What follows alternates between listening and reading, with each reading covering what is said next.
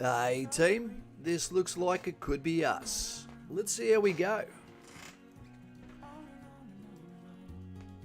The start of the Loretta and Roddie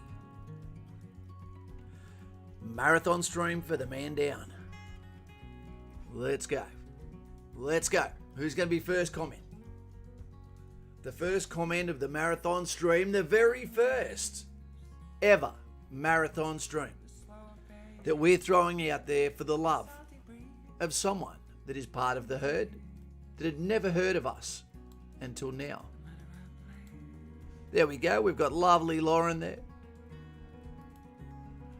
We have, I'm just trying to work out how to get this screen. I can see Lauren is here, lovely Lauren, who has helped me for the last 36 hours. We have got Sanchez and Sanchez. We've got dusty roads, and it has been a dusty, dirty road the last 36 hours. We've got the Spanish El Borrego. G'day, mate. Anthony Young's son. Not young forever, but enjoy your promotion while you got it. Thunder and Lightning. Aaron Mills, tall in height, long of limb, and deep of pockets. But he's a lovely man as well. We've got Brando Gold, 1993. We've got Hard Yakka, and today's about Hard Yakka. 10 hours, nearly Hard Yakka. We've got Emma C. We've got Mr. Bryce, who, guess what? You're going to get promoted today. But not just yet. We want you to wait a little bit. Sebastian White, the recipient of the t-shirt, of the charity event. We've got Jody Stevens all the way from the USA. Jody, we are helping a family today. The Lord has helped them, and I'm telling you, you couldn't have found a better couple to try and save, to try and help, to try and give that break to, because I'm telling you, these guys and gals are in a hard place. Let's get to it in a second. I've got a whole host of screens that are there for you that I've created each hour that will change and give you some viewing pleasure. What can you do today? We're about to kick into it and we'll show you. Hey, Georgie, how you going, mate? In case you don't know, team, also something that's occurring today is this is the first time that we have ever used this stream setup. It might look the same from your end. It is definitely different from my end. What happened? YouTube finally completely shut down what we've always been using, which is the classic live streaming application. So the thing that sucks about that is it is like the powers of evil stepped in and tried to prevent this stream from going ahead. The first ever marathon stream. Lauren has heard me use words that can only be used on the first galleon ships of the first fleet. But she stuck with it, and so did I. So today is all about giving. Giving to Loretta. Giving to Roddie.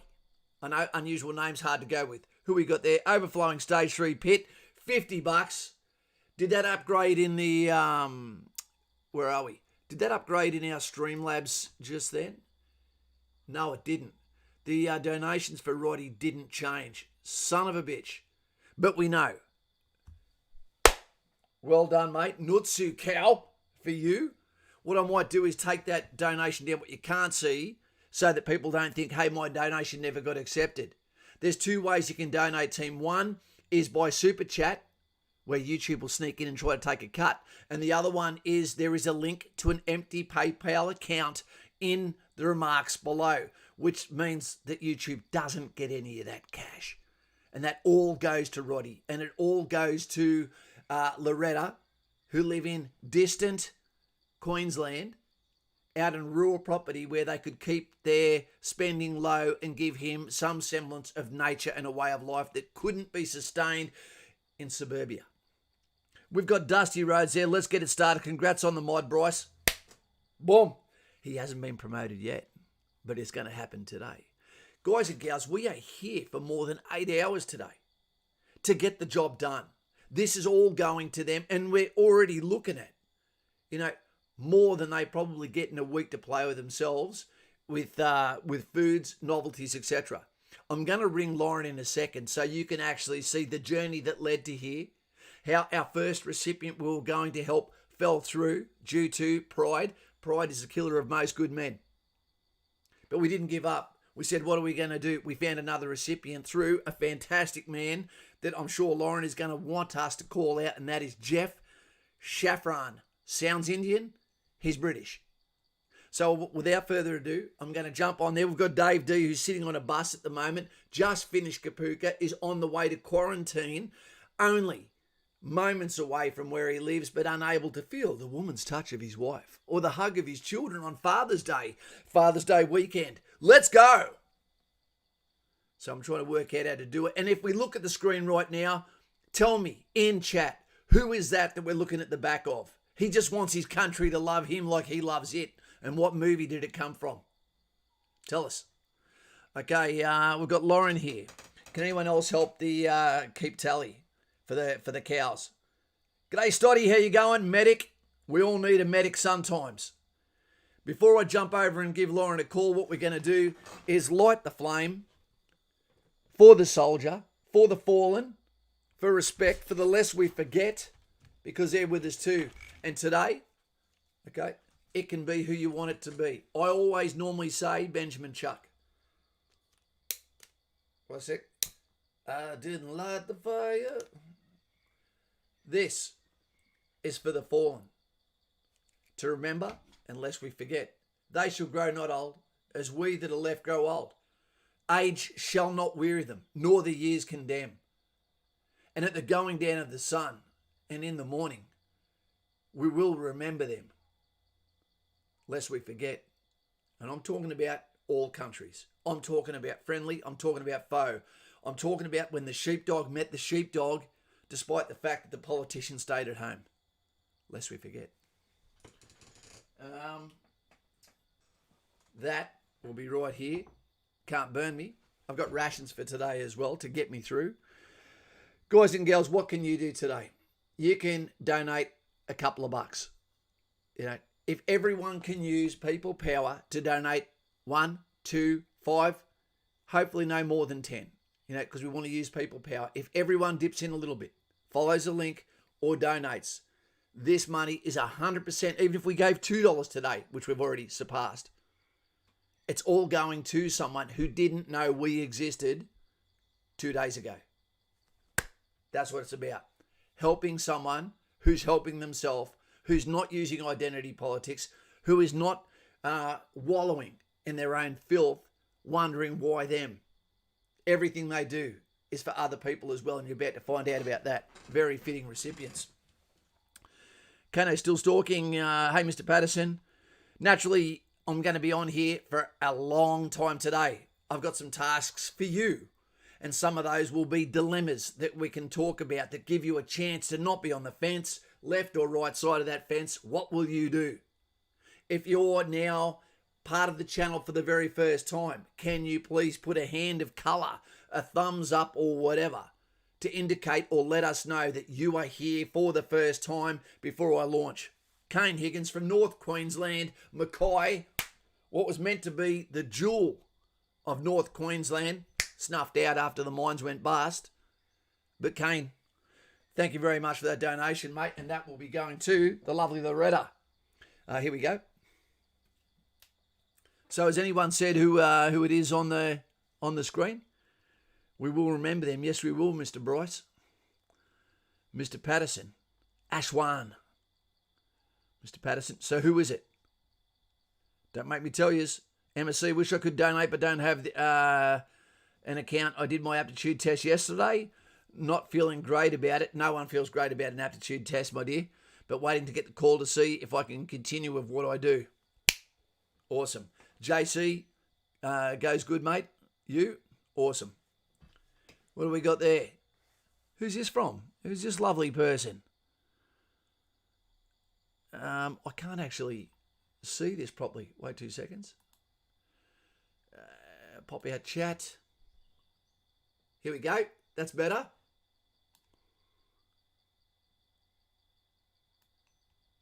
It's moving quickly. I'm so excited for what this is going to do for these people. I really am. And when you hear a little bit about Loretta in a minute, it's going to be one of those try not to get a tear in your eye moments. So we've got Blood Red Rose, Nutsu Cow. Thank you very much, my dear. we've got a cow in the paddock with Blood Red Rose. Thank you very much. I suspect she may come from Tasmania. We've got Christian Barrigo, $10 there for the cause. Well done, Nutsu Cow. And you will be hearing the voice, the lovely voice of the ever-supporting lass whose name is Loretta, who has looked after her partner, okay, for more, Roddie, for more than 20 years in the situation he's in. They'd given up, I'd imagine, on people hearing their voice. No, we found them. We've got Michael Stott. Stotty tapping into the Geoduck allowance. Thank you very much, mate. That is big. You don't need to be that big. I know you're a medic. This is the magic sponge.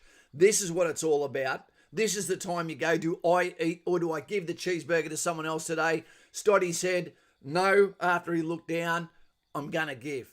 And he gave. Well done, Stotty. Fantastic. SOS there. Nutsu Cow. The cows are in the paddock. It won't be long before they're starting to escape. You're a champion. Hi, Kaz and team. I have kids for the weekend. We'll be out most of the day. Thanks for the service, Roddie. Have a great day, everyone. SOS. You're a champion. And this is the Father's Day weekend special. We've got Blood Red Rose with $200 there. Okay.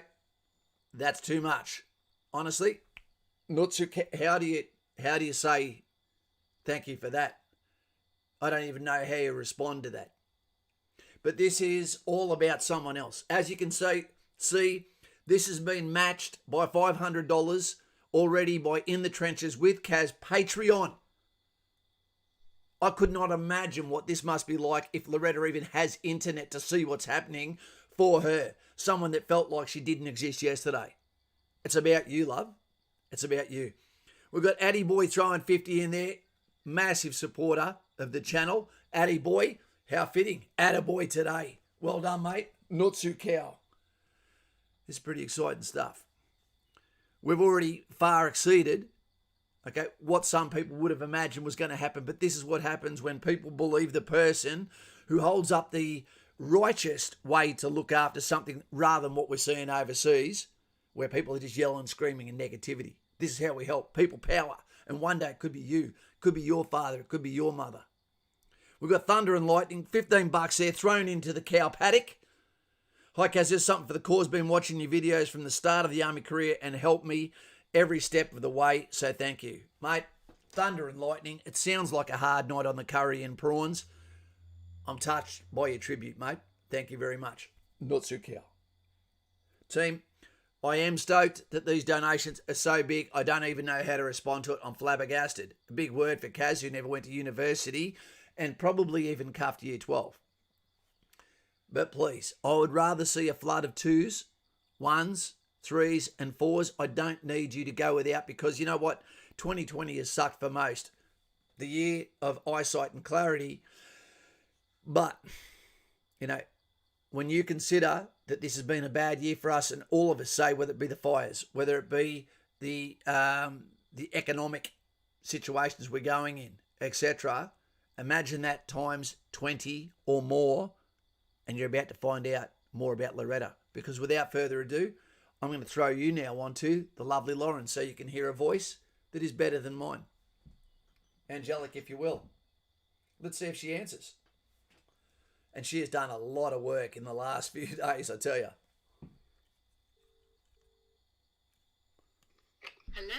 Hello, we finally got it going.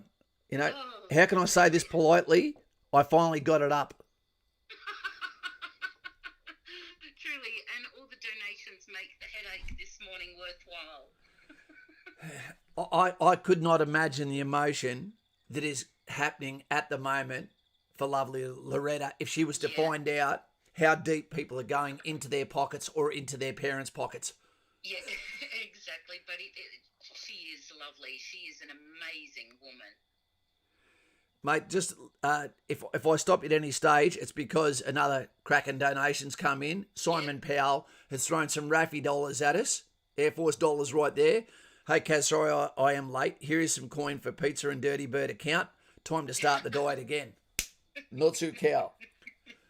Salad's not as cheap as it used to be, mate, and you've got a Fitbit coming your way soon, Simon Powell, because you're one of our next projects. Got to help the RAF. No one else will. Yeah, we got the best community It is. Yeah, I'm glad you stopped me for donations because I'm trying to keep a little tally.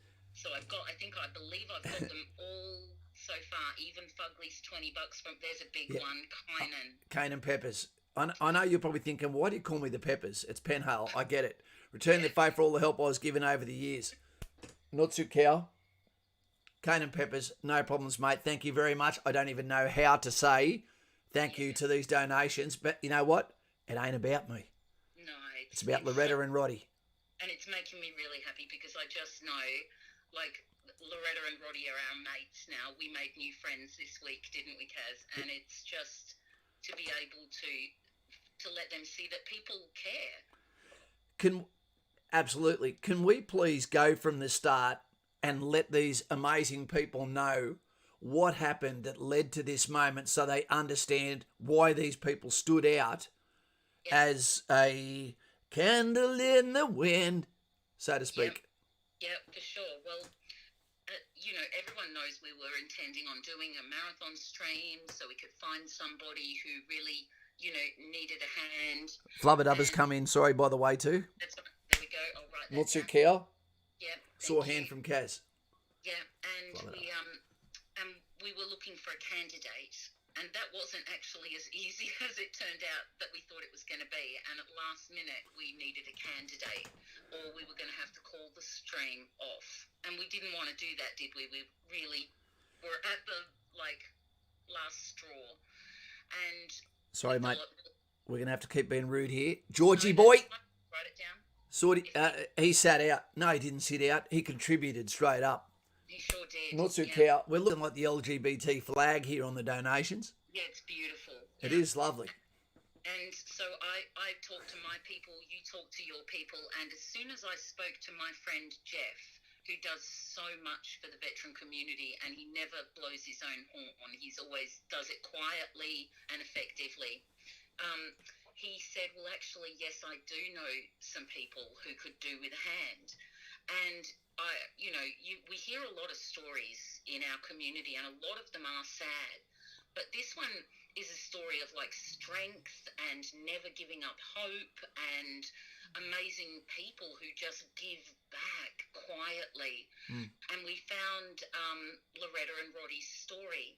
And when I read it, it just absolutely, I thought we really have to help these people. And just to check you there, and what was my response? I was so angry that my mate that I'd decided to help, had a last minute attack of no.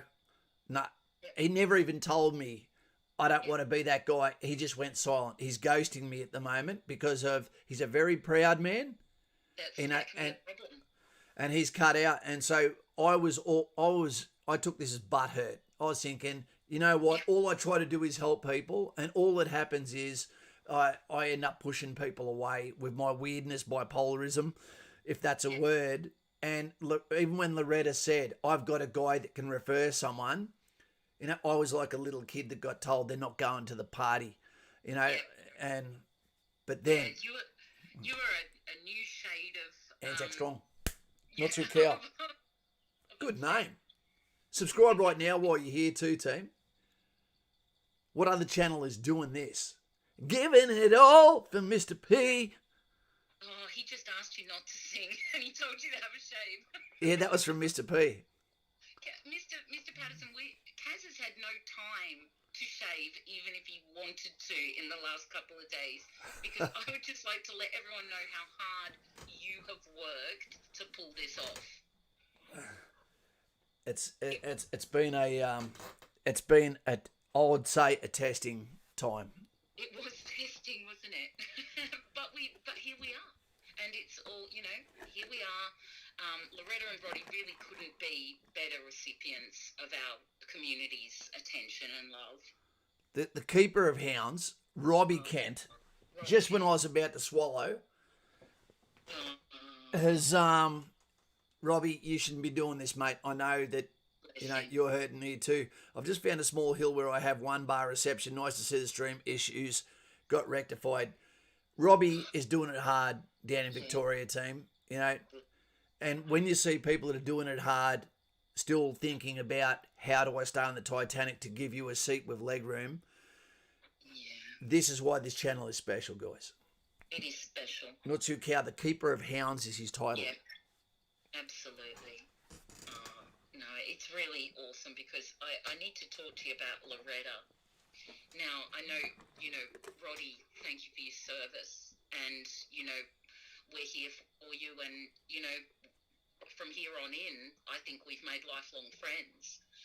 But Loretta is an amazing woman. She has, hang on, someone else, Brandon, has just donated. Brandon, mate, Brandon Lee, thought you were the son of Bruce Lee, but it's a different one. 1993. Thank you very much for the yellow cow. Boom. Yeah. Nutsu Cow to you. Thank you for your belief in what we do for others. Because you know what, Lauren? How many people say, dumb grunt? Why would you want to be a grunt? Heaps of people, even grunts' wives, get, are sort of slightly ostracised from certain social circles. Yeah. So, But we're the only ones doing that. You were the wife of a grunt. yeah. I am a grunt. Infantry for life. 343. Yeah. But we're the only ones that are doing this. Yeah, And exactly. it's not for hands on the back. It's because we promised someone we'd be there to help them, and we're here to help them, and you guys have come out of the closet, so to speak. Exactly, and it was almost literally come hell or high water to get here today. He just wants his country to love him like he loves it. Yeah. Julian. Julian's come in as well. Julian, He's thank trying to you. make this look like an LGBT flag. I know it. Julian, thank you very much, my friend. And Sebastian White, update the tally on the screen. Gosh, I can Boom. hardly keep... Oh, Mr. Buckaroony. Team. Oh, thanks, Bucks. I just got attacked for saying only infantry do this. So guess what happens? Yeah. Mr. Buckaroony, they're coming in fast. Mr. Buckaroony, a better channel than mine from North Queensland. This guy has been in every service you could be in other than nurse. And he's just thrown from his YouTube channel, which is Mr. Buckaroony, $500 to help us on the way to help this family. They're going to have the things they want, I reckon, from this stream, my dear. I think so too. So we've got Daz and El Borigo. And El Borrego. Yep. So we've got Yep. Daz, who's Yep. always here. He sends me the videos. He is an outback, bearded, yabby-eating, Hyundai driving legend. Yep. And you're going to see a video about Daz soon. He sends me 20 videos a day.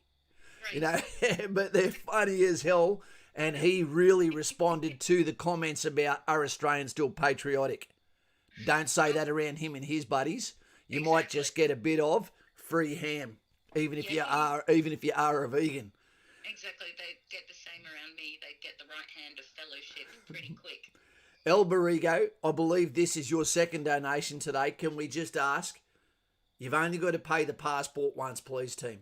We don't want people to get caught up with this beautiful feeling you get in your heart that comes from giving to the point where it starts to affect you. So please, we've already surpassed what we expected. Absolutely blessed. Mr. El Borrego, thank you very much. And guys and gals, you don't have to be here all day either. I do. You're going to see Cottonmouth as the hours go by, and every single hour the back screen is going to change, and you'll see work has gone into what we're doing today. Yeah, exactly. And come and go as you please. Pop in a few times, see how we're going. We'll try and keep a tally and let everyone know how we're progressing. I think what Mr. Buckaroony wrote is kind of fitting for Loretta and Roddie's story. He said, morning, everyone. Just sitting here filling out DVA paperwork. Hang on, there's Chloe. Hey, Chloe. Yep, for a stuff back. No, thanks, Chloe. And that's fitting because, Roddie and Loretta need some help with some things that either DVA just can't cover, or it's going to take a long time for them to actually get it covered. And the truth is that Roddie could die because of the delay. You would say, look, we are all dying, in effect. Exactly, but he's at a higher risk of needing some sort of emergency attention or, a couple, and he has no accessibility at the moment. He could do with some more accessibility, and apparently DVA has a no concrete policy. Now, Yep. I don't know. That's the first time I'd even heard of it, but apparently it's a thing, and I think that needs to be looked at. And you know what, Lauren? And sometimes we're going to have to butt in with each other here because of what's happening there. Michael Jordan says, Yep. here you go, Kaz. Put this in your cornhole. Okay, I added some on. Nutsu cow. Well done to Michael Jordan Sayers. Well done. Mate, when you referred to Roddie then, when we found out, is this the recipient we're after, and we had no idea who he was, what his family was, how long he's been suffering for, etc. He is in that position, and I hope he's not listening now, where most people, and probably all Japanese, would say, that's it, I'm tapping out. You could not suffer worse than what this man is, and the only thing that gets him through is his belief that maybe this is happening for a reason, or I don't know. And Loretta and his daughters. He has two beautiful daughters and a lovely family, and I believe they just keep him going. They keep going together as a family. I could not go through. You have to, because when you've got kids, he's got two daughters. Yep, exactly. And and they are a good family. They're a beautiful family. And Loretta could not love her husband more. We had a really great chat yesterday. I absolutely love Loretta. Yep. And we connected as, veteran caregivers. We had a laugh and a cry together, and we talked about some honest truths. And I've got to say, Loretta has just put herself aside to do what she sees that just needs to be done, because this is the man she loves.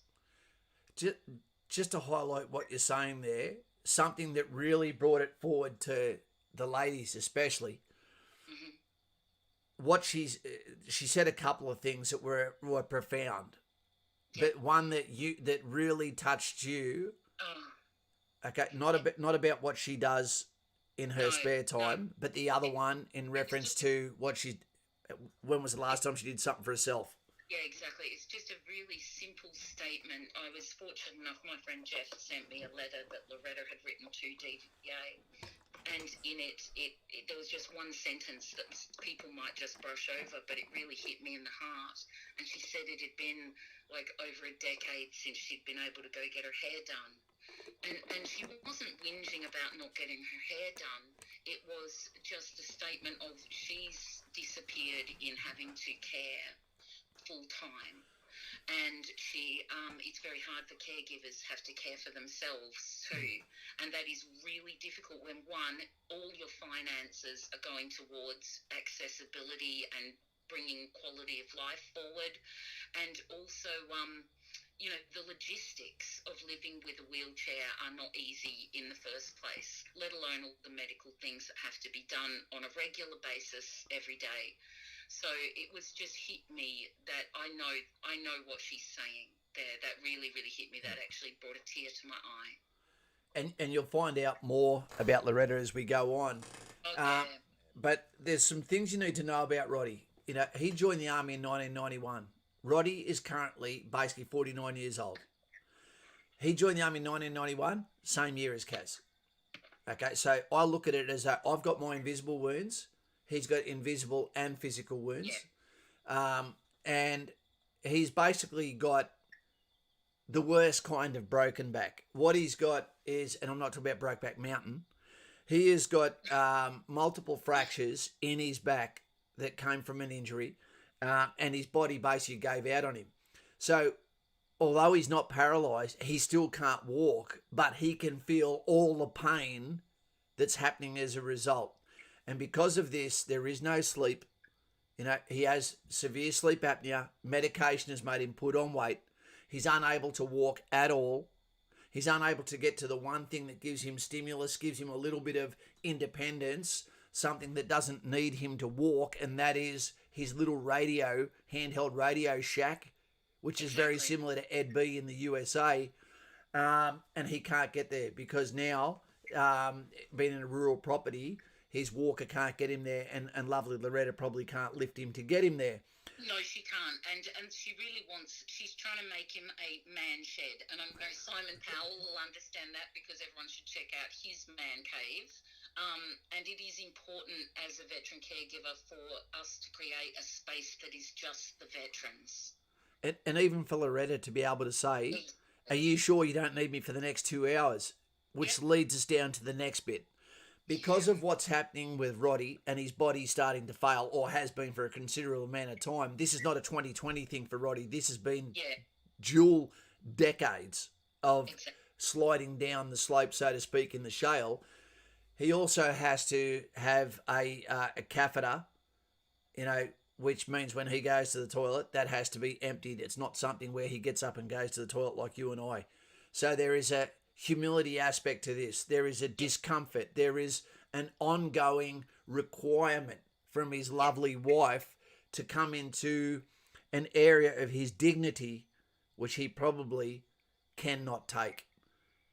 This guy could not be suffering worse than what he is now, and hopefully the ripple that you are creating, I'm facilitating it, but you are creating the ripple. This is the reason why we're going this long today, is so people start to go, what is this all about? I recommend all of you, if you can, send this to Facebook right now and say, get on board. If you can't donate, then at least share this so that this gets to the ears of maybe a politician. It might get to the ears of someone from DVA, someone like James Collins. It might be able for someone to be able to step in and go, you know what, I'm a contractor. I live in that location. Yeah, we could do with some tradies who want to lend a helping hand too. Concreting, yep. Yep, exactly. And he lives in Illenbar. I don't know where Illenbar is. No, I've never heard of it. Yeah. I bet it's beautiful. Yeah.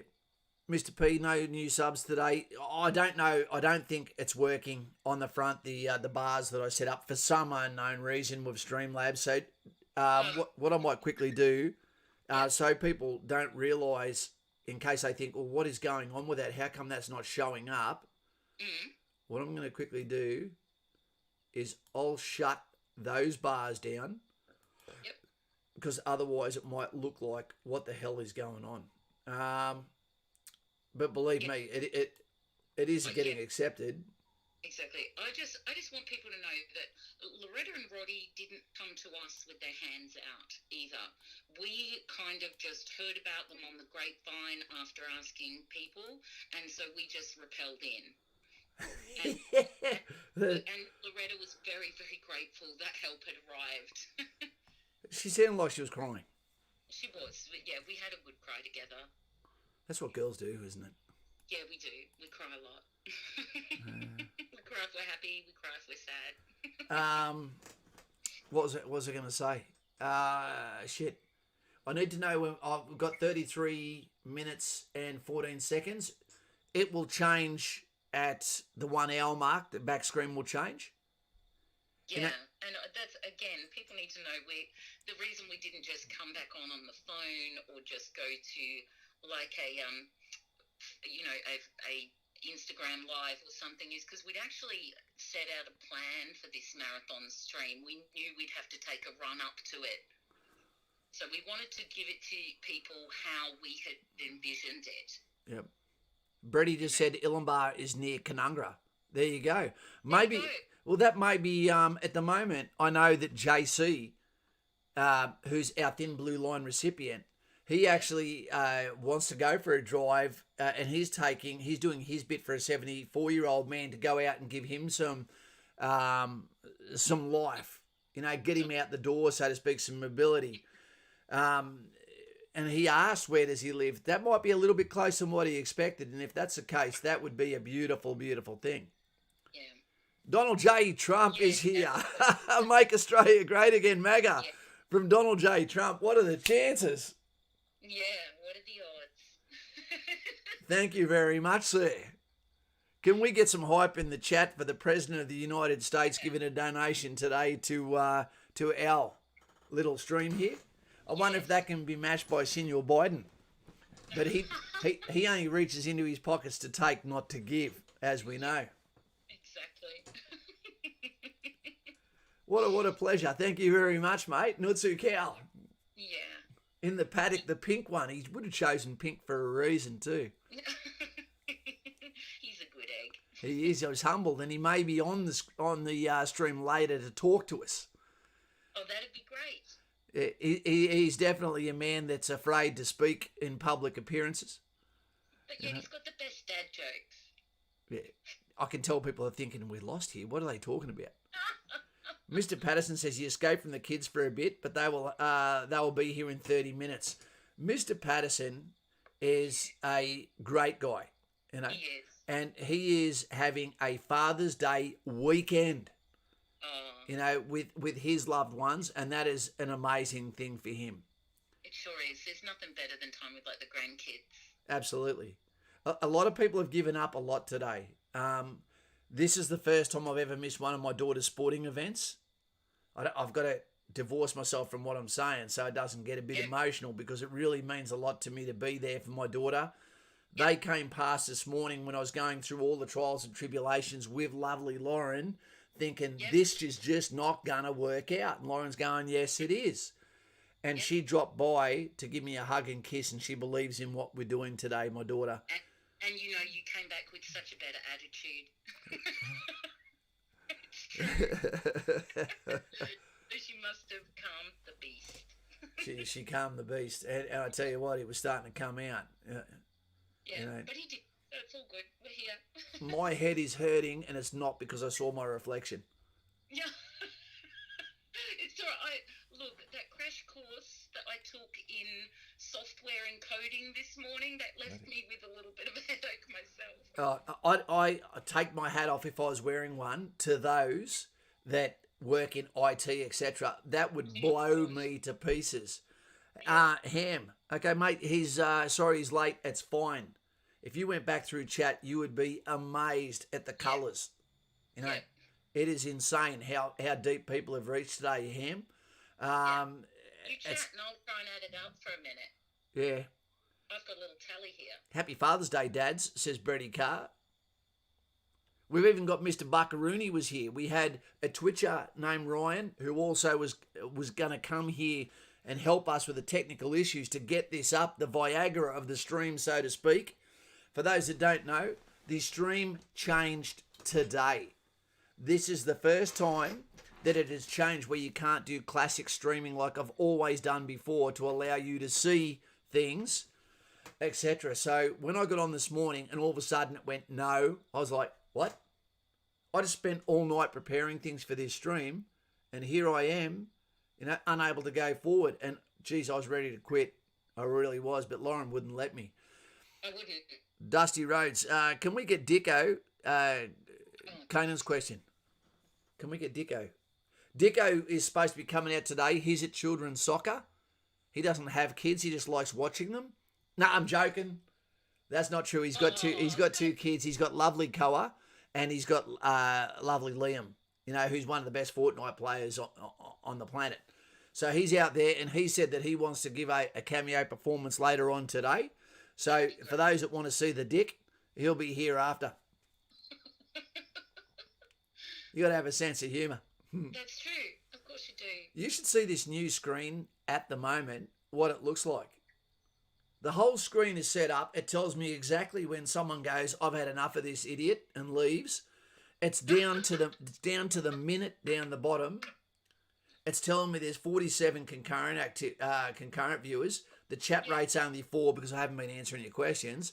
Playbacks is 256, and the average watch time is 6 minutes and 45 seconds, which again is toot sweet, because this is different. This is a different kind of stream. There's going to be some freaks amongst you that stay all day, I bet you. Yeah, exactly. There's no such thing as, oh, hi, sorry, I'm late. Not today, you're not. No, there is no late today. Come and go as you please. What hour? Let me know in chat and Hands of Colour. Okay, what hour of this should we promote Steve Bryce to moderator? Or do we need a hero now? Yeah. Let's let him enjoy the whole day, okay? Yeah. How about we do it? For those that got here in the first hour, Mr. Bryce, veteran, you know, He's also a veteran of this channel. He's also in Patreon. He's also a member of the channel. Become a member today. Help us to do this for other people in the future, even when you're not around. Yeah. What do we got? Mr. Sorry. Roddie's in there taking care of business. I can see he's taking care of the chat. I can relax. Mr. Bryce, add as a moderator. And I hope that I've hit Mr. Bryce's name here. Are you watching, Mr. Bryce? Can you give us a hand of colour, a pattern of life? Oh, thank you, Cameron. Yep, it's Mr. Bryce is now a moderator of your channel. You are part of Law, which is, can you explain what Law is to people after we say, Cameron Barnes, good afternoon. I can't afford to give much this month, but I hope it helps. Cameron Barnes, that is fine. Yeah, thanks, Cameron. Nutsu Cow Barnes! Together we march. We do it all a little bit. This is people power, dude. Yep, exactly. Imagine if all of these were coming together because Cameron Barnes was having a blind date with the girl of his dreams that was going to say yes tonight, and all of this was coming in to help you dress in the clobber, the fake watch from Thailand that made you look like your strides were worth undoing. Good heavens. I tell you, the power's coming back. I can feel the energy, and it's coming back from you guys. The phone is charging. Mr. Bryce has just been promoted. Lance Corporal, moderator, Patreon. Yeah. Well done, sir. I'll just relax and let them take it over now. They'll be fine. That's it. You do your job. Yeah. E46 330 CI throws in the blue cow, Nutsu cow. No, but we are definitely over. Thank you very much. 300 odd. We are way over it, but I can't quite add up all the little bits yet. But it's really great. That's lovely. And we've got a red hand of colour that's coming from E46. Ranger Ranger has just joined us as a member of the channel. Yeah. If I give a Nutsu cow to someone for a donation, what do you give to someone so they get their own? Thank you. Come up with something. Yeah. I tell you what we're going to do. Thanks, Dusty. I've got something else for you, Lauren. I'm putting it out there. We've given 500 from Patreon. Yep. I don't want to be beaten by Buckaroony. So what's going to happen is, if we get today, what do you reckon is fair? 20? Yeah. 20 members today, I'll put in $200 from the member kitty that goes towards what goes into the channel. An additional $200 will be added to that total. If I can get 20. Can you count my Rose in there, though? Because she became a member today. Yes, we can. Yeah? Yep. Lovely Rose. So that's 2 now. If we get to 20, I'm putting another $200. Yeah. There you go. Come on, guys. Okay, we've got Dusty Rhodes. Congrats, Mr. Bryce. Time to take over. There you go. That's a cow. For those that don't know what we're talking about, before we whack a little video on to give some of you guys a little bit of relief from the voice of the people, the legate of the Patreon. Okay, I've got some videos to whack on for you in a second. Okay, Ranger Ranger, he came here today. Long-time fan of the show, Kaz. I like the fact you call it a show because it does feel like a show. Thanks for the help. No problems at all. No problems. And thank you, for coming in. Simon Powell, Miss Lauren, I've done a quick tally of all the donations. Is it okay to share? Of course it is. Please. People power. Yes, Throw it in there. Yeah, please do that. And also, Cameron asked, if we are already a member, an upgrade, will that count? Sorry? If they're already a member, but they upgrade their membership, will that count? Why not? Yeah, why not? Okay, why not? Let's do that. Let's throw it in there. There's always a spanner in the works. I don't mean moderator, a technicality. We learnt that we're flexible in the last 2 days, didn't we? Yeah. We learnt a lot about each other in the last 2 days. Holy shit. Look what Simon Powell's saying. Oh, wow. Current tally, $1,836. And if we put that with some scrupulous as opposed to unscrupulous tradie, we might be getting close to building the path that actually leads to the Radio Shack. Yeah, exactly. That allows this man to be able to say, Loretta, can you please go out and get your hair done, love? Yeah. I've got a bucket here. I'll be fine while you're gone. Yeah, exactly. Because they'll be having fun. in his own space. This is amazing. It's a really good thing. Yeah, and we've only just started. So if everyone could please try and share this on your socials if you can, because it is like, truly, I don't just say to everybody this is a good cause, but these folks really need some help. And I am sure that if we saw them face to face, you'd be going, "Oh my God," you know. Because remember, this could be you. Exactly. This guy joined the army same time as me, was injured almost straight away, and then has not had a normal life since then. Just enough to have 2 kids, but. And they're 27 years old, so he started young. He might be related to a rabbit. And could I ask you to do me a favour? I'm going to put a video on first to give people a little bit of a rest.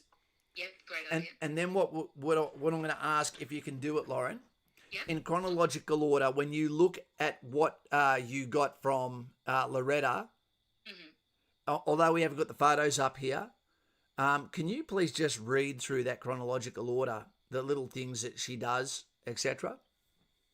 Oh, well, sure. Hang on. You will have to take a break because I'll pull up the information I have, and because I wouldn't want to miss anything. It's so much. Yeah. You know, so it's and, you know, I couldn't love Loretta more after learning more about her. Yeah, she feels like family now, and the fact that there is no, what do you call it? There is absolutely no self-pity at all. It's insane. None whatsoever. Remember, we just repelled in. We did. The ham said, "I hope this helps. Thanks to the legend for his service. Sorry, it's not much, mate." It just did. It helped. What's your cow? Yeah, thank you so much. There's a lot of cows in this paddock today, I tell you. It really is. And don't feel bad today once we get to hour 7, etc. If it gets to the stage where the donations have almost stopped because people give early. I get that. But my commitment today is a 10-hour stream to be able to show you how much this means to me to help someone else on this Father's Day man down marathon. 13 minutes until the screen changes to the second hour. Well done. Let's go. Okay, let's see a video. You know, I can't stop the video once it starts. Okay, so what are we going to do about donations that come in the next 10 minutes? Can Simon keep a tally in the chat? But how do we go back? Okay, so we know the last one was Hamudia. After this 10 minutes, I will come back. Yeah, if everyone could just keep it, either hold your donations for 10 minutes or if everyone could remember who donated, who needs a cow. Yep. And what's this video about to be about? The USA has been talking forever about getting rid of Colt, which is your M16 variant family weapon systems, the SCAR, as well as an add-on, etc. Now they're down to 3 different weapons, and the Colt family wasn't enjoyed to the party.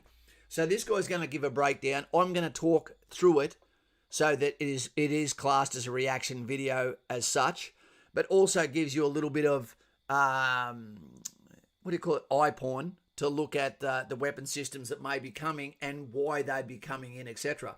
So without further ado, here we go. Let's dive into the details of what we know so far with the 3 future weapons programs that will eventually replace the 5.56 M16 family of weapons. We found some new, incredible animations from the inner workings of the Textron bid, created from their rifle patent plants. I did all the research and consolidated it here for you. I'm Chris Cassidy, former Army veteran. This is Task and Gear. Here's the big takeaway. The new round will be slightly heavier, fly at a faster velocity, and if all goes according to plan, it will allow troops to engage the enemy at greater distances with more lethality. Of the original companies in the running for the bid, only 3 remain: Sig Sauer, General Dynamics, and Textron. The losers who were tossed out of the running in September are FN America and PCP Tactical. Better luck next time in 60 years when the military is looking for a new, next generation weapon. Each one of the bids is made up of 3 different weapon systems. We have a replacement for the M16 carbine, a replacement for the M249 SAW, and last but not least, a replacement for the 7.62 firing M240 Lima. Remember, this is all about capability. Known as the M240 Bravo if you come from my era. The first 2 are 6.8mm firing, and the last is a 338 Norma Magnum, which is a step up from the 7.62. First up is the Textron bid. I do like a lot of things about this bid. It weighs less, the ammo weighs less. Beautiful looking piece of weaponry. There are some high-speed advances here with an electric mechanical trigger. The spent casing is brought down and ejected while the fresh round is brought up. Too many opposed working to a parts, I reckon, for firearm Tully. where the round is brought directly from the magazine into the chamber and then ejected straight from there. This appears to have been added as a few extra steps, and I would be curious about the rate of fire with this. Does that extra movement slow it down at all? Let's put this side by side with what we're replacing. The old M16. Look at how different this works on the inside. It looks like an alien compared to the M16. The charging handle is moved from its usual position to the front of the weapon. You have to move the bolt to the rear by doing this instead of this. I think I'll need a 6-hour briefing on how to operate this thing. I'm sure the Army will come up with one. In the firing mechanism, we have a lot more moving parts than usual going on within the guts of the weapon. The reason for complex systems probably has something to do with the caseless telescoped ammo that it fires. So I don't want to be a grandpa here saying, look at this weapon, it's too damn complicated. But it looks complicated. Cleaning that thing looks like it'd be an absolute nightmare. Guys, Q-tips boxes only come in 1,000, and it looks like I'd need a solid 15,000 Q-tips to clean the sand out of that thing. To be fair, complexity can sometimes equal better. Other times, it means Joe will be able to destroy the thing very quickly by dropping it because it's too delicate of a flower for him to be trampling on. I've seen Joe destroy just about everything you can think of with the back of a striker ramp. Kevlars, weapons, crushed. Not that having a less complicating firing mechanism would save it from being crushed by the ramp of a striker, so that might be a bad analogy. With this bid, we're using caseless telescope plastic rounds. That'll save you about 40% in ammo weight, but I'm heavily skeptical about the reliability of the plastic ammo. The new design, they claim, will not fold under heat, but that's yet to be seen. The carbine is similar to the M16 family in terms of the look and feel of the weapon. The problem I'm having, though, is getting past the strange bulkiness. When I first looked at the rifle, I couldn't understand why it looked bulky. But it's because there's a lot going on the inside. This is what happens when just because something lighter doesn't mean it's easier to use, though. First thing I can think of is how annoying it would be to mount your PEC 15, your optics, your flashlight, all your cool guy gear on there, and then you try to sit in an MRAP or a striker. Good luck fitting in a vehicle, or easily getting yourself unstuck from every wire in there while you trip over yourself. Then you get out only to get back in a minute later. Hurry up and wait. Before we tap the Sig Sauer bid, I want everyone to keep in mind that this is technically not an official replacement for the 5.56 M16, not yet anyway. The plan here is for the Army to procure 100,000 of the new weapon system from one of these 3 prototypes by 2022, and they're going to be seeing how it works before getting married to it. Imagine how much money the biddies for these weapon was like 60 years long, so you can understand that it's difficult for them to do a change like that. Even though I know they've been seeing other weapons on the side for years. I'm looking at you, FN Scar, you home wrecker. Why are they doing this? In 2010, Congress initiated an investigation of the performance of the M4, its pros, its cons, and if they had a reason to replace it. A summary of the report says that while there may have been concerns raised by some of the M4's reliability and lethality, studies suggest that the M4 is performing well and is viewed favorably by the users. However, the Army is undertaking the individual carbine competition to conduct an open competition among small arms manufacturers for follow-up weapons. The small arms capability-based assessment found that many of the problems facing the M4 were solved by changing to a different improved ammo type, better optics, and more reliable magazines. There's nothing wrong with it except for the range and its punch power. Unreliable magazines. However, even though the M4 has a lot of love for it among very all big kind of branches, the military is looking to replace it, have overmatch capabilities going into the future. The weapons development program will cost $10 million the first year and an estimated $150 million a year after that. The rifles need to be able to deliver both a high-pressure test round, loaded 20% higher than normal pressure, and this is so that they can stress the rifle barrel and breech during firing. All at a time where there's less somewhere in the contract to make sure the suppressor looks like a Coke bottle stuck on the end of your rifle too. Thanks, General Dynamics. Yeah, before we go into the 6-hour bid, real quick, please remember to subscribe to our channel so we can see each other again. Generation after Next Tactics, have you ever fired an M4 or an AR, Kaz? Yeah, mate, I'm qualified in both as an instructor. It's fully auto, belt-fed from a 200-round drum. This submission admittedly won my heart. 2 things stuck out to me: the reciprocating barrel design and the new optic. The barrel will now move with each shot to balance out the recoil forces. This has pros and cons. Exactly right, more Dusty. Accurate, but it has a slower rate of fire. If you ask me, those are actually both positives because you don't need a higher rate of fire if you're putting accurate rounds downrange. The bid at its core rounds a minute, is about the 2 new to 3 advanced round ammo burst, and the 60 energy rounds a it minute, brings to the table. normal The rate, proprietary new 120 round is rapid. steel/brass hybrid instead of the plastic-cased ammo that the other companies are bringing to the table. The base of the ammo, where the primary is struck, is made of steel. Melts in the This barrel allows when it to you be fire more more than 200 reliable with rounds, a I'm higher sure. lethality. The energy can be increased dramatically because of the steel base. The rest of the ammo is made of a standard brass, with a clip inside to connect the two. SIG claims the energy is increased by a factor of 50 to 60% while reducing the weight by 20%. The machine gun has for too long been too heavy. Comment below if you think I'm a spaghetti-armed weakling. I'm Italian, I can say that. Now, this new M68 machine gun is 12 pounds, while still reducing the level of recoil closer to an M16. Sig Sauer has not mentioned the recoil in the carbine version, or if it's reliable enough to reduce recoil effectively with the 6.8mm round. Another advantage that this weapon has is the ergonomics are the most similar to all the bids with the M16, which would mean less of a shock to Joe when he picks it up from his supply sergeant for the first time. We all know Joe, he would pick up the bullpup rifle and not know which way to point the barrel for at least a few years.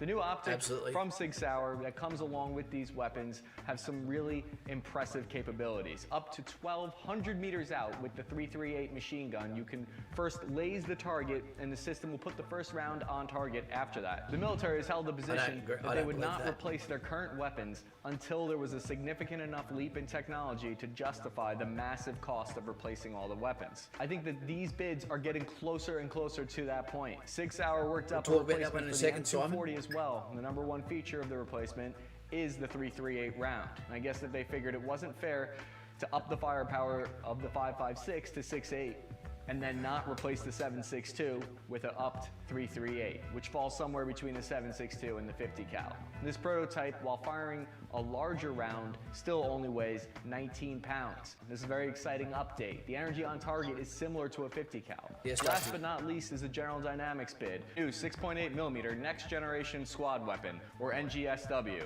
not to be confused with NSFW, which my coworkers are constantly telling me to stop looking at. What I do on my lunch hour is my own business. It's significantly different than the others. They're going for a bullpup design with their weapon, and I know that there's a lot of hate for the European bullpup design, especially if you because fire less the word than on they hit the street target, is the British and everyone else who fields the bullpup do not like the awkward reload because the magazine is behind the pistol grip in the rear, which makes reloading while laying down a hassle. Seriously, I have to have the magazine stuck up in my armpit. We're gonna have a bunch of troops with stinky magazines. Is that really what you want? I'll just do what I always do and spray it with Axe body spray, the old G.I. Joe shower. With this design, it means a longer barrel while still having a shorter length in overall for the rifle, because firing mechanism has been moved to the rear of the rifle near the buttstock, right where you place your face, which isn't fun to be firing the rounds when they're going off right next to your face with this different design. They're going with an entirely polymer case for their ammo as opposed to the steel base or telescoped ammo. So each developer is coming to the plate with a things for the different sake of style it, ammo but if it entirely. increases range The polymer and ammo lethality and reduce, able to reduce targets better in the urban environment, The maybe it's a ammo good looks thing. great. It saves weight.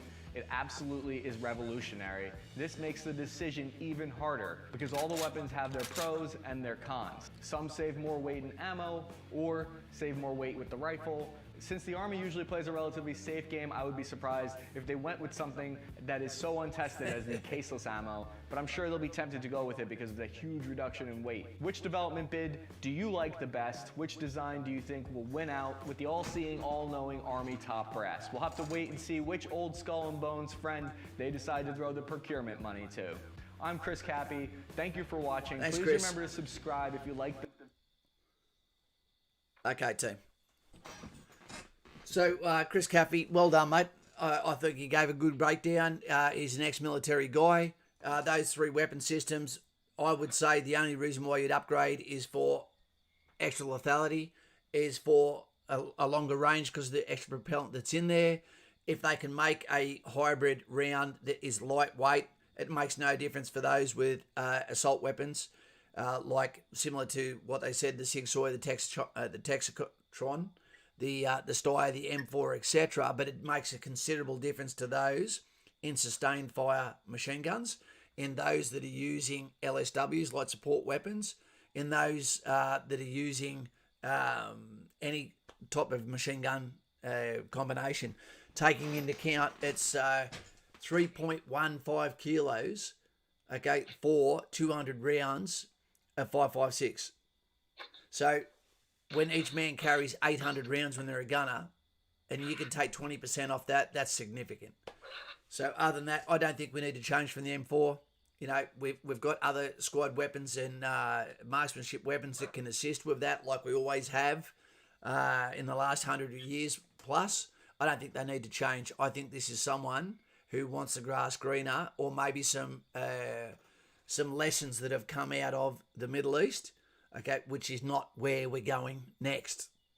So let's just pump the brake and wait until the laser weapons come out. Lauren, how'd we go? Yep. I went good. What do you want to know? Wait 2 seconds. We've got to change the screen. Exciting. Exciting. What have we got for... Bang. Off it goes. So we're entering hour 2? And that was John Rambo, whose famous quote was, "I want my country to love me like I love it." Very fitting. Yep. And I think that's a timeless saying. Yep. Bam. There she is. Let's see how the crowd responds to that one. I can only see a black screen. It's about to change because we're on 3-second delay. Okay. Oh, she's beautiful.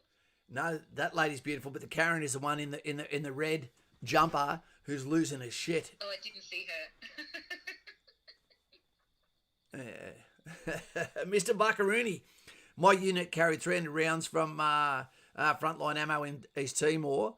The old chest webbing was bloody heavy. 300 rounds. We normally only use 210. They must have thought you were going to miss the target, Mr. Buckaroony.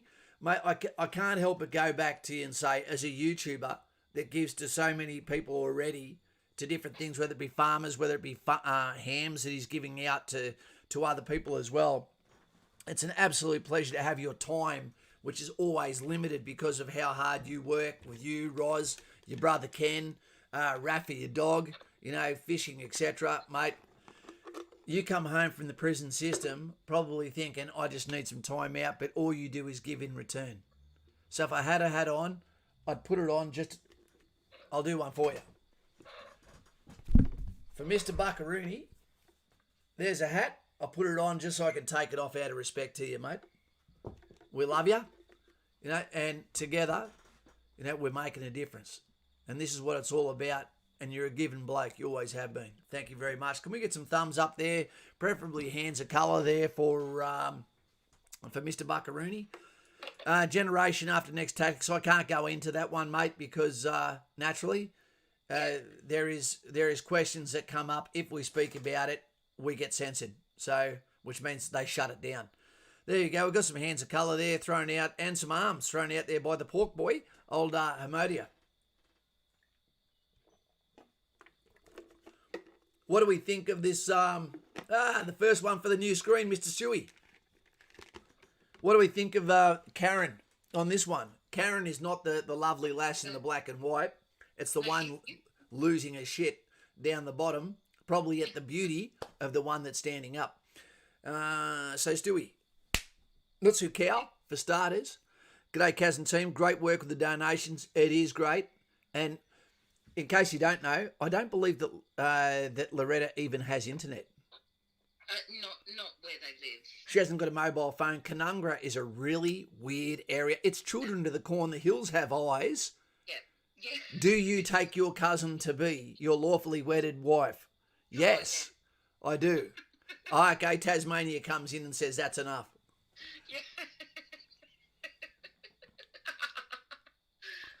Oh, dear. Jen, after next tactics, I wouldn't worry about that, mate. A lot of it's fake news, man. Mr. Buckaroony, is that the 20-litre jerry can you are drinking out of Kaz?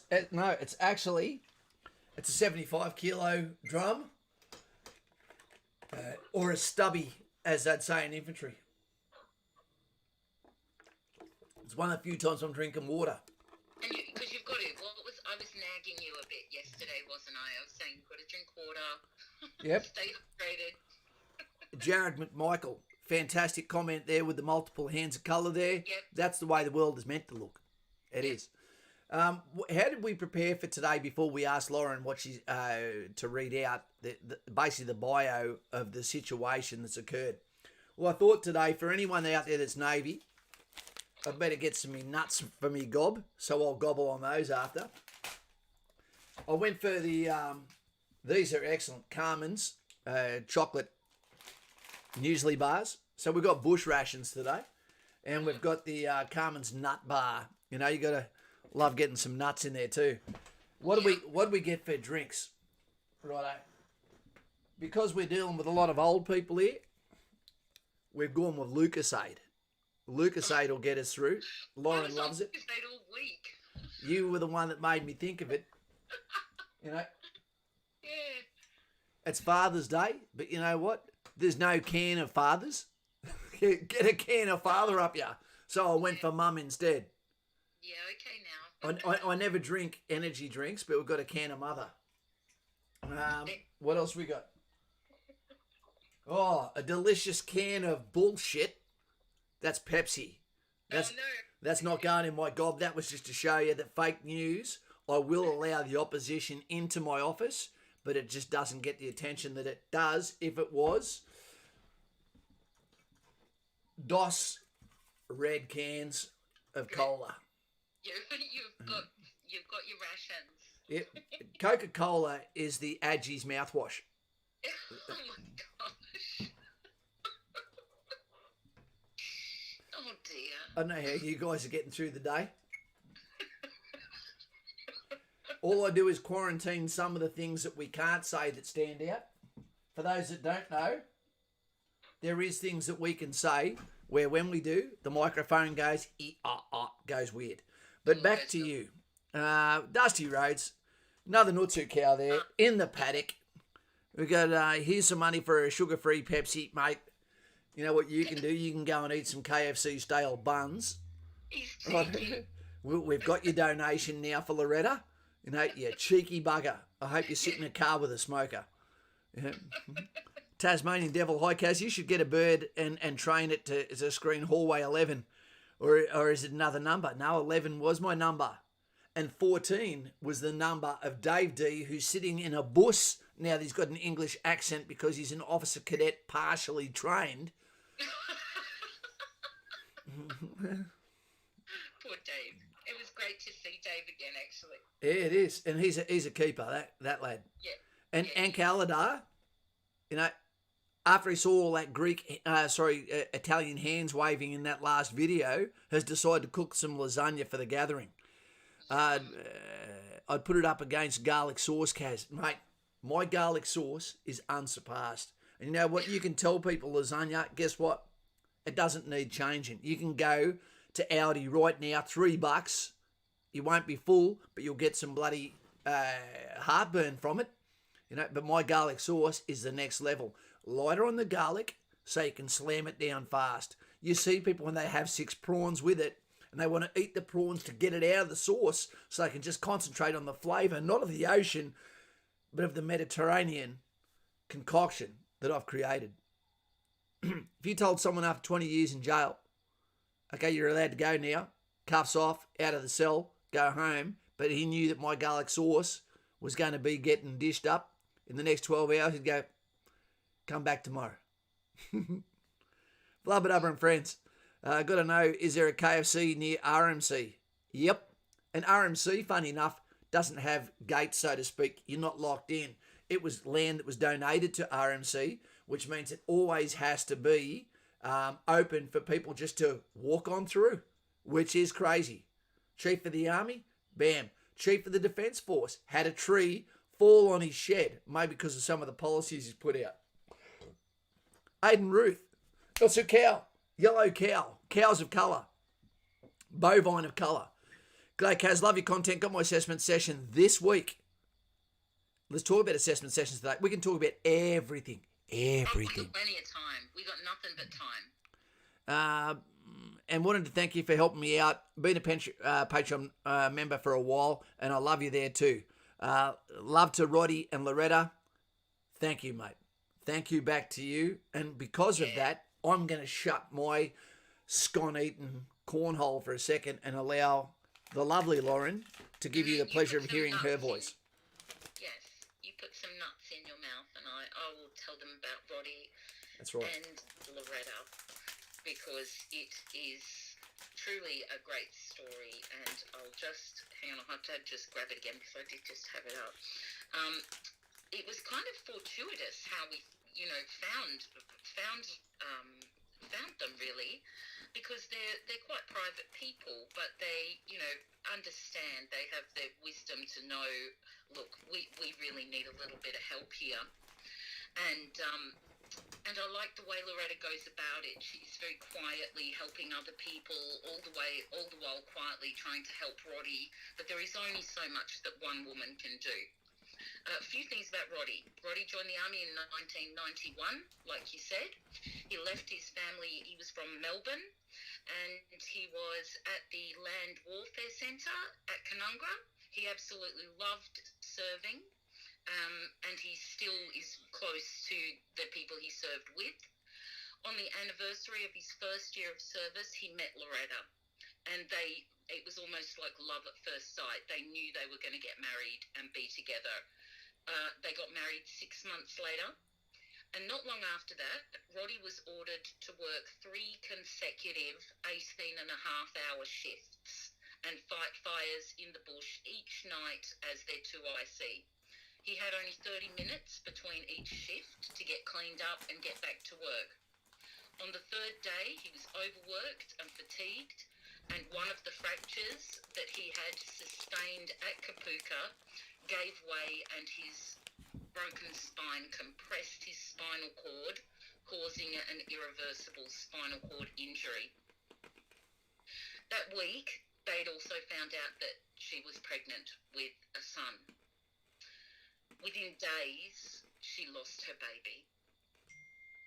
The same week that Roddie suffered the spinal injury, and of course lost his career, which he absolutely was everything to him. I mean, these people have been through the ringer and quietly carrying on, never giving up hope. He was discharged a few months later. He still had his severe spinal injury, permanent nerve damage. He had PTSD and other medical problems. Roddie had a bit of a hard time transitioning because he was a really quite proud and dedicated soldier. And then he had to transition to being a permanently disabled invalid with really serious conditions. And there isn't any way, like Loretta states, there's no way to prepare for it. They were blessed with 2 beautiful, lovely daughters after that. And they just spent the few years trying to cope and adjust and so much. But then there was another big event in 2012 when the second spinal fracture that Roddie had gave way, again compressing and damaging his spinal cord again. This time he lost his bladder function and most of his bowel function, and eventually his ability to walk. He couldn't stand, and along with it, he was starting to lose hope over quality of life. His feet are starting to contort under, his nerves are shortening from his spine, his teeth are breaking, and there's a lot of other things that really break my heart. He is a white card holder. He missed out on the gold card because apparently he joined the army 2 weeks too late to be given one in new rules. He's got written permission from his doctor and approval and everything, and they have helped them do some stuff, but it's the process, as you know, and a lot of other people know, it's slow and it's difficult, and especially when this is stuff you kind of need yesterday. It really breaks my heart because he's just gotten worse for the last 8 years. His health is degenerating quicker and quicker. Lauren, he can't walk or stand. Yep. I didn't mean to disturb you then, but we've just had a really big donation from Drunk Aussie and Jono underneath. Drunk Aussie has just given a red cow a $300 donation. Oh, thank you. G'day, cousin team. Hope everyone is well. You've dug really, really deep there, Drunk Aussie. Maybe you actually are drunk. Yep, maybe, but Mate, it's good. Mutsu cow for the red cow.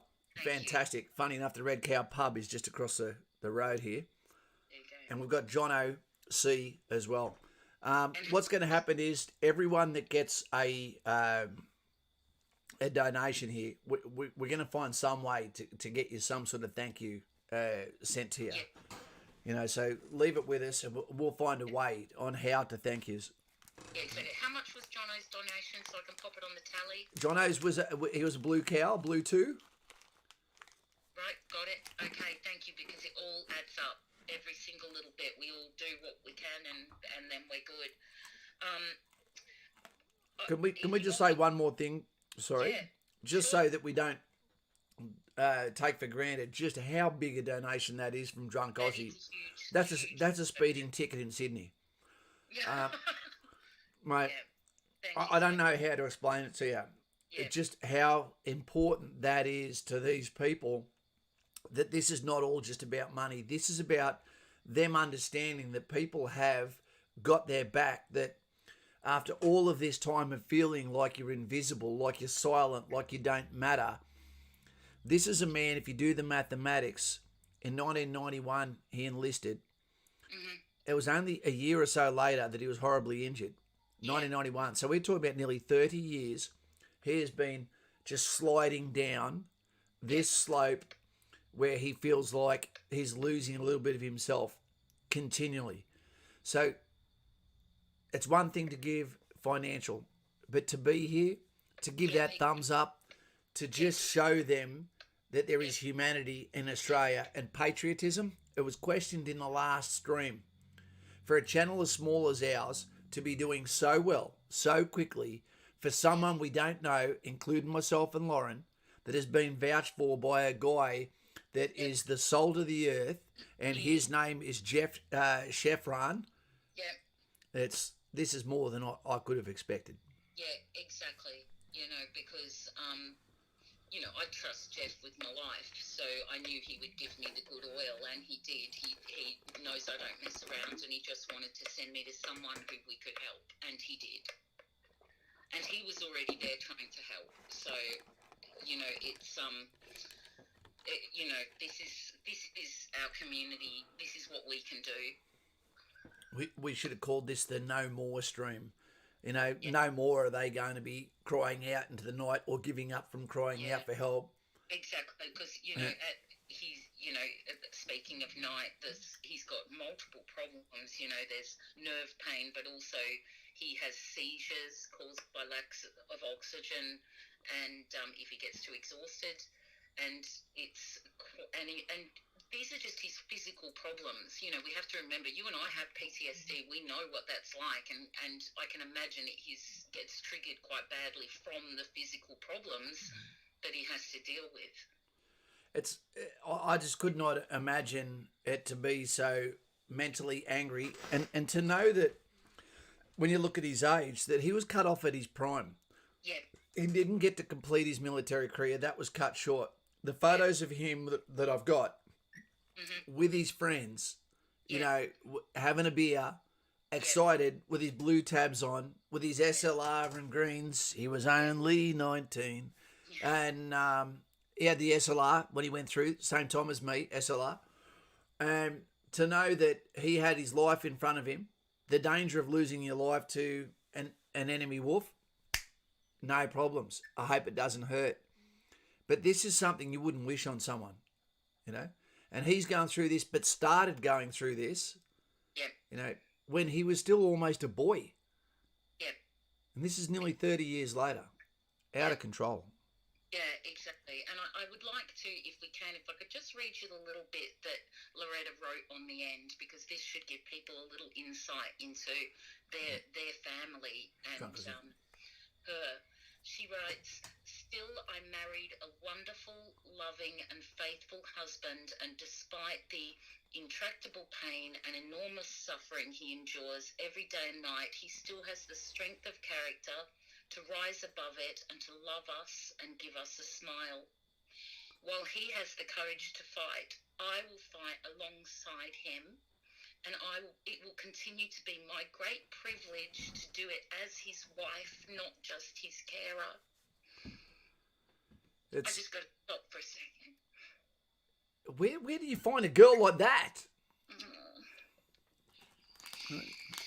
Put a thumb up if you've got a missus like that too. One of those really soul of the earth people. Yeah. It's amazing. It's the Father's Day special. This guy is about to receive the news that people care. And he probably is more excited about his lovely wife going to get her hair done than what he is on how this can help him. And he's getting all of this news on Father's Day. Imagine his 2 daughters, what that would feel like. Yeah, they've got a beautiful family. Yeah. He has 2 beautiful daughters, but don't any of you bastards think about it. You're allowed to think about it, just don't say it. Yeah. Good heavens. And Galadar, look at you. He's created a mosh pit right there. My eyes are leaking. Yeah. That's what happens when people hear the singing voice of Caswell. Yeah. Thanks, Dottie. How's your nuts? They're great. A bit sweaty, but... No, I knew it as soon as I said it. I always say the wrong thing. Okay, so Conan Peppers, he's got a keeper. And Kaladar, got a keeper. Robbie Kent, Right. you know, Brandon Gold, keeper. Sebastian White, keeper. You know, also got John O.C. there, right? So out of all of those ladies, everyone is to donate one of your relatives to come and knock on my door now.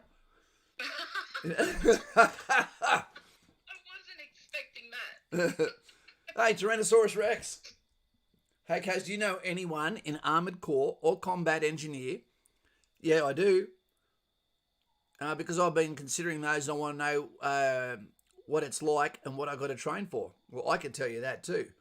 But Rex, there's the Turret with Swa is an Armoured Corps channel. You know, Scotty Healy, you know, who's now retired as well.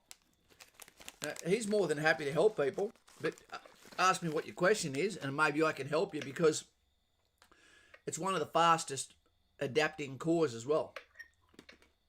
Hey, Aiden Ruth. Not so cow. Sorry. How are we saying, what are we saying for the members? I don't know. We're going to have to come up with something. Maybe there's some suggestions. Can we get a suggestion from the members, those that are actually wearing the green at the moment? What would be the salute that goes back to you when you become a member? Yeah, we need a little something. Yeah. Yeah. And how many is that now? Is that 3? That's 3 because it's 2 and an upgrade. Yep. Yeah. Great. He's gonna laugh at the next What do we got? at the next screen that comes up. Yeah, because I have more to tell you about Loretta. That wasn't the end. But Sorry? we can talk about that later. We'll let you calm down just a little bit Yeah, I think that's a good idea. because I know what you're about to say. Yeah, exactly. And I'm probably going to need some more tissues. Yeah. Because you should chuck us up a left-handed salute. Oh, it's the first suggestion. Maybe I've got to. Would you join the army after being married with 3 kids? That is a question I'd like to answer. I'll answer that after I throw one. Can I go open fingers, Ruth? Aiden Ruth? 2, 3, down. There you go. The left-handed finger splayed salute, also known as an officer's salute. They're hopeless at it. Bloody hopeless. And they make it look like it's a chore. You go, and it's the reason why you join. Can't, you know, at least if you're going to be an officer, go to Armoured Corps where you get the horse as well as the sword. And if you're going to join the military, and people go, why would you join the military? You should go.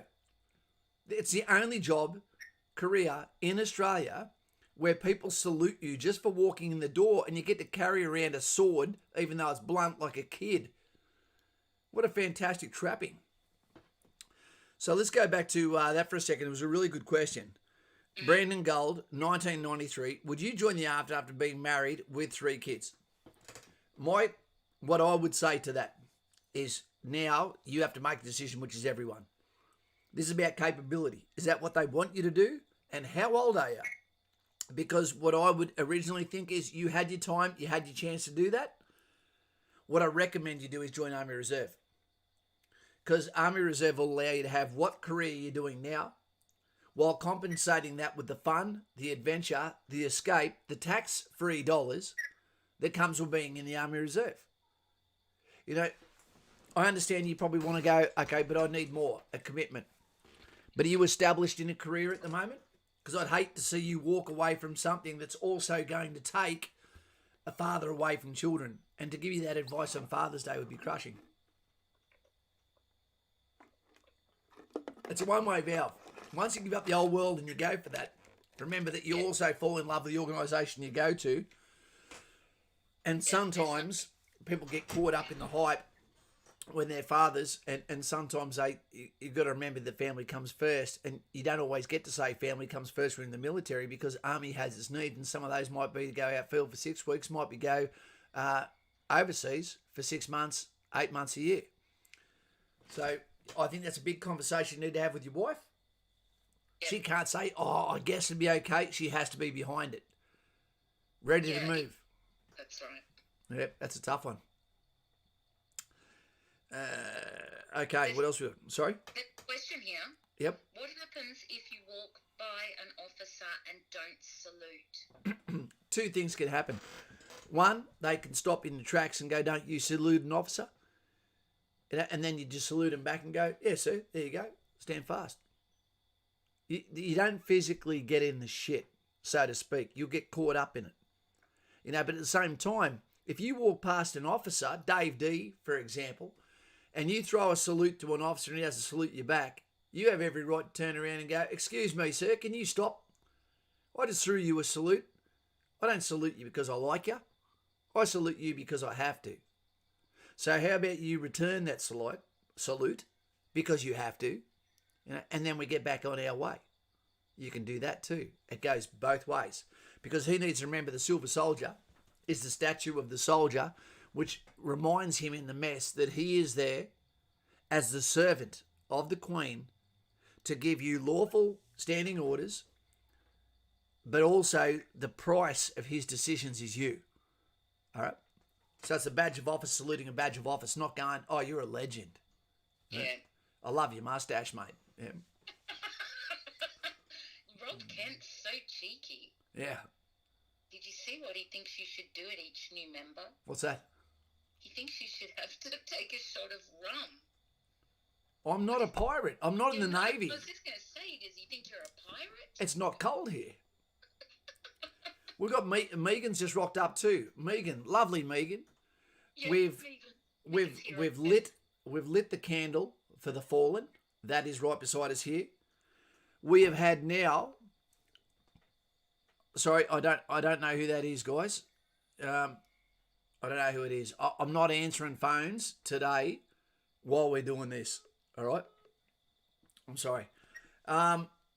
We have had now, I think, nearly $1,300 in donations for the Man Down marathon stream for Roddie and his lovely wife Loretta, who have been struggling with impossible situation nearly for the last nearly 20 to 30 years. And we found out about him and we said, not on our watch, man. So that's what we're doing today, a 10-hour stream. You don't have to be here for 10 hours. The current average watch time is 9 minutes and 12 seconds. There has been more hurdles here than an Olympic heat. It's been out of control. YouTube changed today at the eve of the stream after I spent so long last night, Lauren going into an emotional deep dive talking to Loretta. Yeah, you wouldn't read about the actual hurdles that we found being able to put this stream on. Simon Powell, double bounce salute. What's all this saluting? Behave yourselves. Wow, is that the tally, Simon? Oh, Cameron, thank you. Hey, Cameron. Cameron, you're confusing us. You've given us two first names. So when someone yells out, what's your give your surname when you're called. Peter. I said surname. That is my surname. What's your first name? Cameron. You're confusing hierarchy. But good on you. Not too cow. You gave us a pink one, so to speak. I really mix some of the things you say. It's deliberate, and I get held to account for it at times. The Tasmanian says, "When does the merch drop, Kaz?" Let's talk about that again before we go into what's going on there, Lauren, with Loretta. What happens is one of the best organisations you can go through is print on demand in the USA through a place you've heard of before called Teesprings. Now, when you go through Teesprings in the USA, what happens is the shirts that are all companies purchase them from another country. We know that country, 100% humidity, etc., no air conditioning. And basically what occurs is they get those at bargain prices.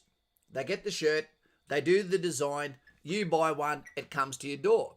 In USA, the whole place, free delivery, free. In Australia, the best shirt company that we have found is charging nearly $30 for the garment before you've even put something on it. If I was to make something, I want it to be a quality garment. This is the merch that we get from a shop in Sydney. But what I wanted to do is give you something that also has the beautiful badging, the flag on the side that Lauren has designed. It looks like for that shirt to be delivered to your door, you're looking at more than $50. And I'm like, that's just not workable. But at the same time, if I was to go and order 100 shirts, it's still going to be significantly priced. And then you can get caught up in, well, how many do you get of large? How many do you get of extra large? How many do you get of large? And then individually, that's $10 per shirt postage you'd have to do in Australia. And the places that are cheaper are also less quality. You know, and if you're going to have your name on something, you want it to be good quality. I've sent away for 3 shirts. One red, one blue, and the second one blue, that's going to Sebastian White for winning the meme of the month. So we'll see what quality that comes out as. Yep. And then from there, we'll make a captain's decision, so to speak, despite the fact I've never been a captain in a team. I've never been a captain in a debating team. I've never been a captain in the military. I've never been a sports captain. Because you're the captain and I am no one. Thank you, Bradley. Casey Chambers, right there. Hey, Bradley. Kaz, assessment day Friday. I'm chipping, going for qualified carpenter. That's Jesus' profession. Then infantry, armoured. I think they're 3 great choices. Tossing up whether to stick to my trade or give a combat role a go. Wanted to go full time. Let me tell you, Bradley, the best thing you can go for, because you clearly have the art in your hands, so to speak, go for a combat corps. Because there's only one place you can get that fix. And that is in the military. And that is in infantry or cav or special forces. But what it allows you to do, it's a one-way valve. Once you've done that said time, you might go 4 years, got it out of your system. Then go over to engineers, because that is a logical step up that they were allowed to occur. What they won't allow to occur is for you to go and get all the tickets of a military RAE, Royal Australian Engineer, and then go, but I want to give all that up and go over to infantry. They're going to go, no, we're not going to allow that. And that would be extremely rare. I don't think I've ever seen it. They'd go, we put too much time and money into you. So I'd say go for combat corps for 4 years with a fallback plan going to engineers. How's that sound? So then you get the best of both worlds. And then after engineers, you can get out with additional tickets that not only cost you nothing, but you got paid to get while wearing exactly the same thing every day. Yeah.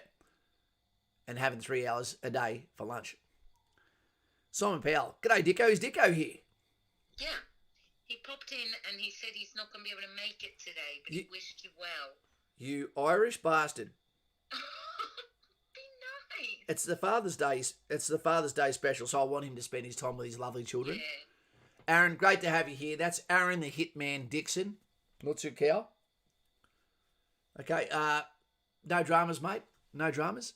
And I hope you have a great weekend. And let's catch up real soon to do something about helping people in the street.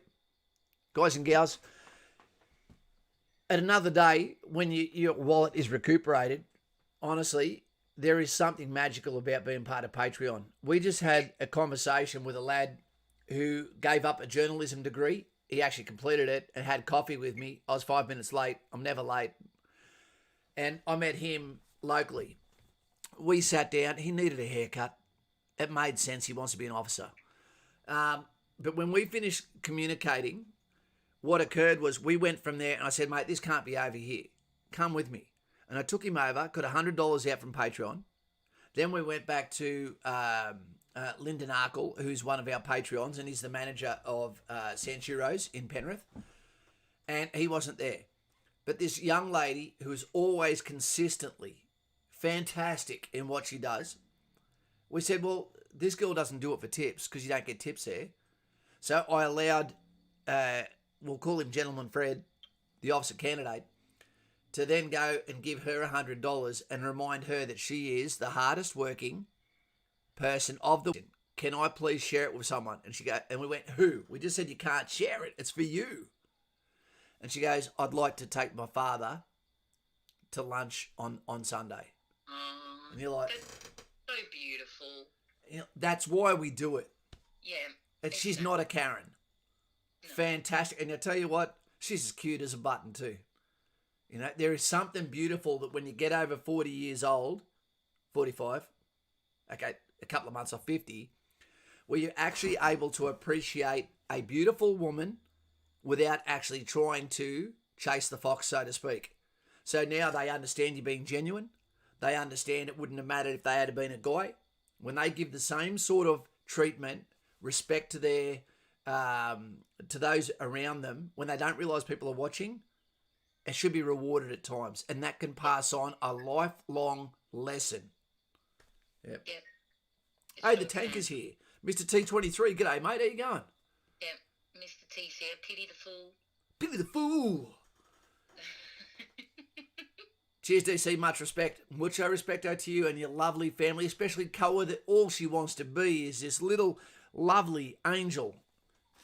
Quiet is a YouTuber, but she's just too young, and I won't allow my daughter to be on here. So, okay, we respect the fact that she can't come on here either. That's smart. Yeah.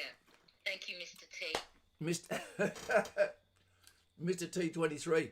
Why have I always called him the tank and not Mr. T, Pity the Fool, Paper Champ? Thank you very much for the yellow cow, mate. It's in the paddock with the rest of them. I tell you what, it's looking like Texas at the moment, the Longhorn. It is.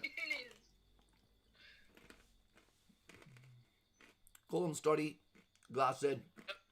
You know what Stoddy's doing? He's taken one for the team. He's going to take a shot of rum every time there's a new member. He's had 3. He's just waiting for them to kick in. And you know what we might even do after Lauren to give you a rest? What? We might go completely off the radar and let Stoddy speak.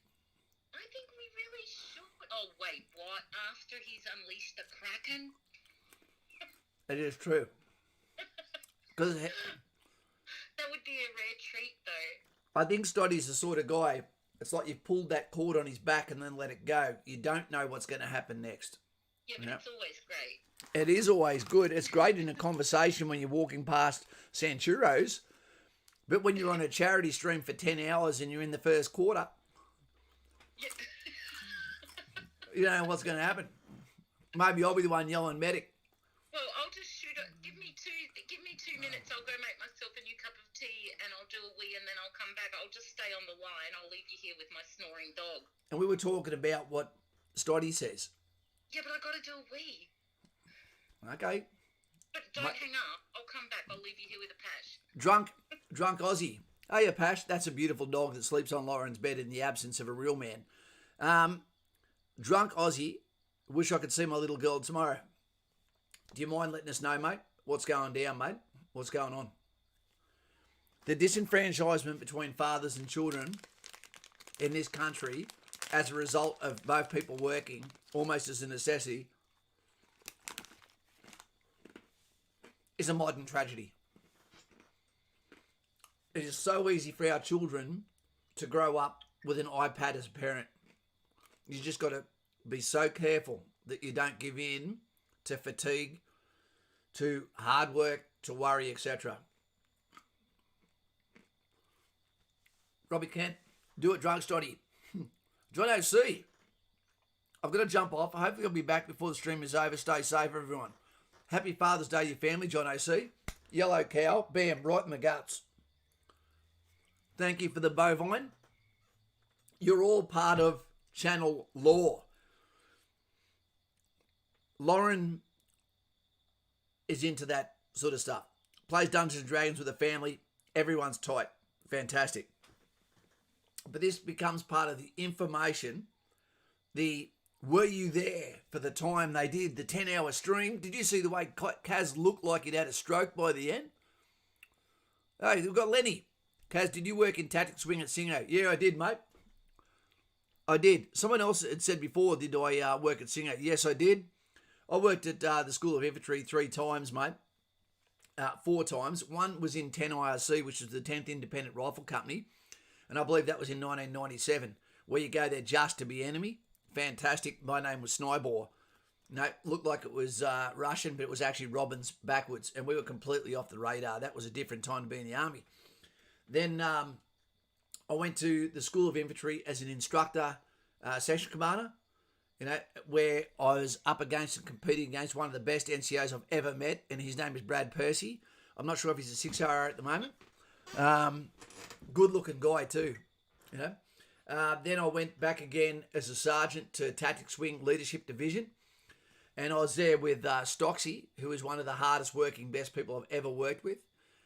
Also Americans, Special Forces as well. And then I went again, and after I had a breakdown in the 3rd Brigade, I'll give you a quick heads up there. I'm not sure if you're pointing out and you'd worked with me before, Lenny, and you're thinking you were dickhead when you worked with Kaz, like, am I the dickhead?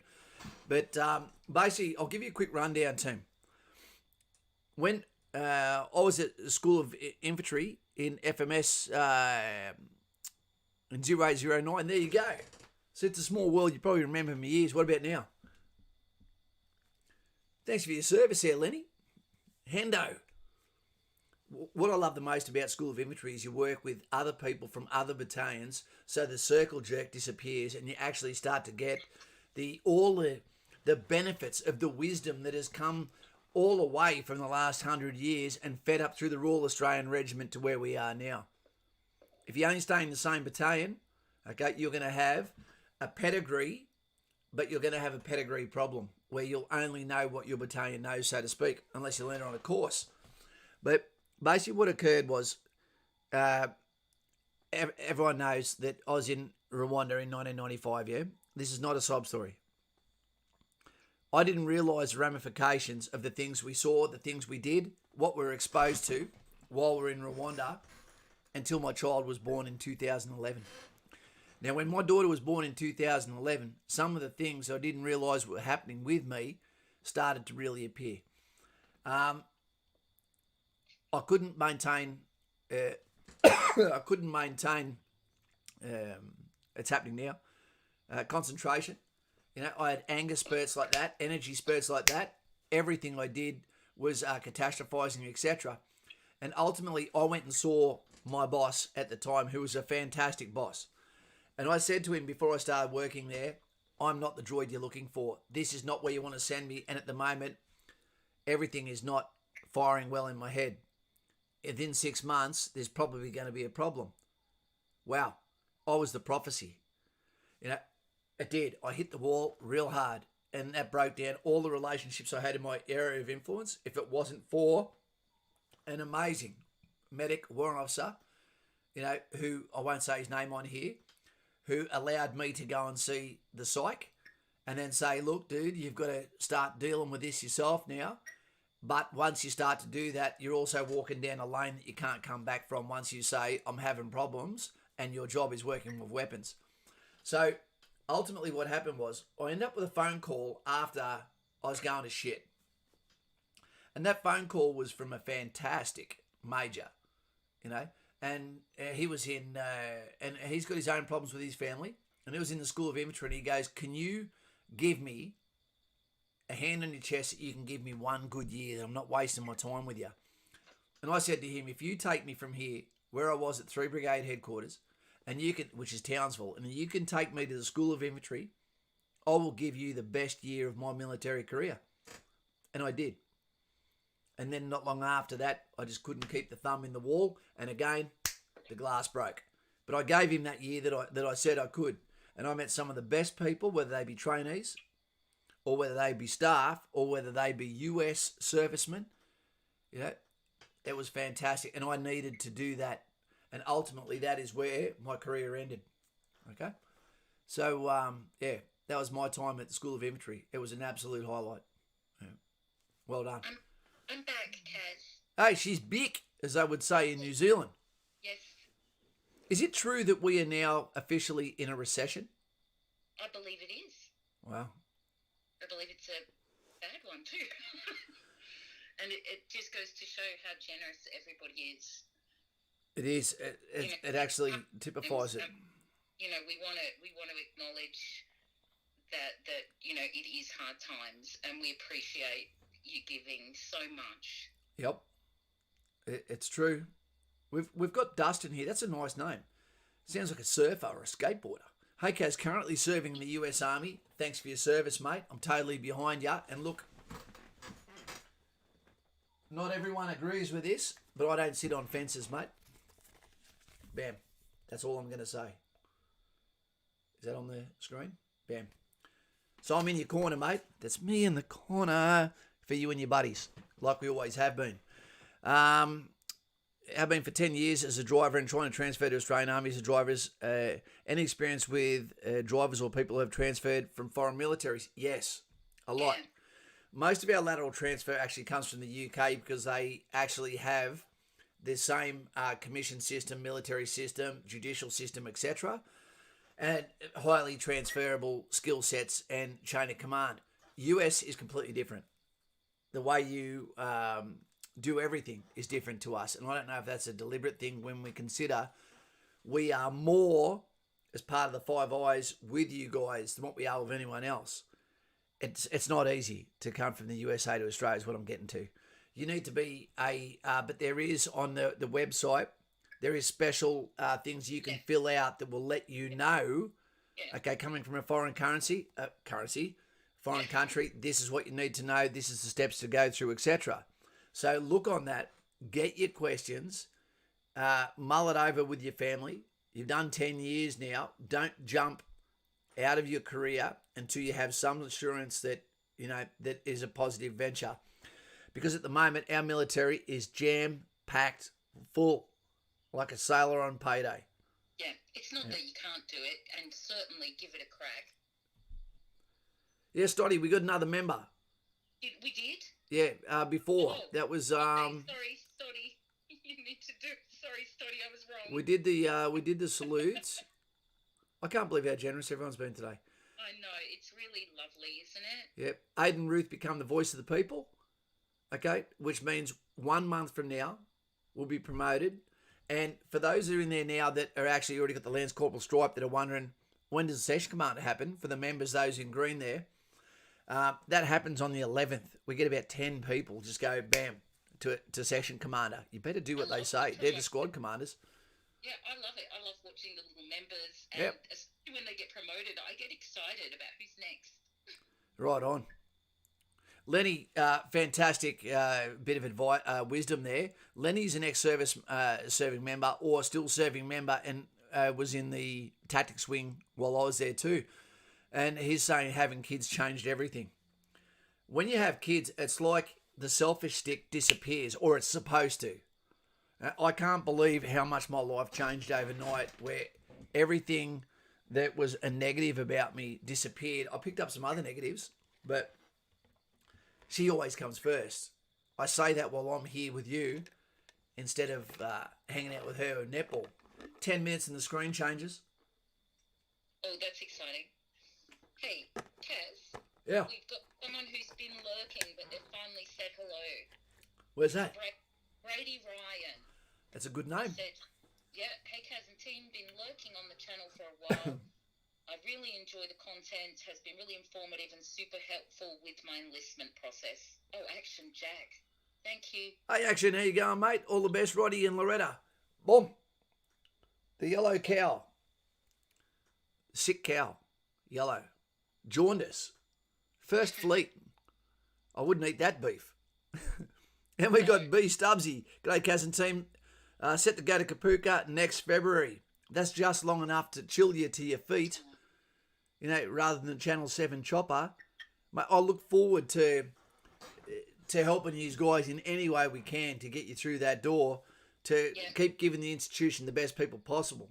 And I think that's why we never get flack back from the ADF, because they know we're trying to actually get them the best people and saying things that they're not allowed to say themselves. Mr. Patterson is having a delicious lunch. He's snacking on tuna, rice, hummus on a wrap. He's having a homo wrapped in.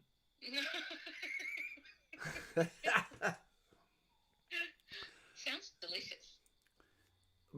Brady Ryan also said, I finally decided to move forward with the application after the struggles of supporting my young son and fiancée with a 9-to-5.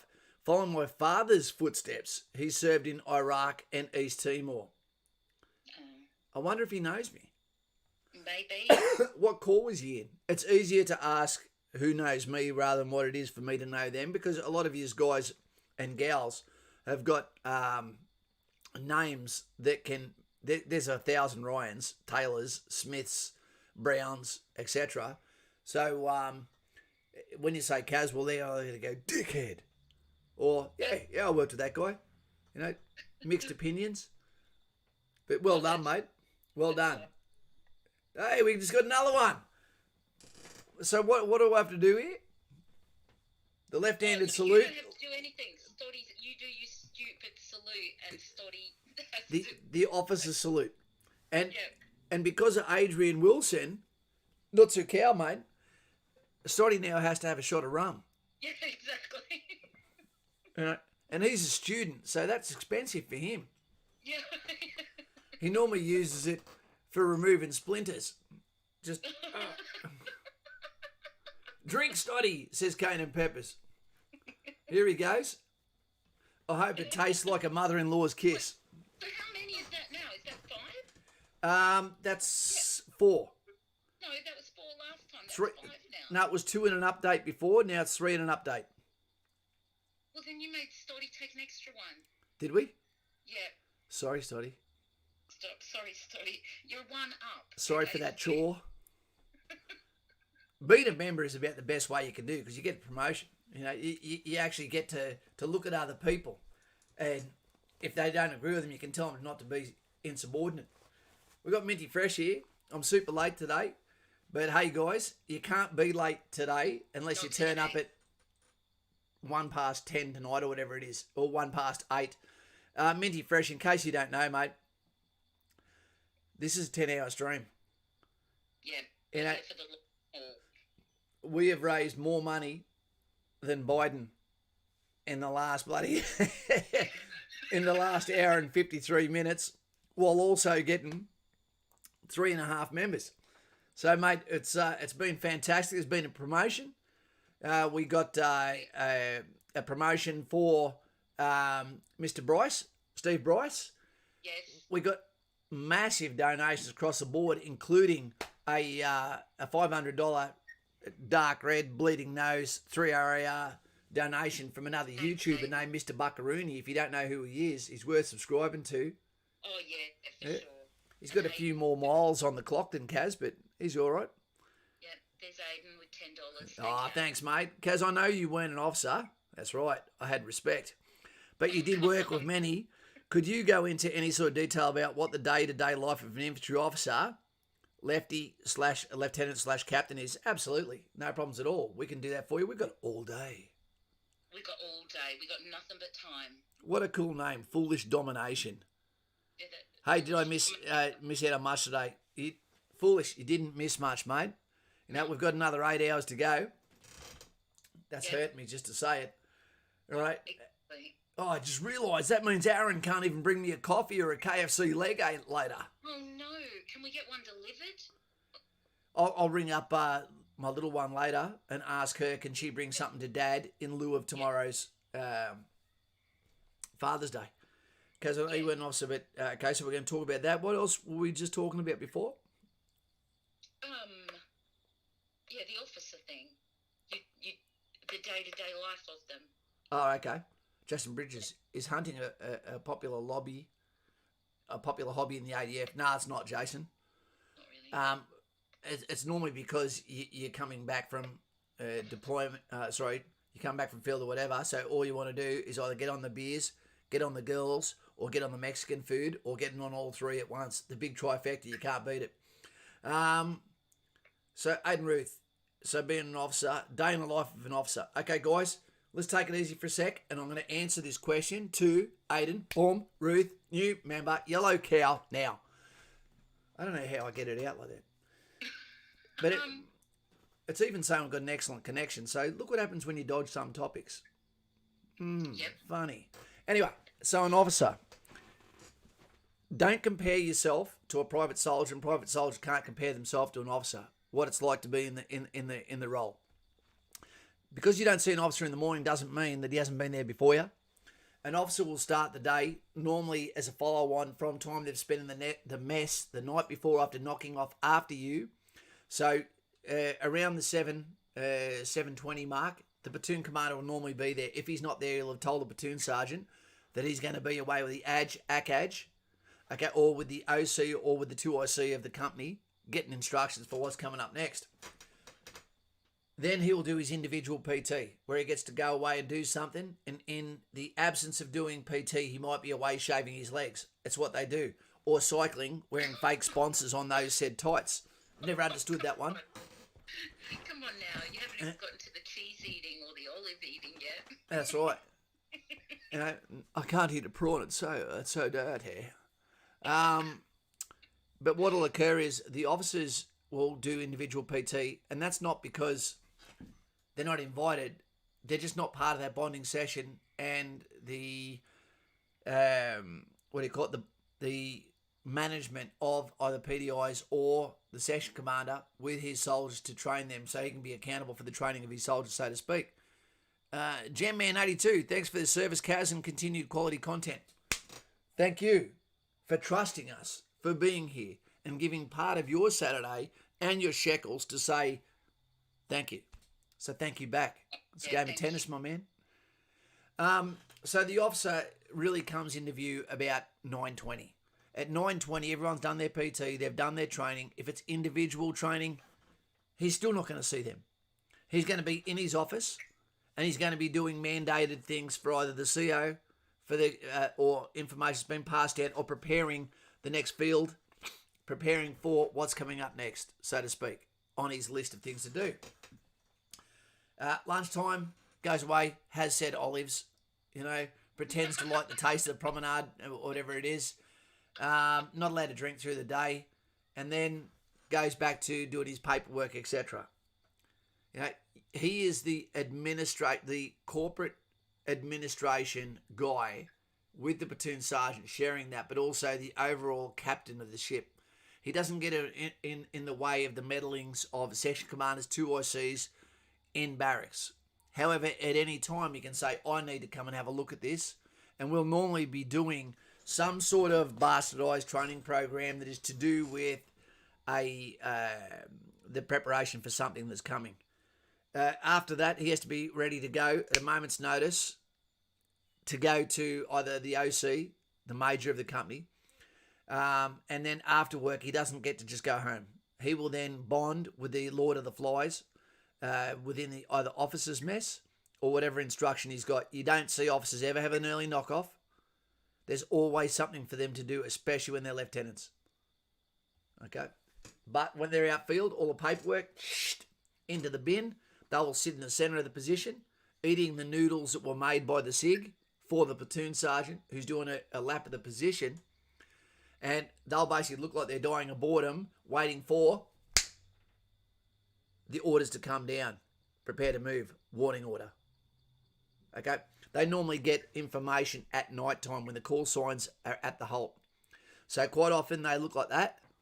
Oh, and what does that mean? You go, well, that's what his mouth looks like from writing orders with a torch in his mouth at night time. Eventually, you look like you've been sucking on a cheesel. So they can die of boredom outfield when they're at the halt, but otherwise, they're just the head of the snake of the platoon, and writing reports for the soldiers. Dusty says he's got to go dig out the sewage pipes of Dad. Good on you, mate. Father's Day. I'll be back this afternoon or evening, team. I'm not going to look the same when you come back, Dusty. I can already feel like I'm sagging like the tip of a slice of cheap pizza on a Friday night binge at about 4 o'clock in the morning. It's all right, because if people keep becoming members, Stoddy will be worse than us. So we can't guarantee what state we'll be in when you come back, Dusty. That's it. Jason Bridges, can you... I can't talk about that one, mate, because when we talk about that, we start to get quarantined by the algorithm. So, mate, it's a very interesting one there. I think he's come out too far. I think he's flown too close to the sun. I think the people know what he's about now.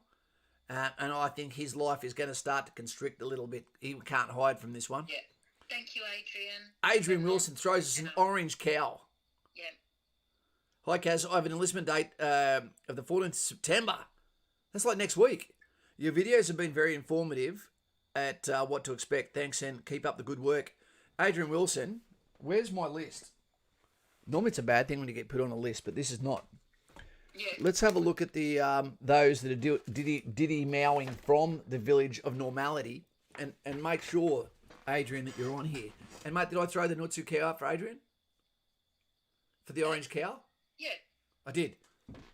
Okay, because I'll throw another one too if you need it. An extra card never hurts. Nutsu cow. He said the White Warrior. Okay, Adrian, this is for you, mate.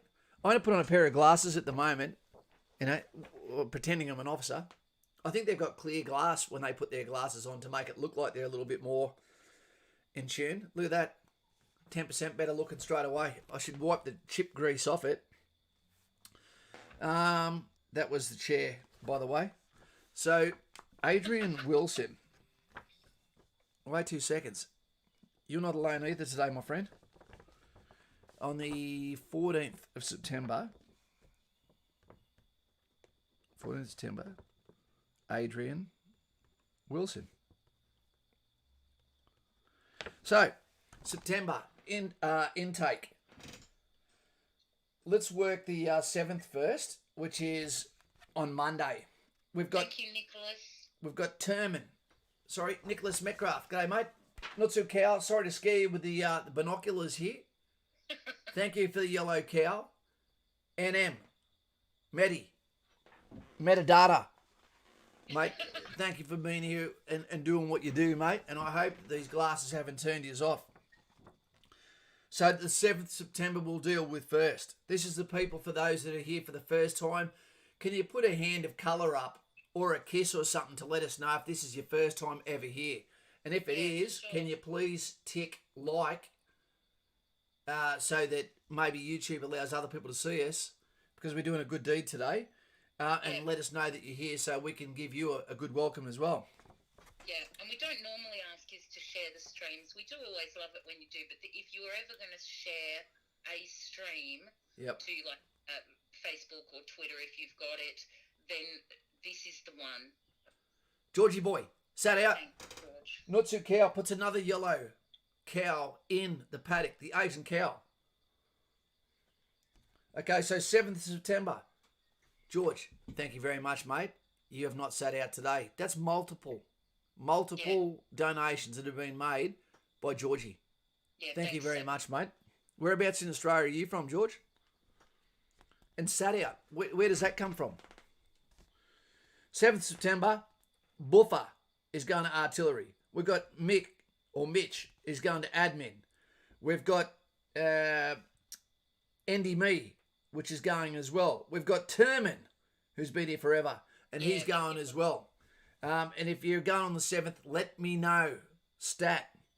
Let's move up to the 14th. All right. We've also got You Reckon is going to Navy clearance diver. On the 14th, we've got Adrian Wilson. It seems like he was only here seconds ago. He is. That's him just up there, too. We've got, you're going in with Sprung, and he's going for as a fitter armourer. Don't mind the pun there. Sprung is his name. 14th is also some Aussie guy. He's going to engineers. Well done, mate.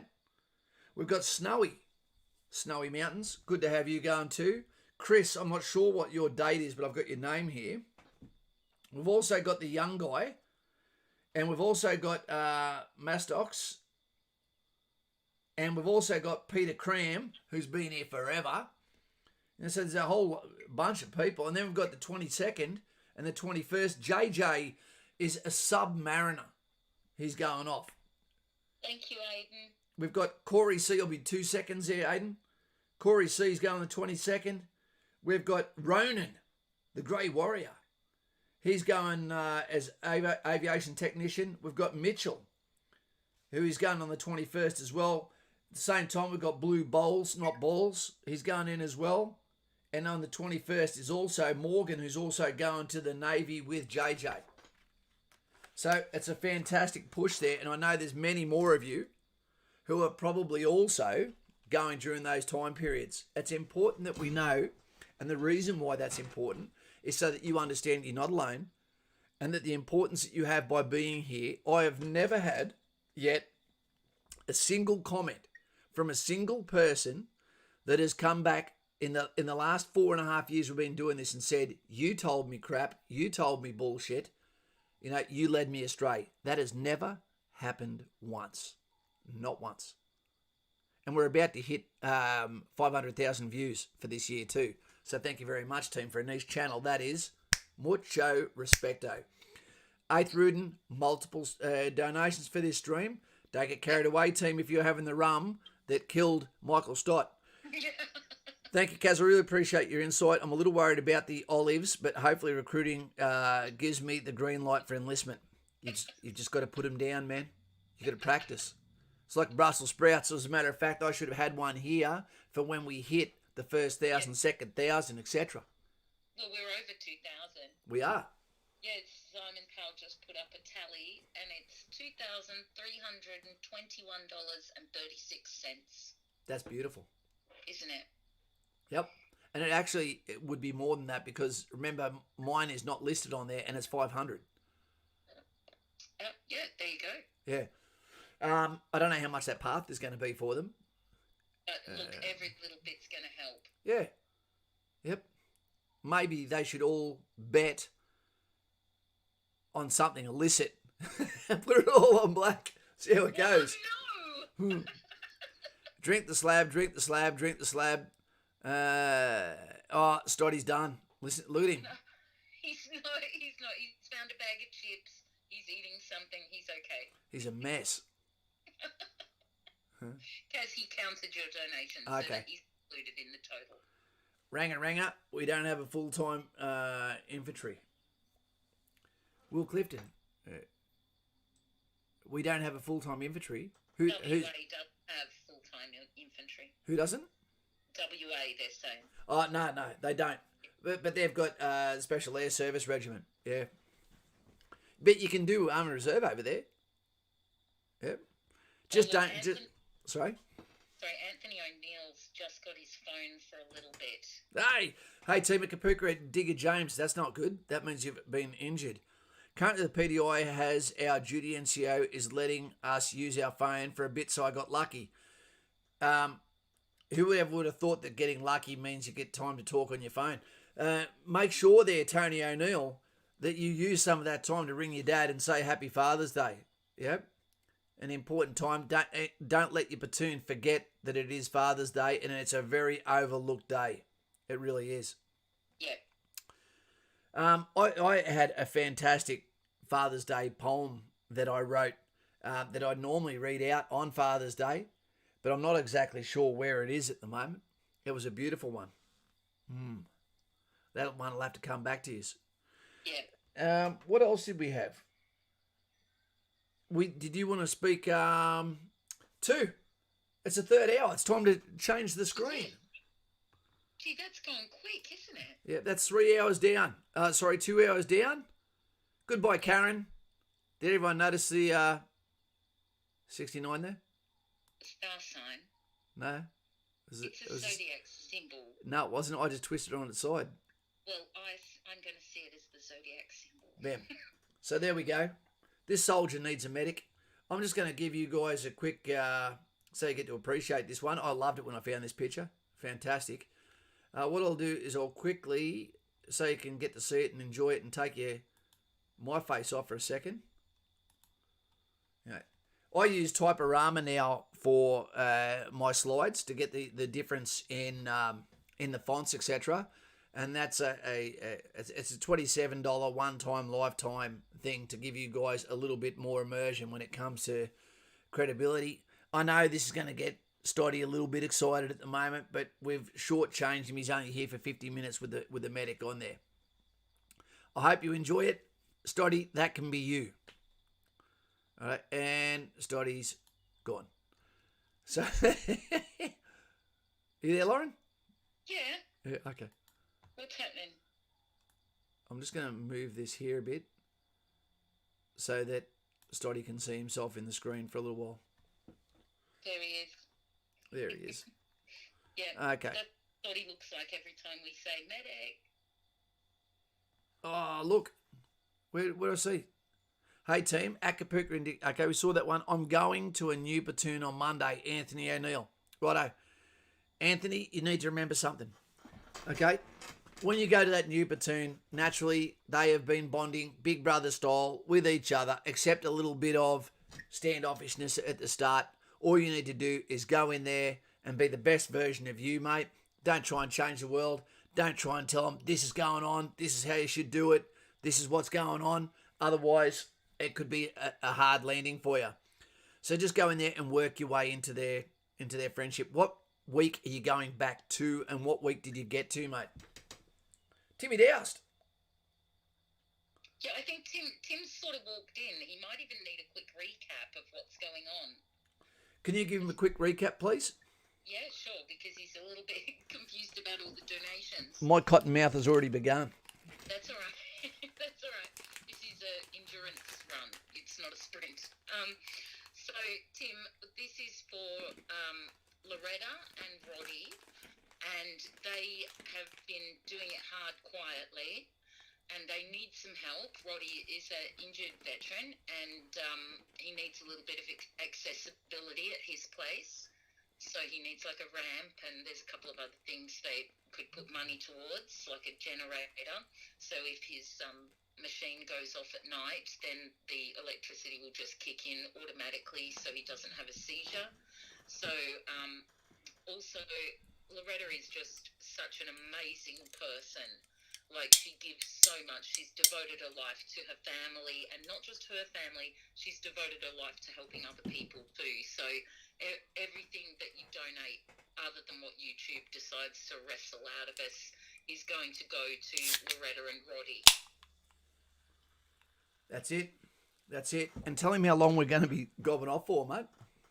A long time. I'm not even sure. So that's 3 hours down. Was it? How long did you... No, that's actually 2 hours down. 2 hours. Oh, we're in the third hour. Yeah. So what was it, 8 hours you were streaming? So between 8 and 10. There you go. Yep. And look, we said before, the expectation is this is the Father's Day weekend. We do not expect you to try and hang around for this time. As a matter of fact, at the moment, average watch time has been 11 minutes 13. We've currently had 636 people come in and watch. Yeah. That means it averages more than $3 or $4 per person that's come in. That's pretty big. Chat rate is at 7 a minute, which is a lot lower than what it normally is, but that's because we haven't been hitting comments as much. And we've currently got 66, 2/3 of the devil, that are watching right now. Yep. Well, we could always do a few questions. If people have got questions, we could do them now. Absolutely we can. So now's the time to do any questions. We've only had 60 likes so far. That's still 1 in 10. Everyone should give us a thumbs up for sure. Stewie, still hanging in there, Kaz. I am, mate. I am. The mouth is feeling a little bit Cotton Eye Joe, but it's going to get a lot worse. And you know what? Yep. We don't stop on the way up the hill. Okay? I'll have time to feel sorry for myself later, and I guarantee you one thing. I bet you, no sooner do I get off after said 8-10 hours, people start ringing me. Oh, Kaz, I thought I'd ask you about that. You're like, Exactly. it feels like the coiled spring. When this is over, I'll go to the toilet, I'll have a bath, and then I'll go and lay face down on my hand. Yeah. Well, I've just got to give my friend Geoff a quick update on how we're going. He's just shared the link, so hopefully we'll get a lot of new folk coming in, and welcome if you are new. Yep. Could I jump off for 2 seconds? Lauren, why don't you go and have a 20-minute break? Oh, that's fine. And I'm gonna share this on this phone to Facebook now to tell people, hey dudes, come and get on board. And Yep. and like the people who've just come in, this is not about just getting funding. What this is about is getting ears and eyes, and this reaching out and touching the ears of the right people that might go, hey, who is this guy you're speaking about? What can we do to help? Yeah, exactly. You know, because I think people like to help. Kaz, just a quick technical thing. Aidan would like to know if you could move your camera or your little person, your little screen up there to the right side of the screen, because he's on a phone and he can't see you. We can do that. After The lurker. we address the lurker, just threw us a red cow, which means a medium rare or blue cow. Yeah, Lurker. Lurker. Nutsu Thank you cow. so much. That's not how to lurk, but my friend. Yeah, he's actually, mate, I think he's actually expert level at lurking, because he lurks hidden in plain sight. But do you know what he's also done? What? He's just thrown a Republican cow at us. Yeah, he had, and it's just so, I'm just absolutely amazed by all your generosity. Hey, and Modi is always here too. Hey, Kaz, check out the story of Laurie Tawney, aka the man of the three armies. Also does the Army accept dyslexic people, and should people learn martial arts prior to enlistment? Give me 2 seconds and I'll get with you. Good topic. And Nutsu cow done fast for Mode, who's one of our staunchest supporters that we get. Wait 2 seconds. I'm just doing a move here. Sorry, Stoddy. Stoddy's just been cut out. Hopefully that's better. Oh, yeah, I can see you moving now. Yeah. Yep. I'm going to ask, who was it that asked? I don't know if you know, but I've got a 3 second delay on this as well. Aidan, tell us if that's better.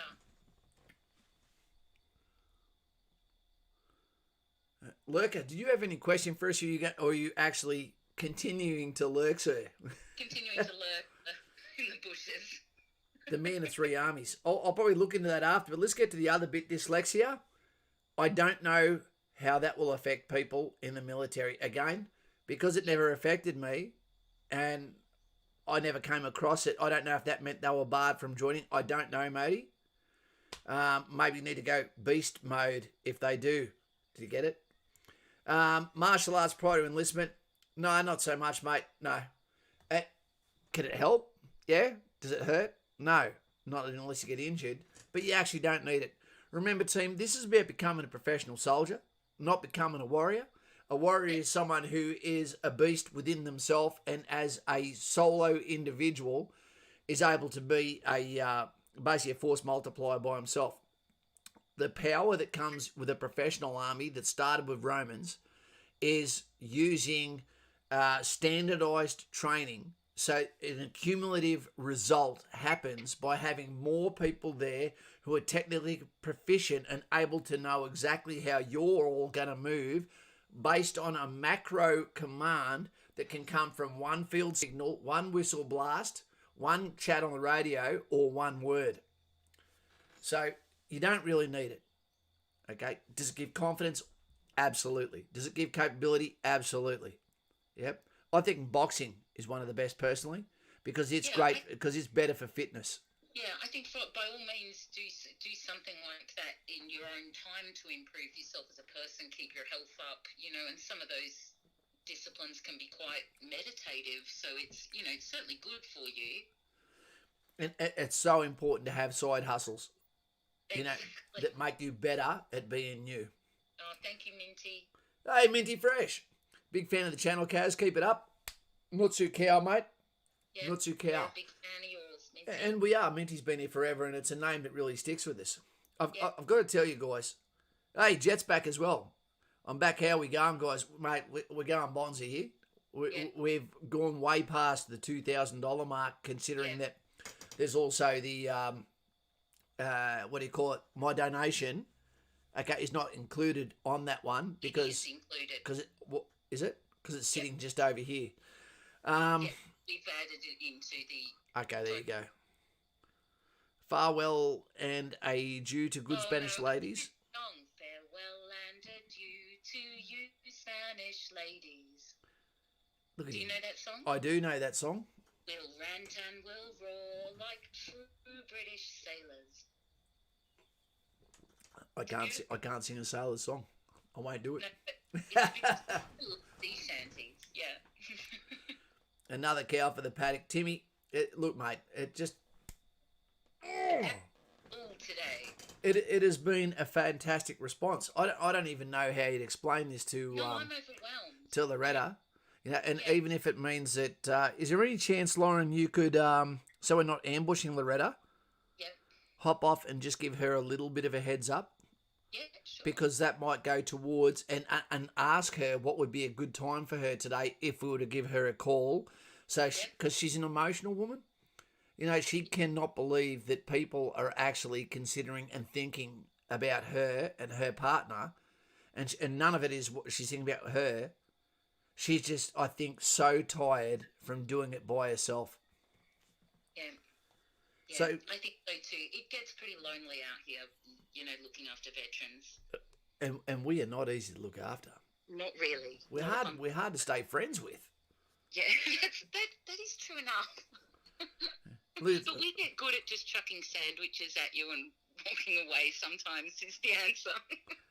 I didn't know that Roddie was a bloody deckhand before he joined the army.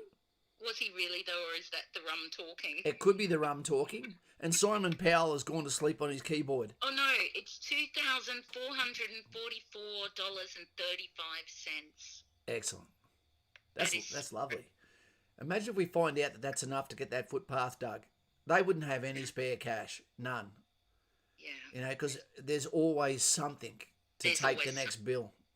And they've got to have air conditioning has got to be going 24/7 to allow him to have the temperature to regulate his heat, etc. Yeah, because of the seizures, I believe that is, yeah. Yeah. So it's a lot of management. It's a full-time job for Loretta and Roddie. It's a full-time job for him too. Yeah, imagine every day waking up and going, I'm a little bit sorer than yesterday. That's a PB. That'd suck. Exactly. Like their attitude, their just keep going attitude is quite admirable. It is. Yeah. Did you know Powley studied to be an accountant? No, I didn't. Stoddy, watch out. Megan just became... Oh, no, Megan. Thanks, Megan. Stoddy, maybe you could just keep a tally and don't have more. Stoddy, we want you here for the long haul. Stoddy, upend that glass. Face yourself. I want to hear what it looks like typed. Aren't you going to ring him later? All right, well, do you want me to hop off and I can do that? You do that. All right, can you give me half an hour? Yeah, I'll give you half an hour. The time is 2:23. So if you want to come back at 3... Wait a minute, my time says something different. Oh, sorry. If you want to come back at 2:30? Yeah, okay. So that's 34 minutes? Yep. Okay. All right. Good job. Okay. Bye, everyone. Bye, says Lauren. She'll be back. Team, I'm just going to share this for 2 seconds on to see if we can't get the news out. And the reason why it's so important for me to do this on Facebook is I've got 4,500 people on Facebook. I never get on there just about because I get absolutely savage. Kaz is here when I jump on Facebook, but almost everyone is military, which means the right ears might actually hear and be able to assist even more in other ways other than donations. So let's see what we can do there. What was the other video I had here for you? Wait 2 seconds, team. Dun-dun-dun-dun-dun-dun. This is a bit of military fix. We saw this one the other day. Some of the best footage I've ever seen. Especially the artillery and the tanks, funny enough.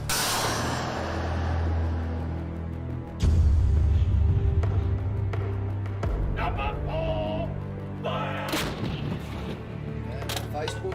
Thank you, a 431, a 410. I think BTR from distance, point and don't engage destroyed. Abort them.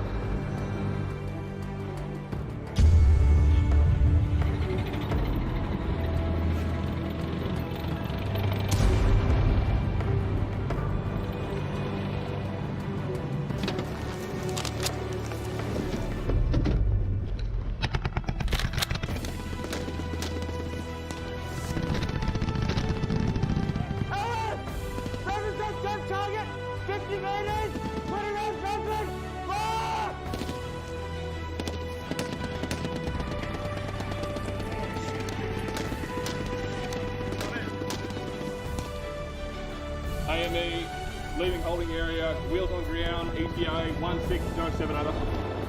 AME open on station, control 1607 now, over. How good's that?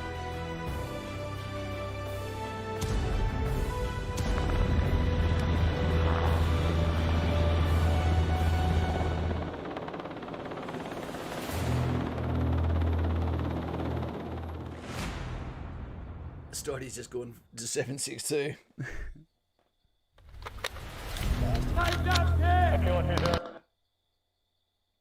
What's going on there? Okay, it's off. Team. Whoops. Actually, put it back on again. These stream pads are awesome, but I've got phones, I've got paperwork, I've got stuff everywhere that was meant to be today. So we're basically on today. Stop it. We're basically on uncharted territory today. What was meant to occur was I was meant to have a video made up with the photos embedded of actual Roddie and Loretta, where you could see a chronological order of what was going on. There was meant to be videos I was going to make up that were going to come out. But all of that went to crap when we realised that YouTube had changed overnight. For anyone that's ever done a stream before, normally what would happen is you go to live streaming, I get the thumbnail set up, I get some videos put aside to put in here to inject into your viewing pleasure, so to speak. And then from there, I start to prepare for questions, study some topics, etc. Get it all up and running, and then think, geez, I hope this all goes to plan. Stream. Went to do it today. No, YouTube changed overnight. What are the chances the eve of the law creating stream, the 10-hour stream, it just goes to shit? It's just the way it is, isn't it? And that's a perfect example for those who are going to be officers, that the KISS, keep it simple, stupid, prepare for the fact that when HR occurs, everything's going to change. Martial arts, you're an expert, you're a black belt, you get punched in the face, so to speak. Coca-Cola. Lovely. Sure it's not a plastic 6.8, sorry. I was talking about the weapons before. There was moved up to 12.7. Got to go tinkle. Stoddy, it started. I want to drive the armoured ambulance. Mate, they spend more time sitting in the back studying than what they do pulling splinters out. But, man, when they're overseas, you could be on a Mercy flight, a Heroes flight. For those that don't know what that is, in the USA, they have a thing called a Heroes flight. And that means when a helo picks up a soldier that's lost his life, then they'll get someone holding the flag outside the actual helo and fly it all the way back to base station with the flag flying to let you know that is a Heroes flight, that there is a dead serviceman on board. I'm going to try and do something for you at the moment, which is a rare treat. Let's see if we can get an American veteran to answer his phone. I consider this guy one of my best friends. but we don't get to talk enough. Different time zones, etc. And he's getting ready to head into winter. He's here. Hello, lovely. Hola. Okay, you expected to hear a man's voice? That is lovely Chantel. I'm sorry to disappoint. That is the lovely wife of the 11 Bravo veteran, okay, who resides with her, with the black dog. And I'm not talking about mental health. I'm saying that their actual dog, Kendall, is black. And their son, Ed B. Jr., the third, is getting ready to go for military as soon as he gets a little bit more weight onto his bones. Do you know what we're doing today? I saw it was like a marathon stream, so I watched a bit of it, but I'm in and out. Ed and I have been watching the ambulance shows. They're watching ambulance shows about Australia in the USA at the moment. Am I an old person if I drink Lucozade? I have never seen that before, so I have no clue. I can't give you a straight answer. It's for old people to give them back their bounce. Oh, is that like Geritol? I've never heard of that. That sounds like mouthwash. Hey, Harpy. I used to be married to one. Thank you for joining us in the channel as a member, mate. Okay, left-handed salute. That means Stoddy's got to have a rumbo as well. Well done. We're going to walk this guy off the plank quick sticks. Today has been beautiful, Chantel. It's been absolutely amazing. They're over $2,500 raised already for this lovely lady and her husband. Yes, I saw that. That's fabulous. It is fantastic. YouTube changed today. I heard. I didn't know exactly how, but I did hear. I could not believe it. Giant poop on your channel again? And it was like it was ballistic. I heard it coming just like elephant turd from the stars. And I just heard this plat, plat, plat as it started to hit the roof, and then went outside to see what it was. Copped a bloody 1990s Big Mac version of one, where everything we'd done had gone to crap. Couldn't believe it. Now all these great people are coming on here. What's going on? I need more. We've got Minty Fresh saying, hey, Kaz, did you see that the SA police pulled a guy over and they seized quite a few guns, including F-88? I didn't see that, Minty. But the guy that's on the other side of Chantel here has more weapons than the Alamo. Hey, I've got a few of those weapons too. They're not all his. And you've never felt nervous?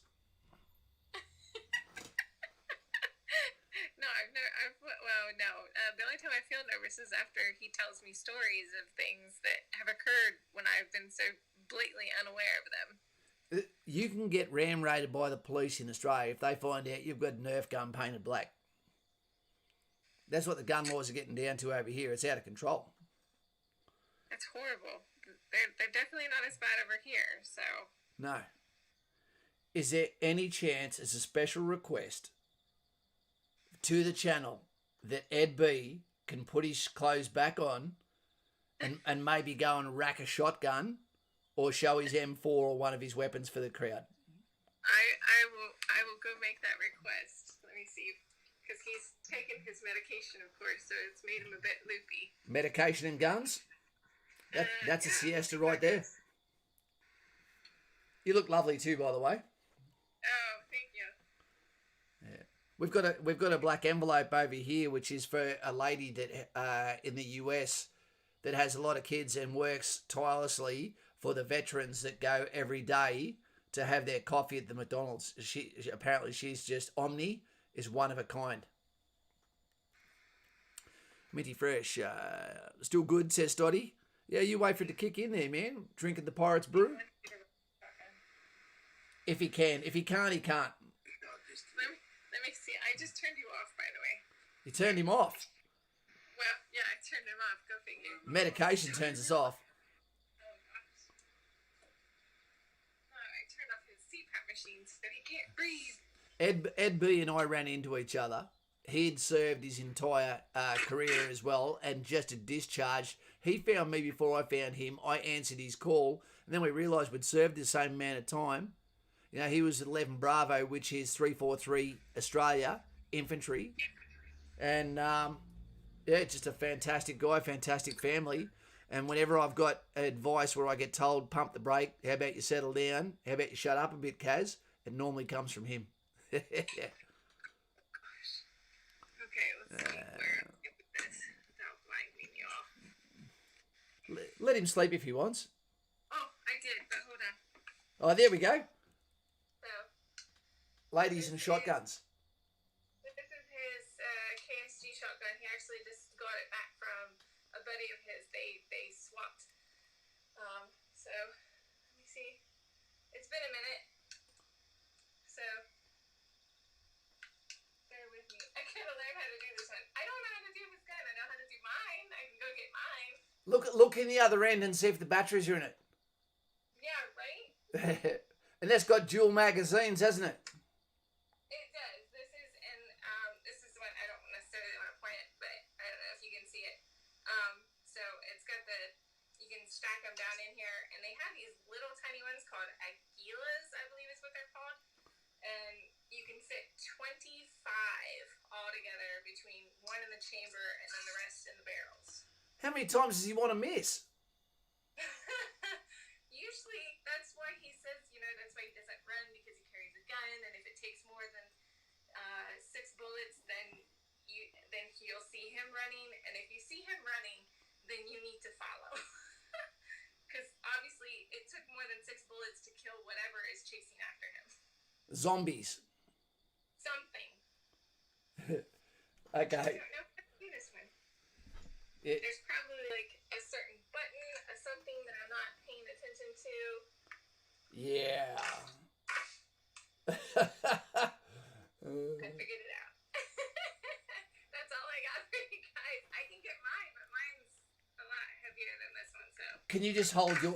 Can you just go and hold your weapon up? Yes. Give me a second. Let me go grab mine. Lady's guns. She can play. She can play it like a guitar. And there's videos of Chantel in the backyard, just walking out on the back porch and bang, having a go. It's pretty impressive.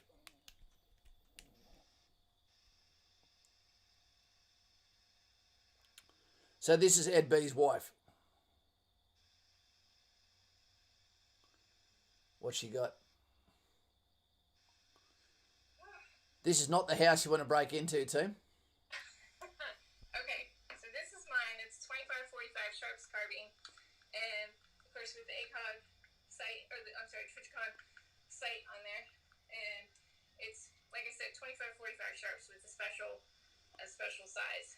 I have I don't want to take it down because it pinches my fingers if I don't do it properly. But it's got the bipod, which I can manipulate so I can swivel to and fro. But yeah, It's beautiful.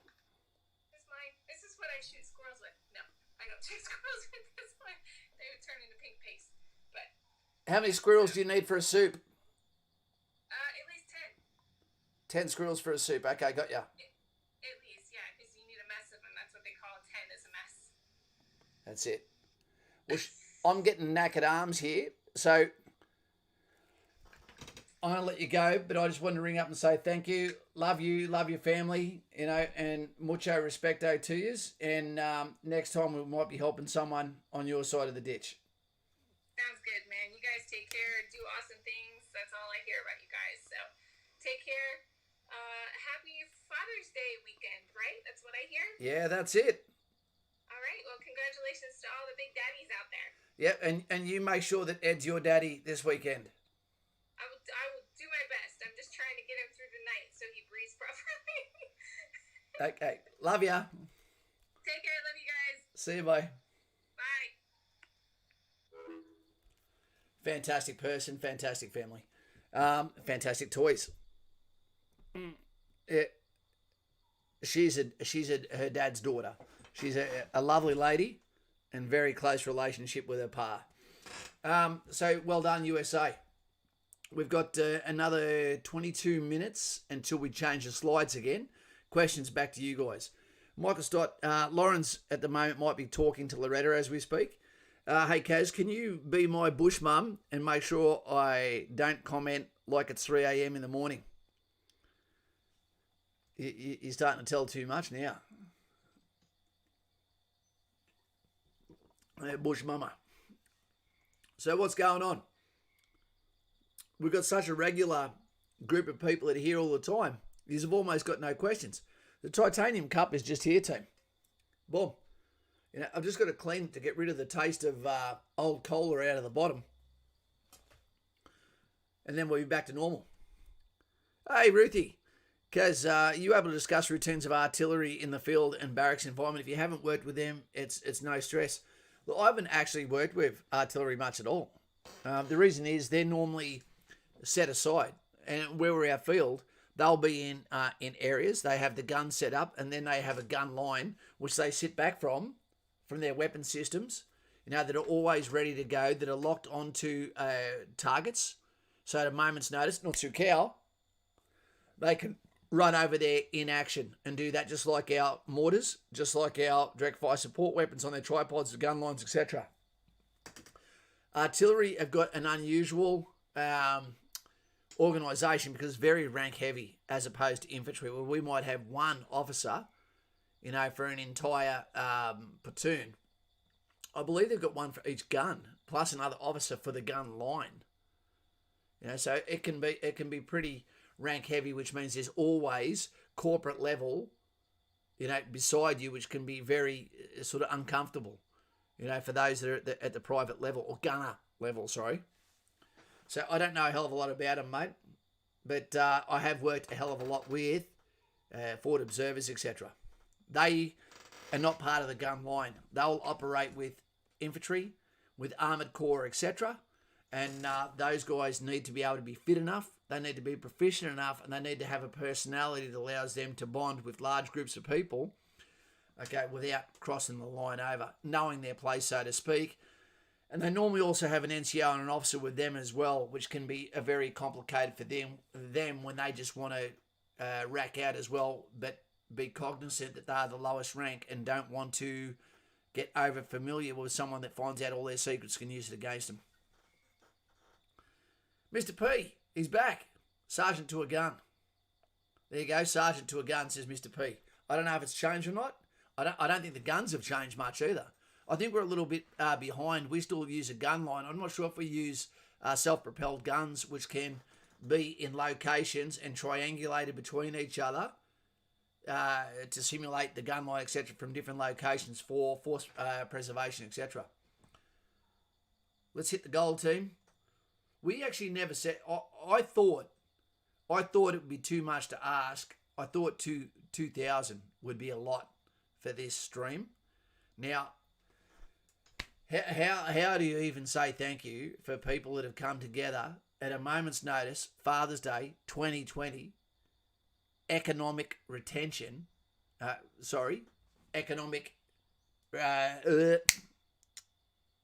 me out, the cotton mouth has started. What do they call it? Recession. We're in the recession apparently officially now. Not everyone. There's going to be those that hit hard and those that aren't hit at all and those that prosper. That's a tough one.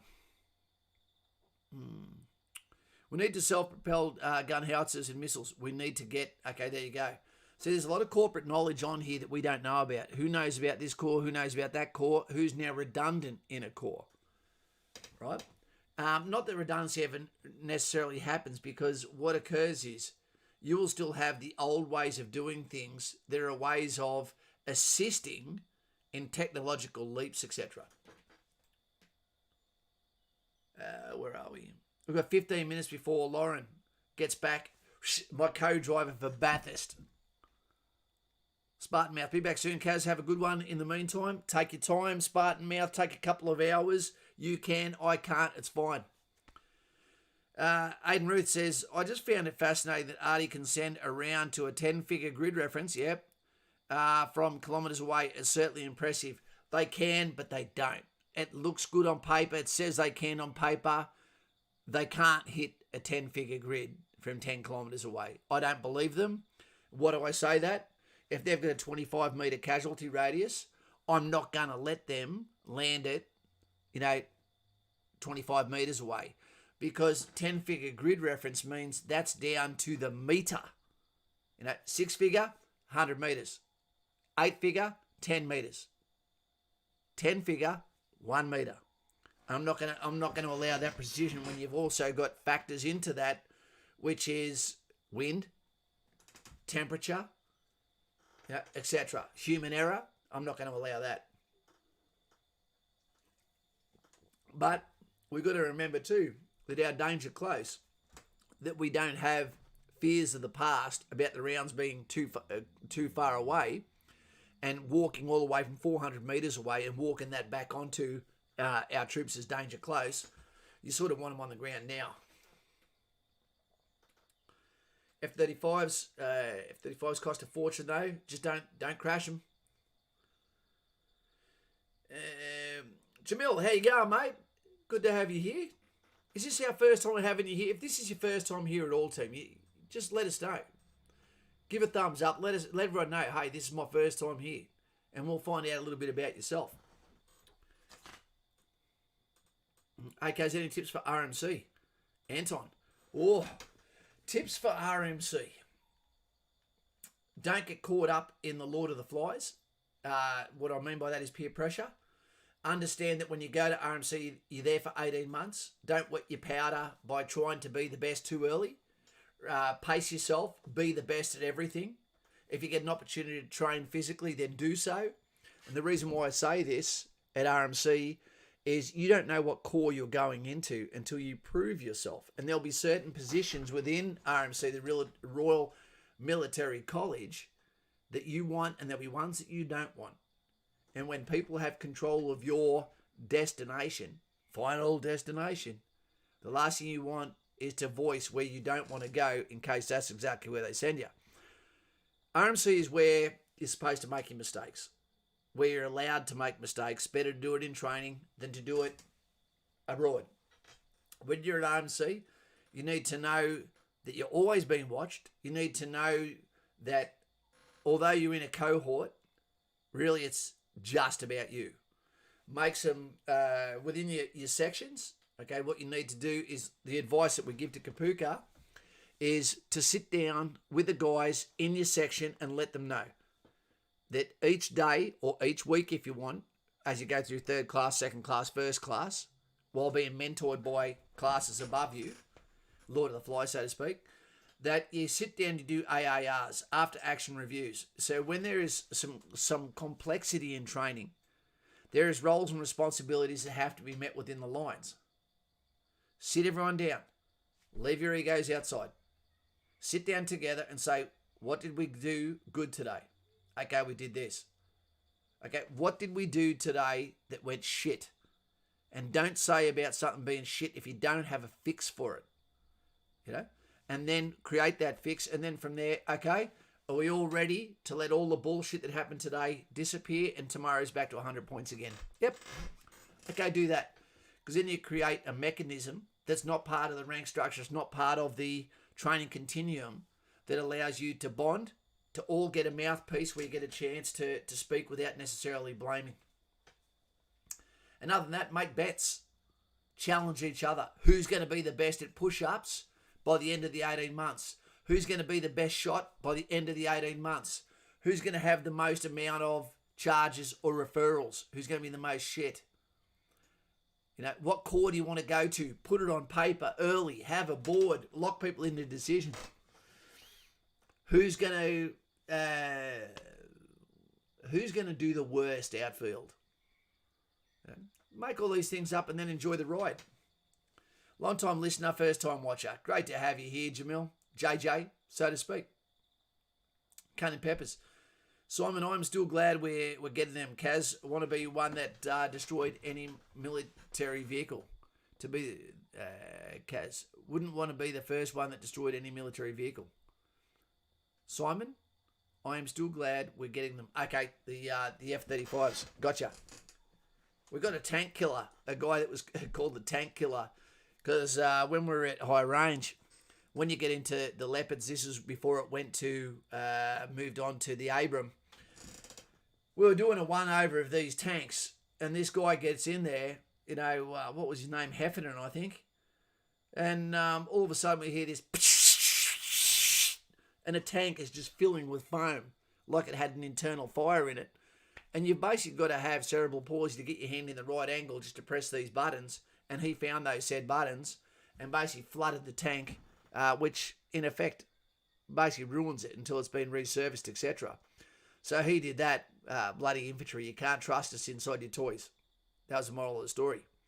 Jam Man, Kaz, I'm laying on the couch pregnant whilst Jam has gone shopping. Love what you're doing here today and every day. Your mentality, advice and humour is refreshing in such a nasty world. That's a lovely thing to say. And you know what? Is this your first one, love? There is nothing more humbling than having a child.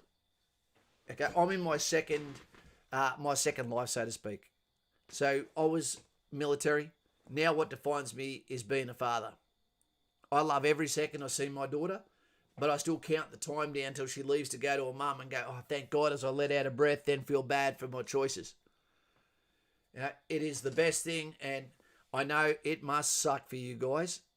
You know, to be pregnant there, unable to relax, getting the, what would you call it, heartburn, indigestion that comes with it. But guys, imagine what it's like at the moment for Roddie, who's been that way for 20-something years, and each week presents something worse. It really sucks. It really does. I could not imagine what it'd be like. Imagine if all of us could spend like a karma day where you could say, I want to be like Roddie for one day so that he can have your life for one day. Imagine how hard that would be. We're a message. I'm a giver. I've always been a giver. There's givers and there's takers in this world. Don't get in the war that all women are bad or all men are bad. There's givers and there's takers. And takers will always take. And givers will always give. And givers hate receiving. Yep. So all you can do is be a creature of habit, what you actually are. You know, and then from there, there's nothing else you can do. That's just the lot in life. And just try to be the best version of yourself. Even if you've got to fake it sometimes to get along with others when you can see they're down. Hey, Top 10, how you going, mate? Good to have you here. 1999 edition. Hi all. G'day, buddy. How you going? Make sure you pace yourself, team, here today. You don't have to be on here. You don't have to be on here all day like I am. I'm going to be on here for 10 hours or between 8 and 10 hours. Right? But you don't have to be.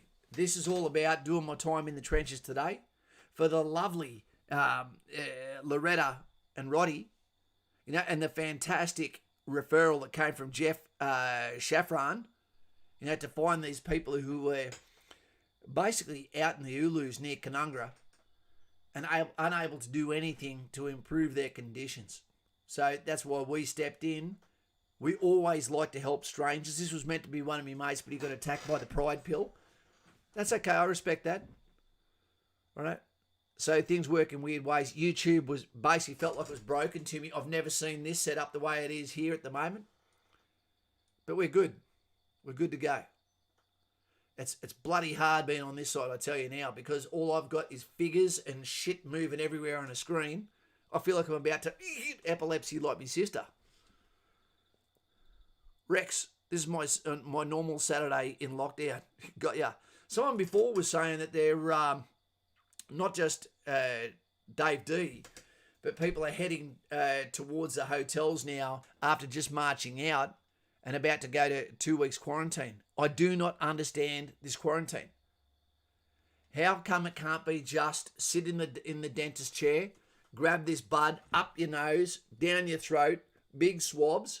What's the test say? If it says negative, it's negative. If it means a blood test on top, blood test on top. The next day, green light, clear to go. Aaron's with his little girl, little boy. You know, so he can't make it today. He let us know before. Mr. Bryce there, sporting the new blue spanner. He got promoted today to the moderator. He's also in Patreon. He's also a Lance Corporal, soon to be full corporal in the which is a section commander squad team leader within the members. So well done there. Jam, making the most of it. Be there for each other. Mate, one day you're going to be absolutely jealous of the people in quarantine, I tell you. Top 10 clips. Can you please explain the typical infantry day? Once trained. Yes, I can. It's 4 more minutes before we ring Lauren. I need to do a wee really badly. Can I whack a video on quickly and then come back from the toilet and then I'll hit you up with that? Here we go. Just stay with us for 2 seconds, team. Here we go. I'm just going to quickly go to the toilet. Lauren, maybe there's an incubation period. I'm back. I'm just eating a delicious banana. Get your mind out of the gutter, Stoddy. I'm just going to go to the bathroom.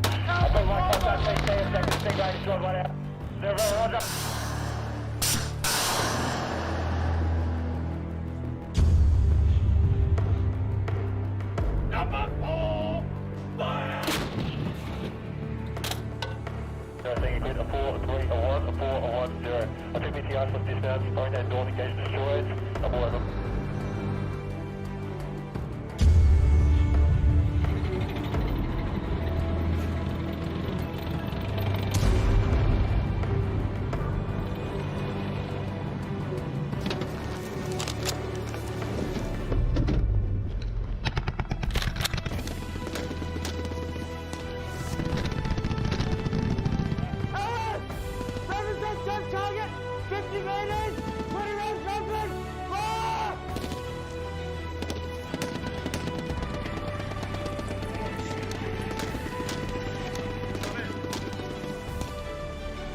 AME, leaving holding area, wheels on ground, ETA 1607 over. AME will be on station from 1607 over.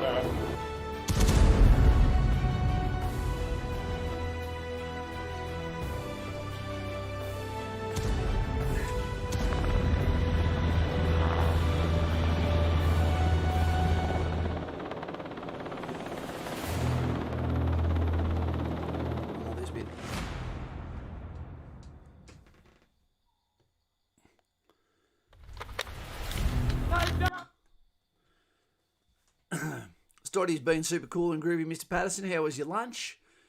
I love homos, says Lauren. Indeed, and of course, Timmy. We've got Timmy here. Albino Nick. Good to have you here, mate. Great to have you here. We've had a shirt change. We're about to... we've got 3 more minutes before Stoddy's off the screen. We go to our next back screen, so to speak. So it's a bit of a pit change. Armoured ambulances. That is one of the great things about mechanised and motorised. If a situation occurs, an armoured vehicle can be used for planning by night without letting the light out. Gets hot but or beautiful in winter. It can also be used as an ambulance. It can also be used as a battering ram. There's so many uses for mechanised and motorised. It's great. Kim has got something to say. I saw you pop up there, my friend. Hey, Kaz, happy Father's Day weekend, mate. A weird snap of the family so you can put a face to the name. Catch you on the stream a little later. Kim, great to have you, mate. Oh, he's a handsome bloke too, and what a lovely looking family you have, Kim. Your boys, was that a christening or something? That's a lovely photo. Really lovely. I'm sure you don't mind. You've got a good looking family, mate. Bam. That's lovely, Kim and his family there. You come on when you can, mate. It's the Father's Day special. Father's Day to you, but that's not all, because down here we've got Timmy Doust. Hey, Kaz, planning on going to ADFA. What's your cow to you, mate? Thank you very much for the donation. History, politics. Oh, I'd do it for free. RMC, after being told to redo Year 12, will keep you in the loop, preferring infantry, armoured and aviation. 3 amazing things that you can go for. Becoming an officer or doing the political and military history would be amazing. It would be. I don't ever want to be the boss. I like to support the ship. I'm a giver. I don't like to be the one that has all the responsibility, because there's still a dickhead inside. Yep. Aidan Ruth, the Canunga Jungle training area is a good spot. Not as depressing as Tully, it's true. and not as beautiful as the Grand Canyon, but it's always a treat to see glowworms while sitting in the mud. It is. I've just never been a fan of Canungra. I think it's just too goddamn hilly. I think that's what it is. Also, the weather and the townspeople, you know, the fact that everything almost closes at 5, and the fact that I was there for my very first night, nearly got in a fight there, just waiting for a taxi. I'm like, holy shit, what's the matter with you freaks? You know, new people to town, it should be exciting. Brucey M, hey Kaz, Lauren and team. Bruce? They call me Bruce. Good to have you here, mate. That's an old-fashioned name right there. Was that your pop's name? It's a Father's Day special. Most of us get named in some way after our either mums, dads, etc. Interesting. Top 10, Kaz. Can I please get the info on the typical infantry day? You can. Right. Let's go for it. Let's change this one up a little bit for you. And you'll come back to a different screen in a second. I'm just waiting for it to change for you. A day in infantry. The day in infantry commences when the alarm clock goes off and you get to work before 7:20. When you get to work at 7:20, what occurs from there is you will be told what your PT is going to be for the day after accounting for everyone. You cannot be late. You will not be excused for anything. Especially if you haven't rung someone like me up early to say, I'm going to be late because of these reasons, bam, bam, bam, bam, bam. You can't come later and say, I was late because this. It doesn't work like a civilian job where you can just lie openly and get away with it. So what will happen is then you will go away and you'll do an hour's PT, up to an hour, but it's not individual. When that's complete, then you'll have roughly an hour, okay, between 8:30 and 9:30, to get into the dress of the day, whether that be webbing, fighting order, whether that be clean skin, or whether it be to stay in PT gear or to go do administration. Okay, then what will occur, and we're talking about in barracks, and then what happens is, you'll be getting close to lunchtime. You'll always normally go a little bit earlier and go and to a coffee shop, etc. Or you might go off barracks, or you might be on barracks, go to the mess. And then from there, you'll have an hour for lunch as well. Come back, continue training, or do new training. And then from there, when we start to get about 3:30, you go over to the company and start trying to swindle the boss for an earlier knockoff. 3:30 be good, because you want to go and do PT training again. That's the best thing to say. Not I've got administration go, I really want to go and do a second PT session. I want to get in there before all the benches are taken up. I want to go to the pool before all the families are there, because you have an Olympic swimming pool per base that you go to as well. That's there for you to help train, to negate, to take away any excuses you might have for not being good in the pool, confident in water. There you go. And then from there, it's just you and your mates, girlfriend, wife, kids, planning on what you're going to do today. Eat Mexican food, go and play sport, go and do an activity. Go to the gym, whatever it may be. That is a day in infantry in the barracks. Yep. And sometimes you get knocked off early, real early. What's the earliest I've ever knocked people off? Give me 2 seconds.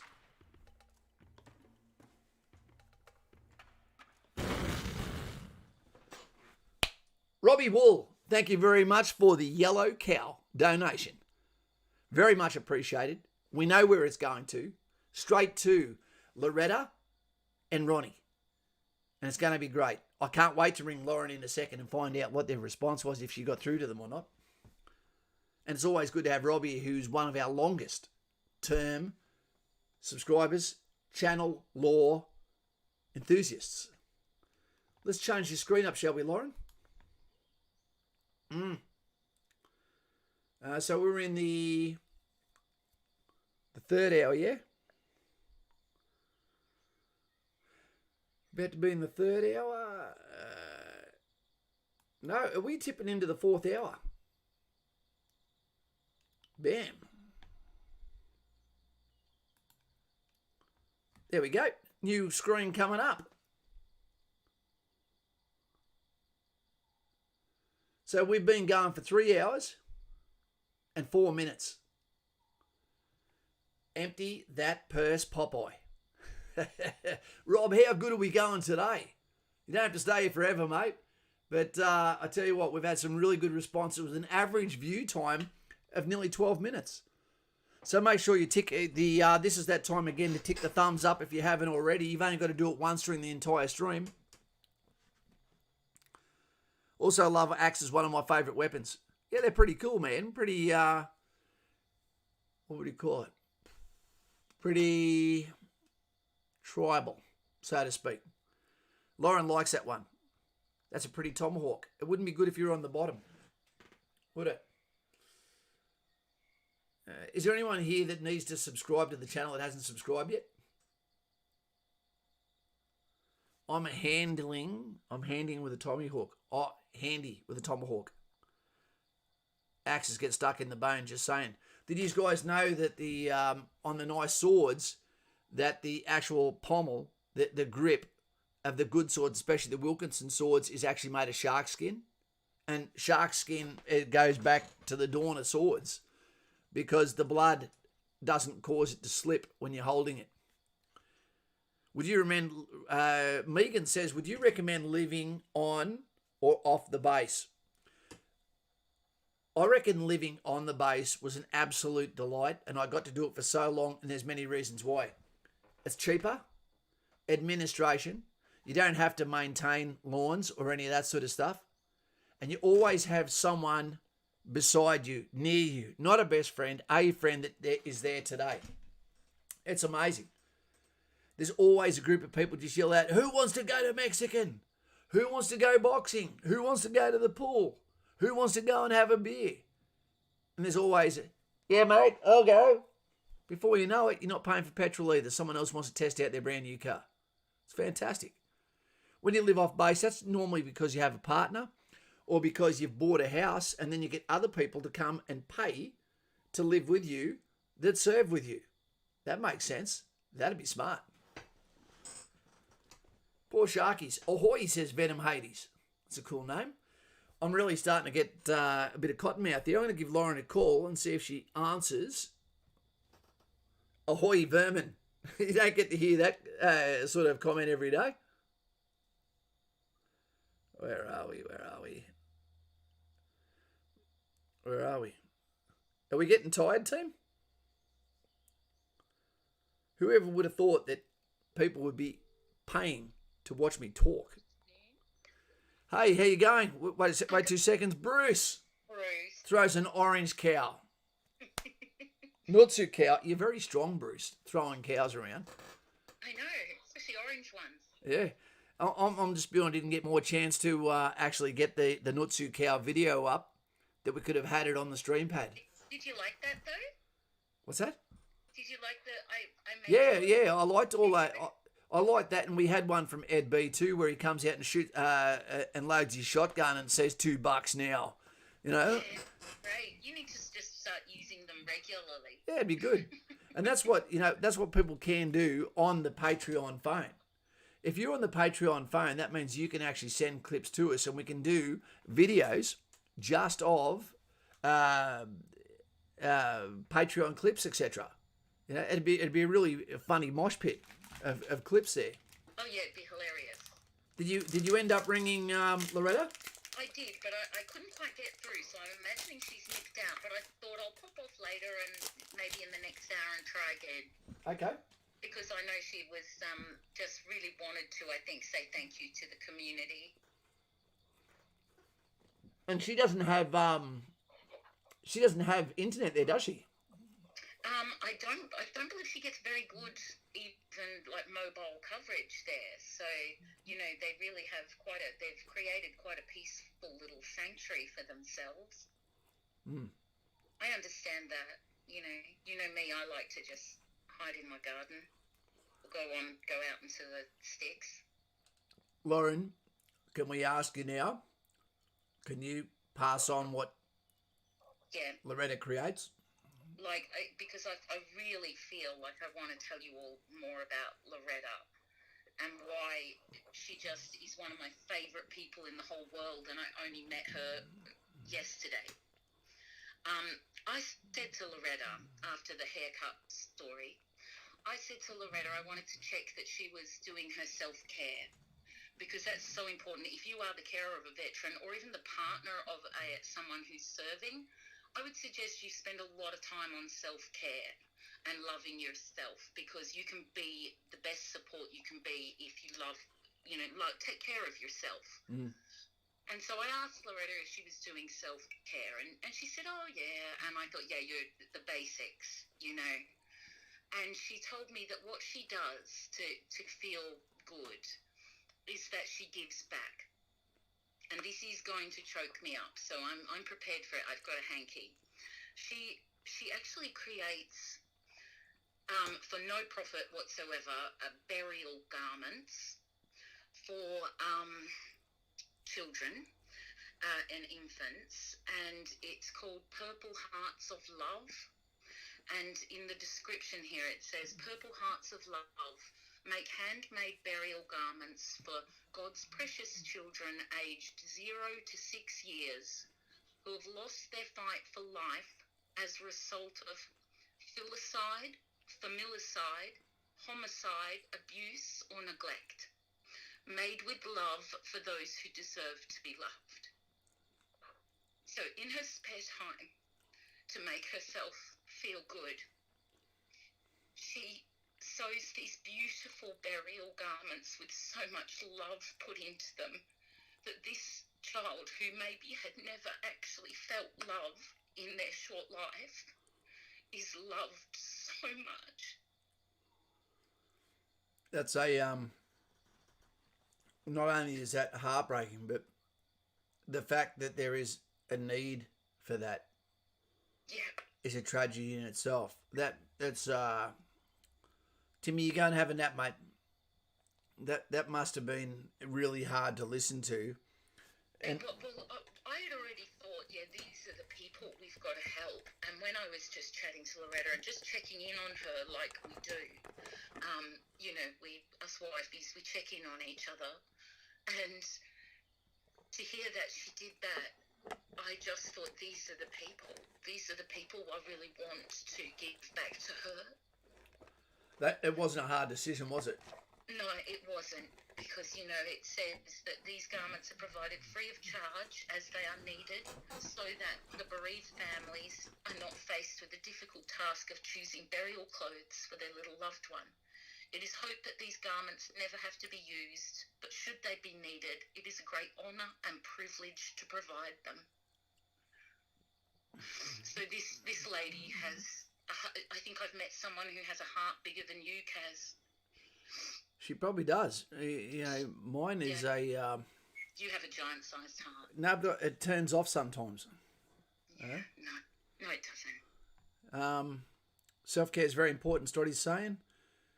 Yeah. Aiden Ruth is watching the stream on a speaker with my mum at the moment.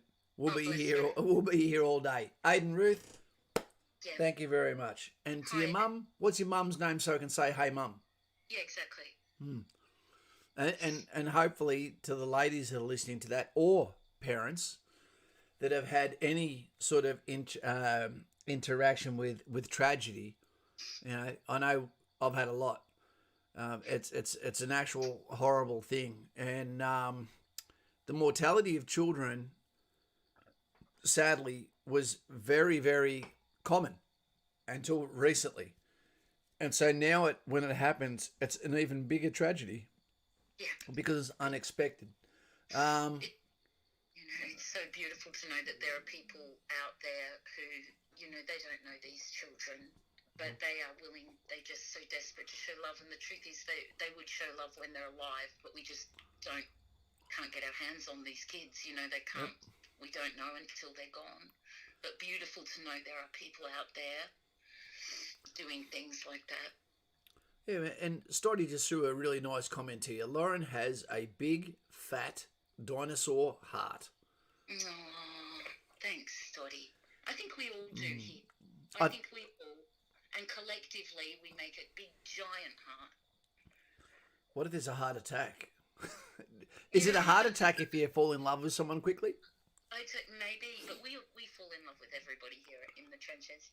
But I tell you what, we both nearly had a heart attack this morning when there was just it's because it's not like the first thing that's gotten in the way of this stream happening. Look, honestly, wait 2 seconds. Her name's Dania. but not her. But not her type, Kaz. Sorry. It's okay. She can be racist if she wants. What was I going to say? Yeah, this stream today. What were the chances that we had everything lined up? All this morning was going to be. I went to bed at nearly 12 o'clock last night, and all I thought was going to happen was I'd get here, put some videos in to make you laugh, to give you a different version of an experience, no matter what hour you came in. And I started setting it up, and I went, "What the hell's going on there?" And it wouldn't even let me open the stream the way you used to. And I thought, "What the hell is going on?" And then it wouldn't let me use the stream key and put it over into Streamlabs. And I thought, "There's nowhere to go." 2 seconds. Amazing stuff, Loretta and Lauren. I just realised very close to the same. Nutsukal to Action Jack, and this is not his first donation today. So Action Jack, well done, mate. You truly are a man of action. Yeah. So today was really weird. I thought nothing can go wrong. We're good to go. I was just hoping that I could refine it a little bit more, and then last night we were, we felt like we were in a good place. We were ready to go. We had a great candidate. We couldn't wait to share it with everybody. And then when you rang me this morning, like my heart just dropped. And I was fuming. You were fuming, but it was okay. We're here now.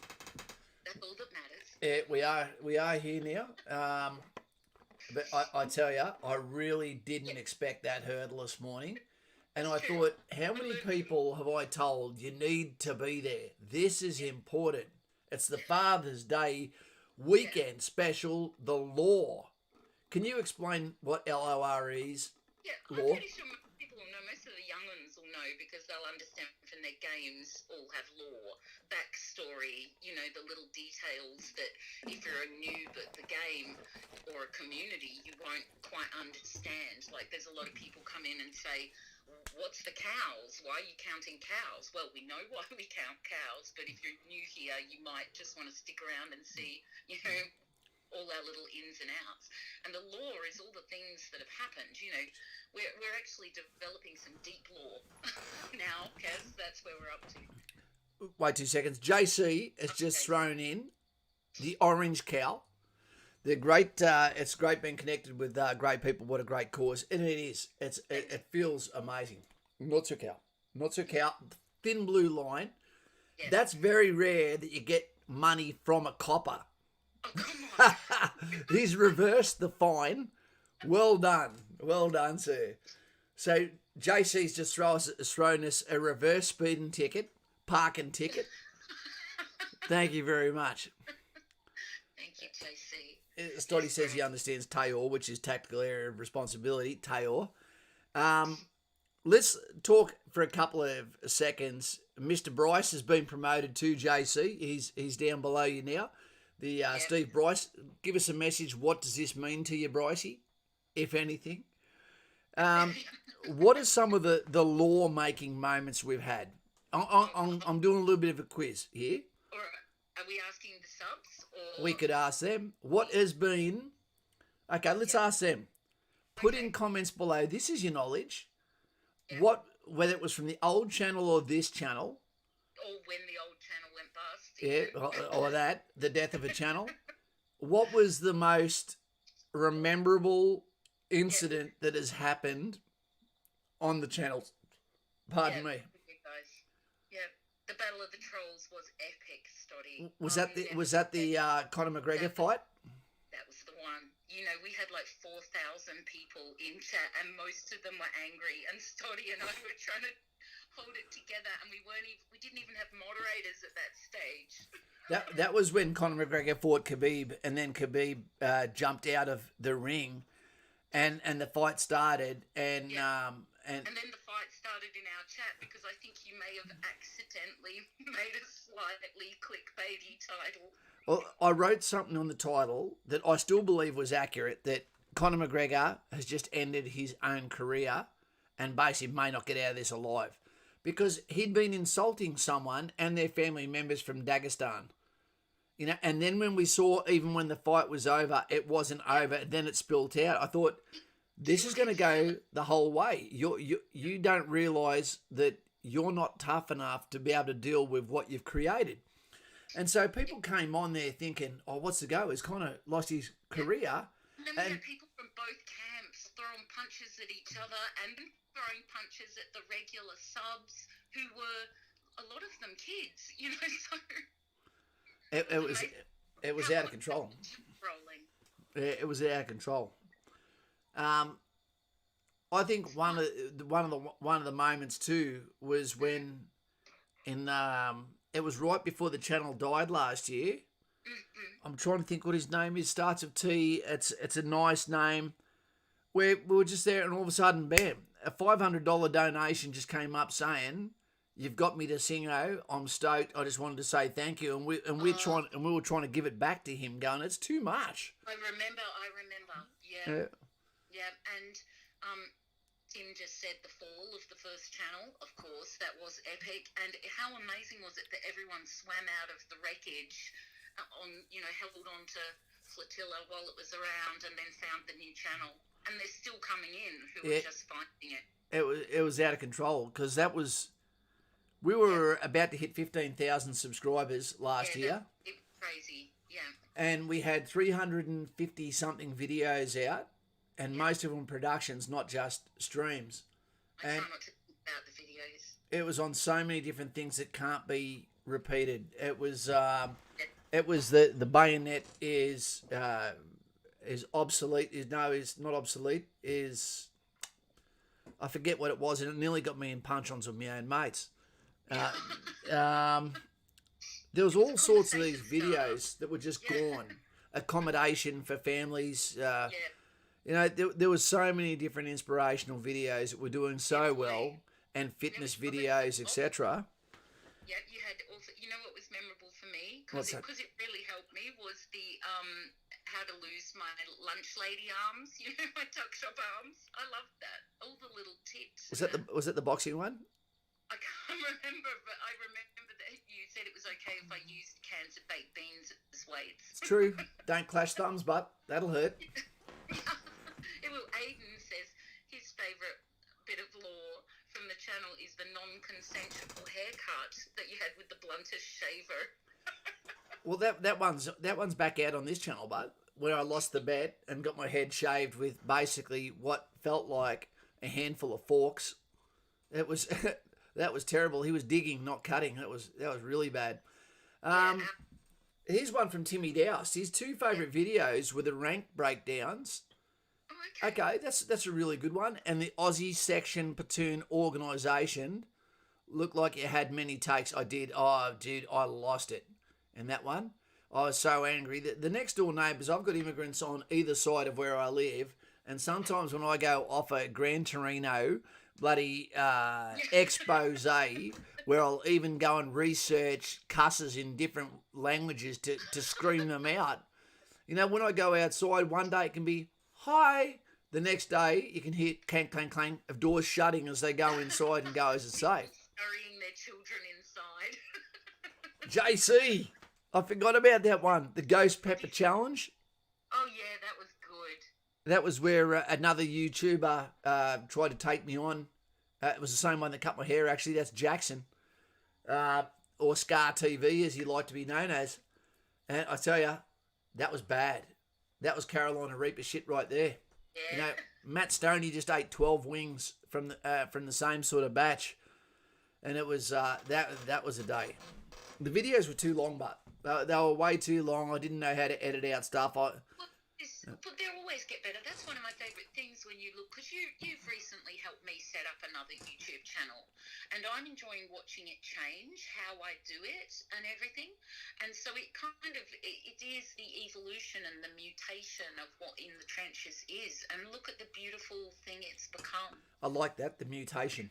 Yeah, I just figured we're more of a mutation than an evolution because we're a motley crew. Stoddy brought one up that was very interesting too. The first time I saw a Kaz video was when he was had a thumbnail with his big mug wearing his dipped slouch hat. When I saw the dip, I knew he was old school and the real deal. that you'd never guess that caused so much trouble. There were so many people, either cadets, okay, or non-arms corps, or from Kapuka, or from Army Reserve, that said you shouldn't have a dip in your hat like that, or the fact that I didn't have the chin strap on. I'm like, pump the brake, righto? I said, the dip is in the slouch hat, one, because it's been long enough to get a dip in it. Two, it comes from North Queensland where I wore it, where the actual heat allows it to bow. And also you have to keep it down to keep the wind from blowing it off. It was a number 2. You know, also that is common for the hats. And we used to have a number 1 and a number 2 slouch hat. One was for parades and one is for the bend. And if someone's going to insult me for having a bend in a slouch hat, that I've earned the bend in that said slouch hat, then why aren't they calling the light horse losers, or the rats of Tobruk, or the guys, you name it, that have ever Gallipoli, that have ever worn a slouch hat? It's the way it's worn. I had no idea about the art of bashing hats until I spoke to grunts who taught me all about bashing hats. Well, you should see the surprise on people's face when they say we're going to bash your hat now. They're like, hey, yeah. What's my hat done? What's my hat done to you? Mr. Bryce says, being made a moderator makes me feel like I'm still in the army. That's awesome, mate. New brothers and sisters, but it's given me somewhere to go to find the like-minded people. I know I'm not alone during the hard times. And Mr. Bryce, he's had some hard times, team.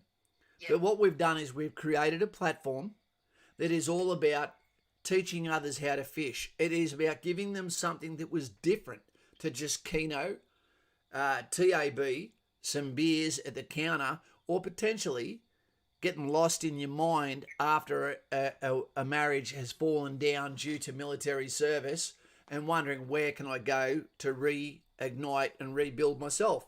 So by doing this, we have a whole stream of people with completely different backgrounds. We've got cops, we've got tattooists, we've got soldiers, and we've got Stoddy. And we do that. We've even got a glazier with Fugly, who sent us a donation as well. Yeah, Fugly's great. How does Special Operations Engineer Regiment differ from a regular engineering regiment, and how can I enter it? You'll get chosen, flubba dubba. What would happen was you have to be very good at engineering, or at certain roles within the field troop normally, and have a skill set that is required. And then I believe you also get parachute qualified, etc. So all you need to do is wait till you get engineers first, and then let them know that's what I want to be selected for. And then they're not going to look at what the words come out of your mouth. They're going to look at the actions that are done by your arms, by your legs, okay, by your back, by your chest.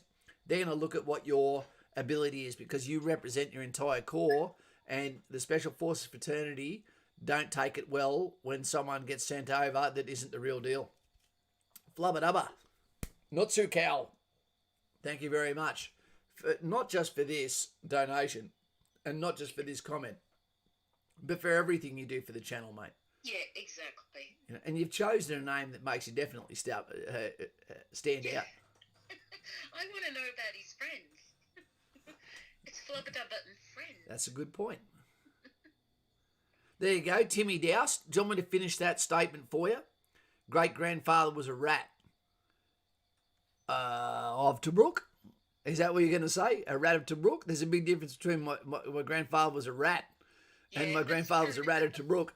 My grandfather was a rat, and I believe he was murdered by police in Moree, I think it was. He was a prolific abuser of my grandma and his own children, and the police would sometimes lean on the fence before he came back from the pub, and he'd fight men as easy as he'd fight anyone else. And he died of complications in the back of a police car. Well, tell that the way it is. That just happens sometimes. Yep. JC says he's got still got most of his uniforms, my trunk and my deployment uniform. There you go. They've all shrunk, he reckons. Yeah. Yeah. That's what happened. JC, the Rabbitoh supporter. JC All Blacks. He comes from New Zealand. That's why you're a New Zealander. You know, you feel like saying to a New Zealand when he goes, "Oh, Australia's my new home," you go, "Show me your footy jersey." You know what's going to be an All Blacks. You go, there you go. There you go. Turn it up.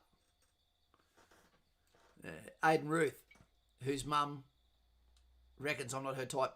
I've had a lot of people offer me some decent money for my slouch hat, but I'm going wearing that thing until the brim touches me nose. I don't know if that's a tease there, Aiden, but my slouch hat touches my nose the best of times. But when you're a grass shark like me, the doctor said to me yesterday, he goes, "Do you get sleep apnea?" I went, "What do you reckon?" That's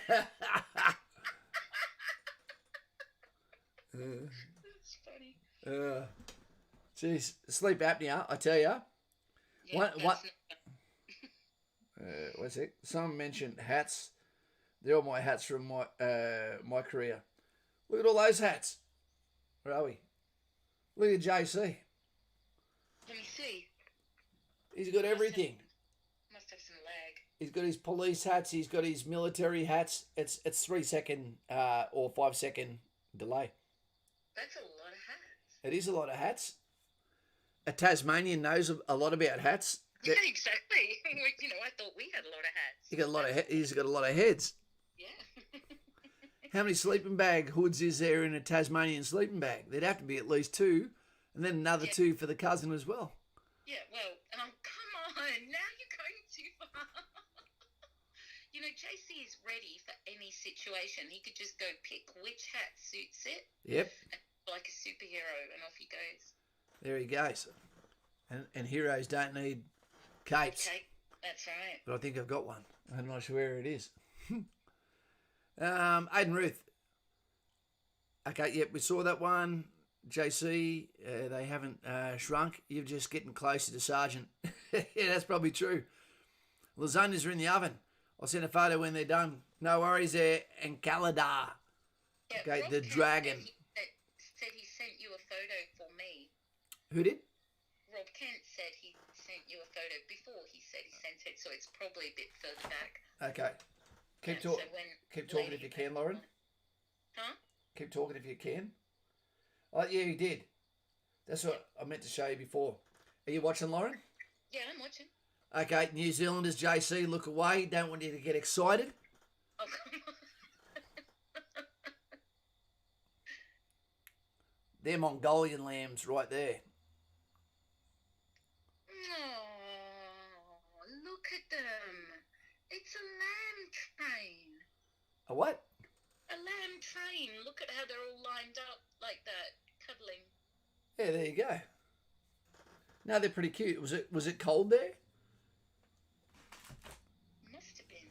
Maybe they just like cuddles. They could do too. What did we get there? We just had some. My grandfather was a Welsh Fusilier in World War II. We still have most of his army gear. Awesome. Edmund's World. Do you know what Fusilier stands for, mate? Rifleman. That's the Spanish word for rifleman. A lot of people don't know that with the Fusiliers. I didn't know that. Because the word for rifle in Spanish is fusil. Oh, there you go. You didn't learn that on Dora. No, I did have 100 Colombians who used to dance to the tune of my free Coca-Cola and my heated triple butter popcorn, which we used to call the Libre, Mantequilla Grande,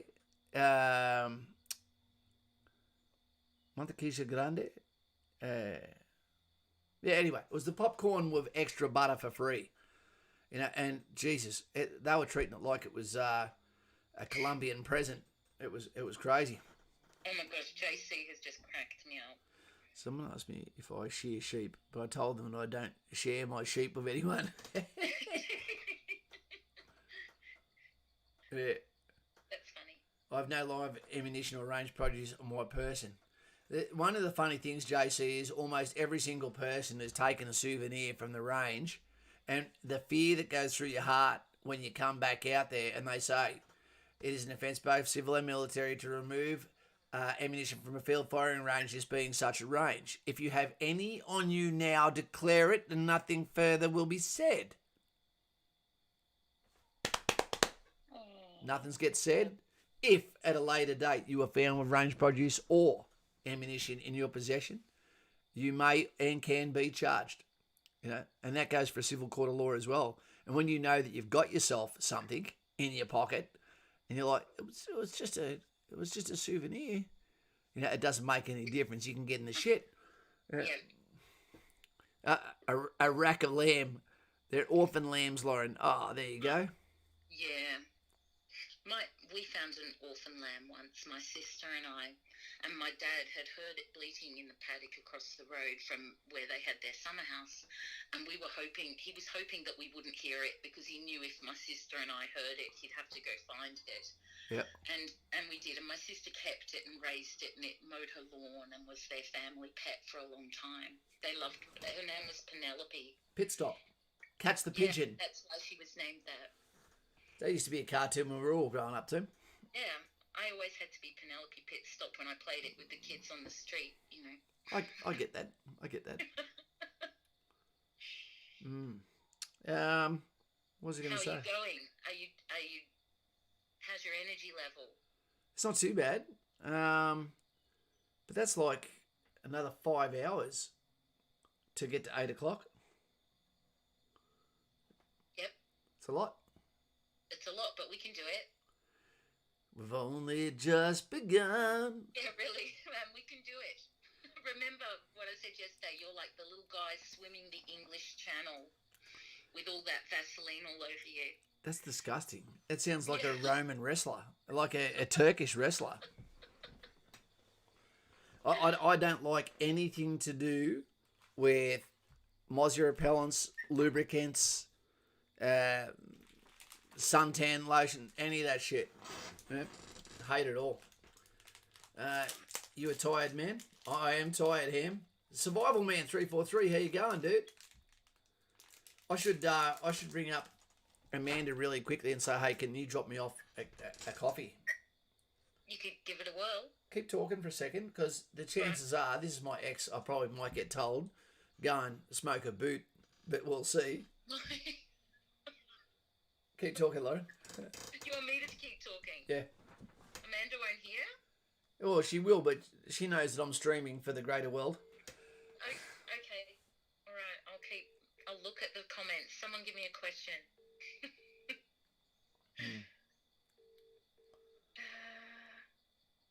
I love wombats. And their poo's amazing. The way they back up to things and put it up on there is quite incredible. I just left and came back to wombat shit. What's going on here? Sorry. Well, do you know much about it? Before you scoff, it's a very interesting subject, is wombat scat. I know that there is wombat holes everywhere in Singleton, but I've only ever seen one wombat. I reckon it's fake news. I reckon there's a human doing it just to spread the rumour. Well, no, they surely couldn't. It's true. They have square poop and they back right up onto like stumps and that. You know what that's for, don't you? They're marking their territory, I believe. Not just that, their butt. They use it to kill dingoes. When they go into their burrows face forward, and they leave a bit of space, so if a dingo comes in and tries to get to them, they slam their ass up to break the snout and kill the dingo. Really? Yeah. Wow. Oh, look. No, Aiden's mum's changing her mind. Says that listening to you for a while, she's staring to get some starry eyes. The fact you still have hair is a big plus. Look, is he trying to keep up with Stoddy with the rum? What's going on? I don't know. I'm like, honestly, I'm like a 25-year-old, less if maturity. I don't have a single hair on anywhere on my body except my kneecap, the left one at that, and I still got a full head of hair, and I still act like a child. It's a blessing. E46 is back. Just dipped out for an hour of freedom to pay respects to my yaya. That's That's Grandma, isn't it? R.I.P. now. I'm Rip now or R.I.P.? Yeah, I think she might be. Okay. Mortal Wombat, says Dottie. Yeah, that's funny. Well, JC, you should go on Who Wants to Be a Millionaire. I'd come back for 30 cents. Yeah. You could phone a friend, though. Oh, there you go, and Ankh-Aladar. You know, Greek people are fantastic people, but you'll never goddamn change their mind. You know, it's the mother of my daughter is Greek, and I reckon I was wrong the day I met her, and I was wrong the day I left. The only right thing I'd ever done was leave. But she's a lovely person. She's a great mum. That's good. Yeah. Megan gonna go do some study for a maths exam. Bye, Megan. You do that, Megan, and thank you very much for your presence today and your present.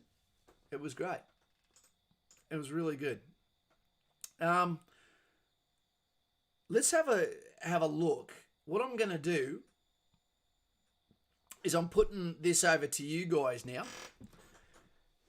Let's have a talk about some controversial issues. Uh-oh.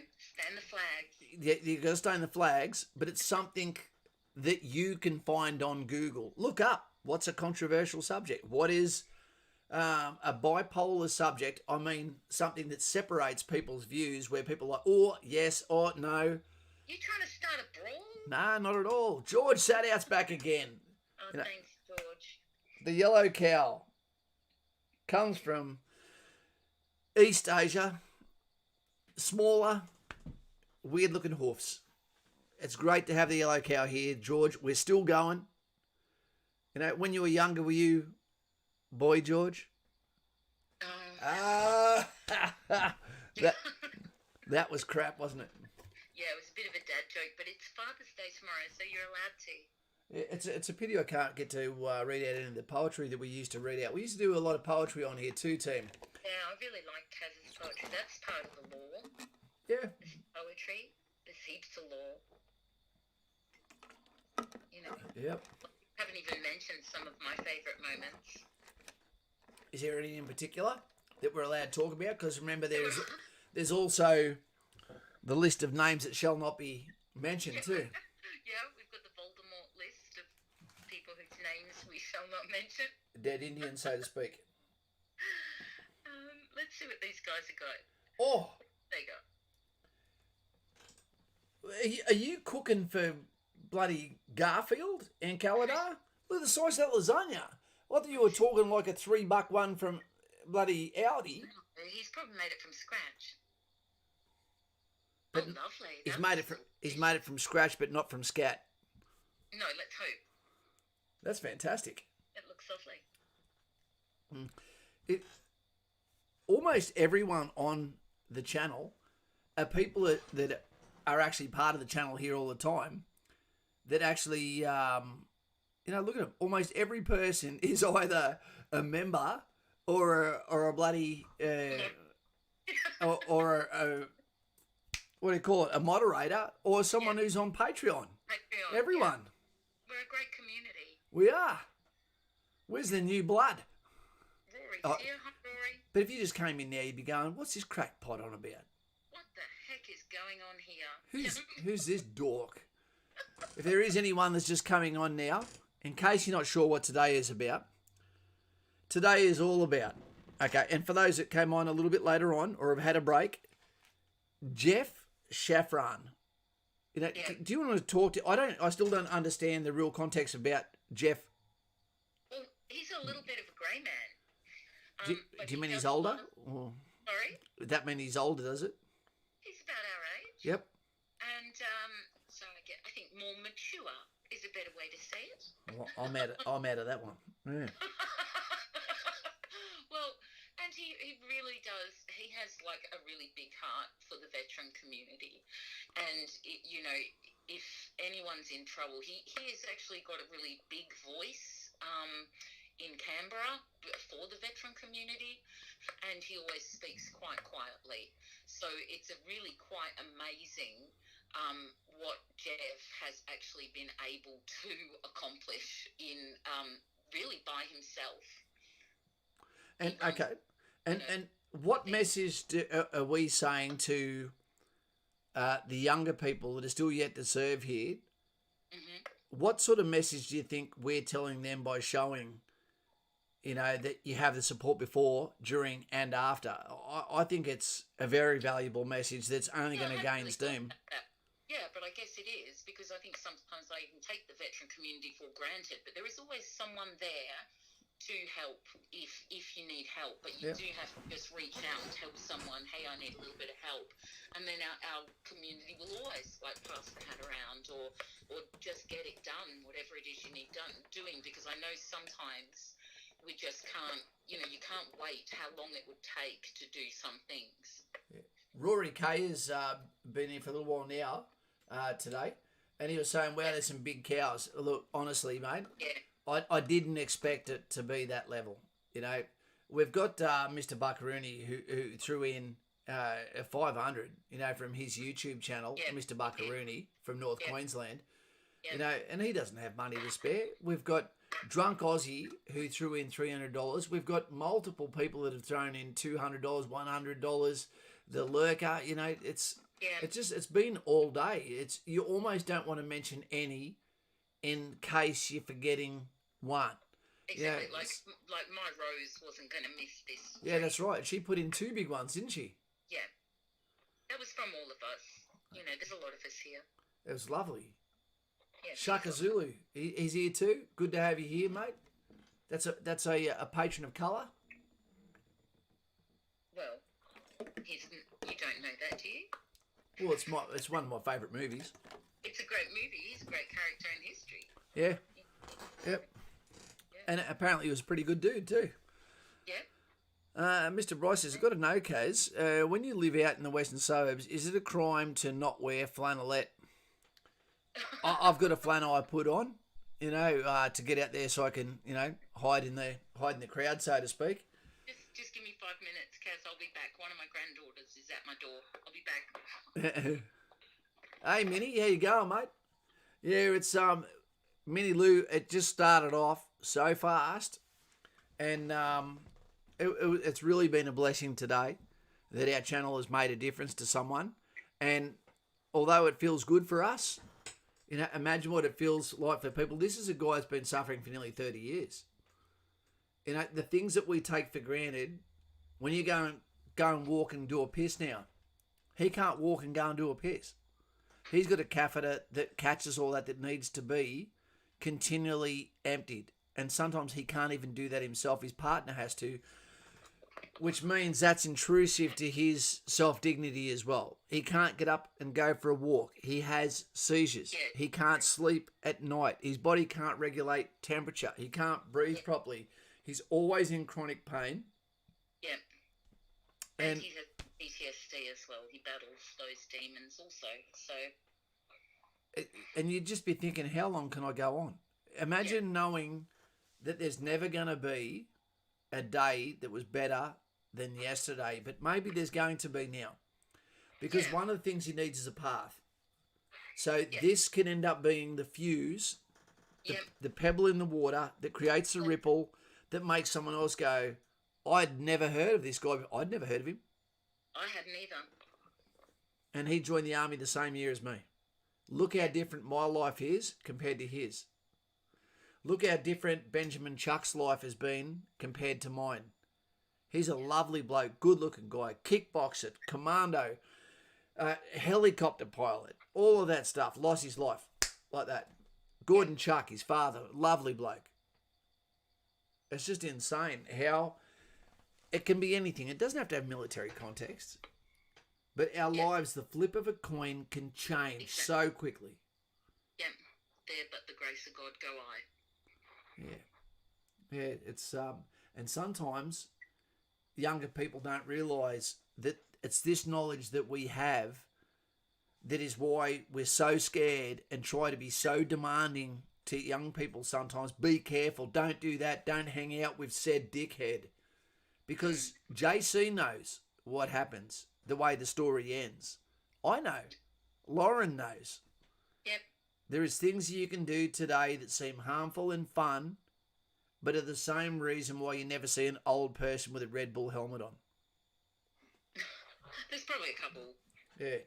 And losing your life, that's not the big deal. You know, Yeah. that means you're not in pain, but it's what you do to everyone else that it affects. Yeah, exactly. And you've got to, you've got to live your life. You've got to have the quality of life, and with that comes that dignity. And I think it's going to make a big difference just to have love from the community, and that to it's nice to feel loved and not forgotten. And I think the modern plague of today's society is going to be loneliness. Loneliness that's been really a problem for a long time, because we, for the first time sort of in history, all ages are feeling lonely. Yep. So I think it's we're not really in with our neighbours like we used to be, nor is it encouraged, because there is so many Karens and that around. Just 2 seconds. Ruben has just realised. Ruben, are you camp? Yeah, I had to time him out before, so he's probably just back. Oh, yes. Okay. Ruben, how you going, mate? Behave yourselves, sir. This is one of those moments where that's an honour to hear that you're still going, because today is all about that's it. staying on the grind. Yeah. And it's not necessarily about anyone's comments. It's not necessarily also about the fantastic deep-pocketed donations that have been done. Yeah. It's to go to show that we as directors and being Kaz, that I have to show some commitment to what my word is. And if I say I'm going to be on here and this is what we're doing. Boy, and we moved hell and high water to be here. You just wouldn't give up. You just kept trying. And we got here. But why is it called perseverance for everything unless it's to try and get the girl you need, and then it's considered stalking? No, there is a difference. There is a difference. I won't give up. Yeah, well, there's police for that. Yeah, that would probably creep me out if someone said that. But when you know that you're good for someone? Yeah. You can know that you're good for someone and be like, it's like I'm just invisible. No. Hey, thanks for that, Ham. Thanks very much, mate. Oh, yeah, thank you, Ham. Yeah. Ruben, tell us something about yourself, mate. I like hearing from you guys, hearing a little bit more about yourselves. Yeah, we like to know how old you are and, what you're up to and, what brought you here. We always like that. It is a really great cause, Ham. I was totally blown away when I heard about these people and their journey. And 6 months later, Lauren, part of law is the people are going to go, I was there for the stream. And then it's going to be, how many hours did you stay on? Oh, I stayed on for 11. I only went for 10. exactly. It will become law because, we never expected we'd end up counting cows either. So, but that kind of happened organically, didn't it? Didn't happen suddenly. Right on. Hey, Ruben, you're saying you're 16, you want to become a commando. Okay, cool. There's no reason why you can't be. There's no reason why you can't. But you're at a very dangerous age right now at 16, in a very dangerous year, where it'd be very easy for you to become disenfranchised with the schooling. It's so important that you get a good pass this year in Maths and English. That is your mission now. Special mission, if you will. Hurdle between you and commandos. The other is fitness. The other is mindset, the warrior mindset. You need to start to research as well. You're here. You're welcome. We're going to help you get there. And then hopefully we're living vicariously through your stories. But I'll tell you one more piece of advice. You're 16. If I introduced you now to 24-year-old Ruben, you wouldn't know each other. So don't try to rush it. Yeah, and you've got to do your bit though. You've got to stay focused. Yeah. Oh, we just hit 1,004 views for this stream so far. Woohoo! That's nice. Average watch time 12.48 minutes, which is around average for a non-cause in their BFA. Chat rate, we're sitting on 3. Concurrent viewers, 57. Beautiful. You know. There you go. Mm. And Trying hard. this morning we thought the streaming was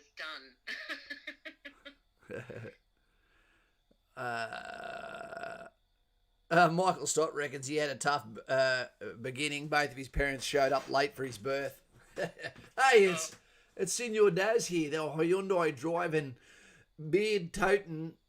Yeah, Daz is great. I suspect he drinks VB or 4X, one of the two. You guys are doing such a good job, good work, looking after people in your own backyard. That's the way it should be. Daz, I don't know if you heard before we were explaining when you did the donation earlier that, you know, this is the sort of stuff that proves that patriotism, what you do for others, you know. Yeah, exactly. And who would have thought that someone that lives near Canungra was going to have one of Australia's best tattooists and one of Australia's biggest dickheads spending nearly 36 hours preparing a stream for people they didn't know. You know, this goes to show you with your own problems, with your own world, that all you need is the focus, and people will help you. But if you know what, if you don't call out, don't expect it to just come. Sometimes, especially as an adult, you need to be able to say, I can't do this alone. Yeah, help. Yeah, help. I just need help. And that's when we came in. Yep. So, and I'm glad we could. I feel like we're honoured that we could. Because, you know, we are always, I do, and I know you do too. We do help people in the veteran community too, aside from this. And we just kind of, you know, usually keep it quiet, or what happens in the veteran community usually stays within it. It's quite a close community. So it's, I think it's really nice to be able to have a opportunity to be able to help a veteran family, for people who would love to help but just don't know which charity to give to, or who can they trust and what they should do. You know, they come here, they hear Roddie and Loretta's story, and these are people we can genuinely help improve his quality of life. I mean, there's so many scams out there. There's a lot of scams out there. Hey, an unusual sort of oxymoron here. Hamudia is 17-year-old born in Dubai. I'm not sure if that makes you Islamic or not, Ham, but having a name, the nickname you've given yourself is Ham from Dubai, I wouldn't have expected that. Moved to Australia when I was 3 years old. Mum's Polish background from Australia, and here family's Aussie and dad's Arab. Excellent. There'd be some beautiful food in that house. All his family are in Dubai. He was a soldier for the UAE. There you go. Ham. Yeah. Look, we've got a new member. To your dad. You know, mucho respecto, sir. Yeah. Rex, the small arms of the big lizard. Sikkim Rex, one of my favourite ads. We've got Hamish Edwards. Welcome to the voice of the people. Hamish Edwards, good to have you there. Can't wait to see you get promoted, mate. And we've got Michael Stott. Rex, you can hit the join button and become a member. Thank you, Leo. And then we go to, hey, Leo, he's always here. And I just always think, does he have the same hair in his thumbnail still? Yeah. Leo Stuntman for life. Nutsu Cow. I don't know if anyone has been here much longer than actual Leo himself. Exactly, because you know what? Here's some channel lore. Leo used to have a different name, and I still keep going to call him by it. And what was that? I don't want to say in case he changed his name because he was trying to lay it low. Ah, okay. I do remember it. I can say it if he'll give me permission. Give her permission, I Leo. don't walk out of school. That's part of the law. We change our names as we evolve. So, Hamish, welcome to the channel as a member, mate. It is one of the best ways when you have 10, 15, 20 YouTube channels that you dig, you know, to actually feel like you're part of one. Go and if someone wonders whether they should be a member of this channel, go and leave a comment on 20 channels on a video that's been out for only a day, see how many of them actually respond. Not many, if any. Yeah. Rob, no scams on Kaz's channel. No, there's not. No. If I thought people thought that I was scamming, I'd end up making a big donation to take it out of repute. That I go, look, there's some evidence right there. I would not be here if I thought you were scamming. I am quite particularly high standards when it comes to things like that. It's one of my pet peeves. That's it. Hamoudi, okay, he is Islamic. His name is Muhammad. Good to have you here. Yep. And Hamoudi is an Arabic nickname. There you go. Why does it have ham in it? Because it's not about the meat. Not everything's about meat or small goods. But that's why I always say, now I'll be thinking about hammy when I say, are you allowed to watch a movie with Kevin Bacon in it?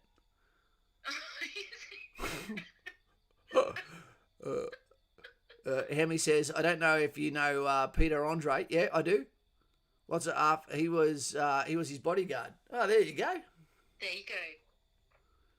Did you see Bailey's hat donation? Yeah, I'm just about to get on that one now. I'm just reading what he's saying. I'm also 16 and want to be in infantry. Nutsu Cow, Bailey. He's always one of the very first people on every single stream. This is him injecting himself into the knowledge that he can do to feel like he's at home. This goes to tell me, Bailey, that the reason why you do this is to be around people who are like-minded like yourself. This is truly a calling to you. I sense that.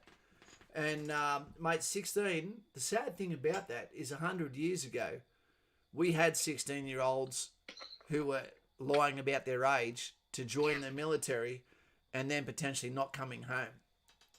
It's a horrible tragedy of the age where you're so close to being a man, thinking you're a man, being held to account as a man, while still having the sensibilities and the vulnerabilities of being a kid and wanting your mum and dad to still be there for you. It's a very tender age. Don't grow up too quick, mate. Yeah, exactly. Hey, One Shot Films. Back again, Kaz. Good you're still going. Yep. No problems at all. He's still here. Actually, no VB for me, Kaz, but Western Draft, okay, we've evolved. For the land of single mums, Adelaide. I heard it rained there one century. Stickman's here. He's been lurking around. We love Stickman. Yep. The stick. Really myself, I've been lurking on and off. That's all good, mate. It's funny because the stick is sometimes what they call the CSMs, etc., that carry their cane around. Yeah. There you go. Bucka, have you had your afternoon nap? There you go. Look, Leo said it's the first channel he ever subscribed to. Oh, really? Yeah. How cool is that? That's really cool. 'Cause It he's is really like cool. one of the pillars of our community. Yeah, he is.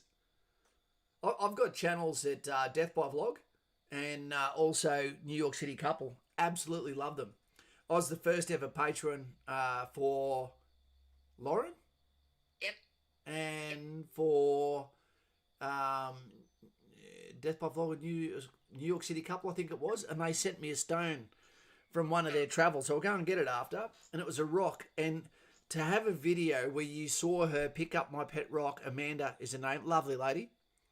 And to watch the channel evolve, and there she is going, this one's going to be for Kaz, and then sent it to us. It was a really small gesture that I don't even look at their Patreon. I just pay it. I'm just there, and I'll never leave it because I was number one. Yeah. Yeah, it's good. Yeah. Hey, Mr. Buckaroony, Peter Andre, he still dances to him. He was a Katie Price, the lucky bugger. Bucko, it was fantastic having you on. Bucko, do you want me to give you a call? Yeah, you should actually totally call Bucko. Okay, let's do it. After I change the slide. Okay. We're starting our 5th hour. Yeah. Okay, because I'll nip off and I'll try and ring Loretta again. There you go. What Tinder feels like for men. is the new one. Is that really how it feels? Yep. Just hang on for 2 seconds. I've got to go and do a wheat. B Stubbsy, great to have you here, mate. Back again just before I start work. Is it ironic that we might be back here and still talking when you get back from work? I've just got to go and siphon the small snuffleupagus trunk. Oh my gosh.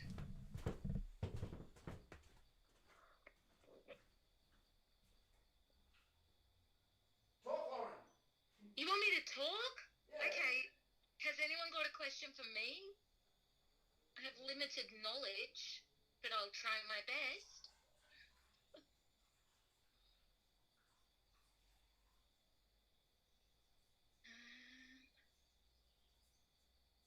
Come on, somebody give me something to talk about. Otherwise, I'll just start saying rhubarb in the background.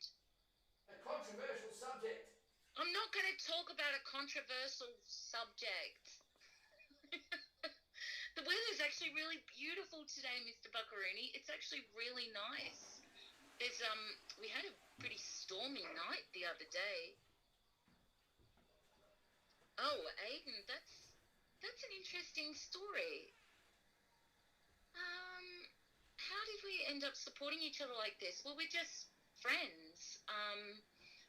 Kaz served with my baby daddy, so we're sort of in the same circle of friends. So, I don't know. I think we've actually got an extended group of friends that we also support each other. So it's not like it's just me and Kaz.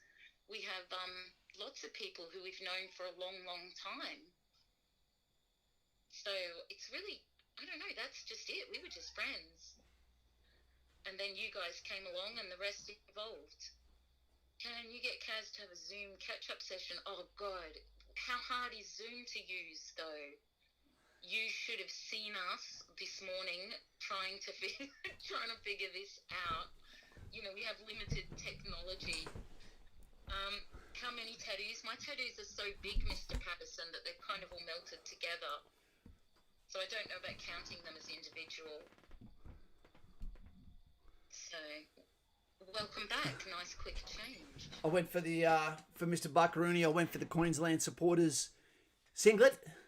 Yep. As we're about to also start to move into summer, we've got Corey here. Yep. I've got to answer Stoddy's question. 6.5 hour outline was the longest in one sitting, was 6.5 hours, because I try not to go further than that because people tend to start shaking and if you go much longer than that. Yeah. I couldn't imagine after 6 hours either the opportunity for you to start to go, oh, made that mistake. Mm-hmm. Yeah, that doesn't really happen.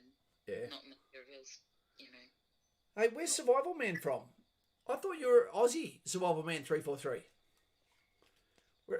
Mate, over here, I don't think it's a real problem. It's an economic problem. It's a jurisdiction problem. It's a is this really happening sort of at the moment problem.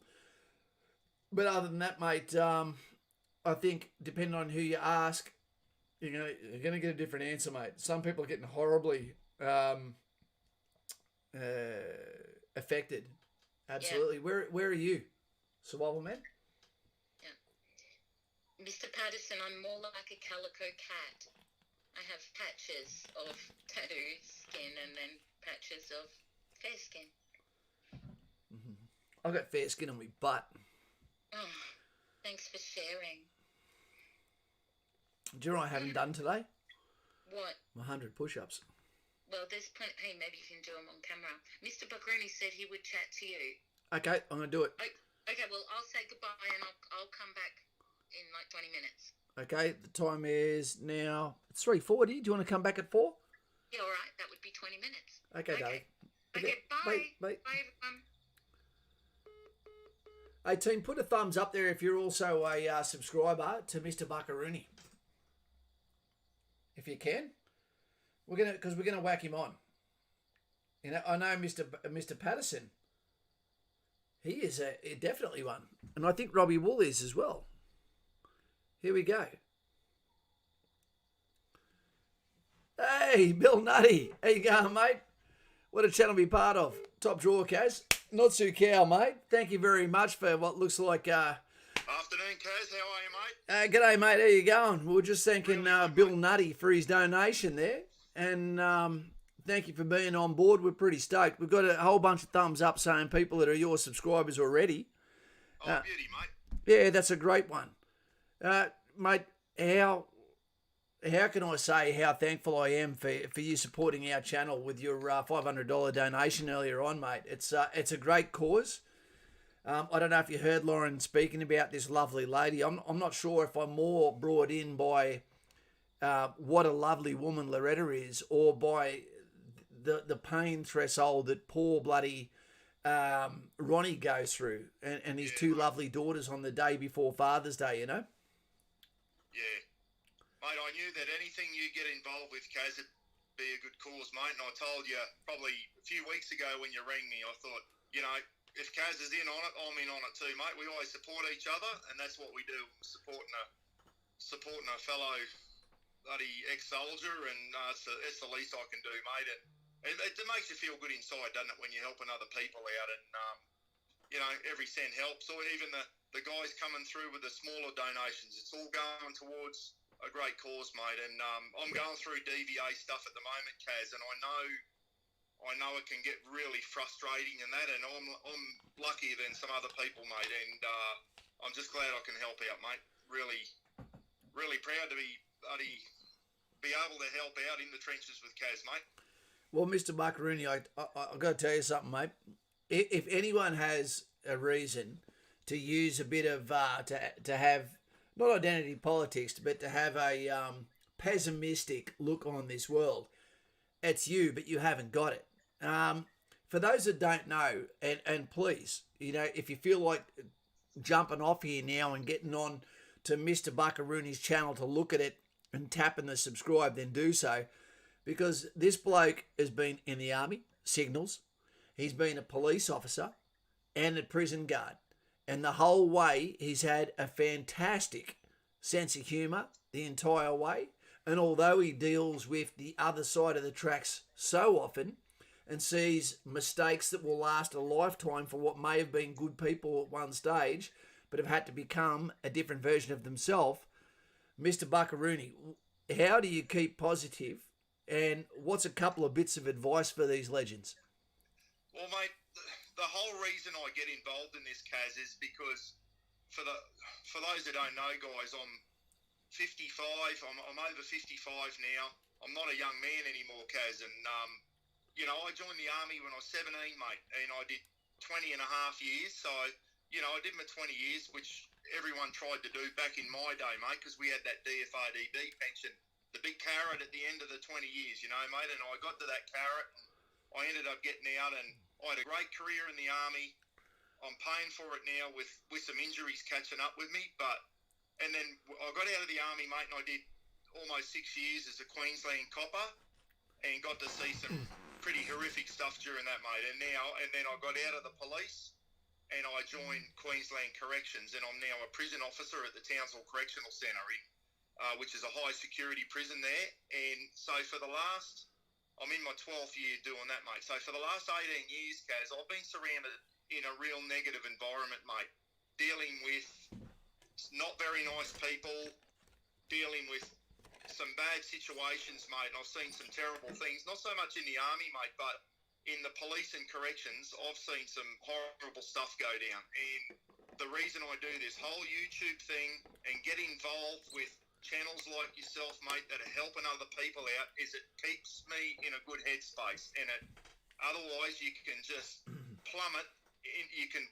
into into depression, mate, just from your job, your ex-army stuff, your injuries catching up with you, mate. You've got to do something that keeps you positive. And as you know, I love my camping, I love my four-wheel driving, I love my fishing. You've got to find something that keeps you in a good headspace and keeps you positive. And what keeps me positive, mate, is helping other people out. And I do it every day at work, whether people think they deserve it or not.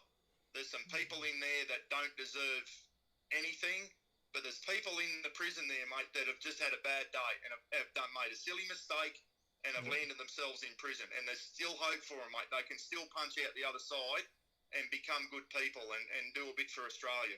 And the way I tackle it, mate, is I'm not there to punish them for doing the wrong thing.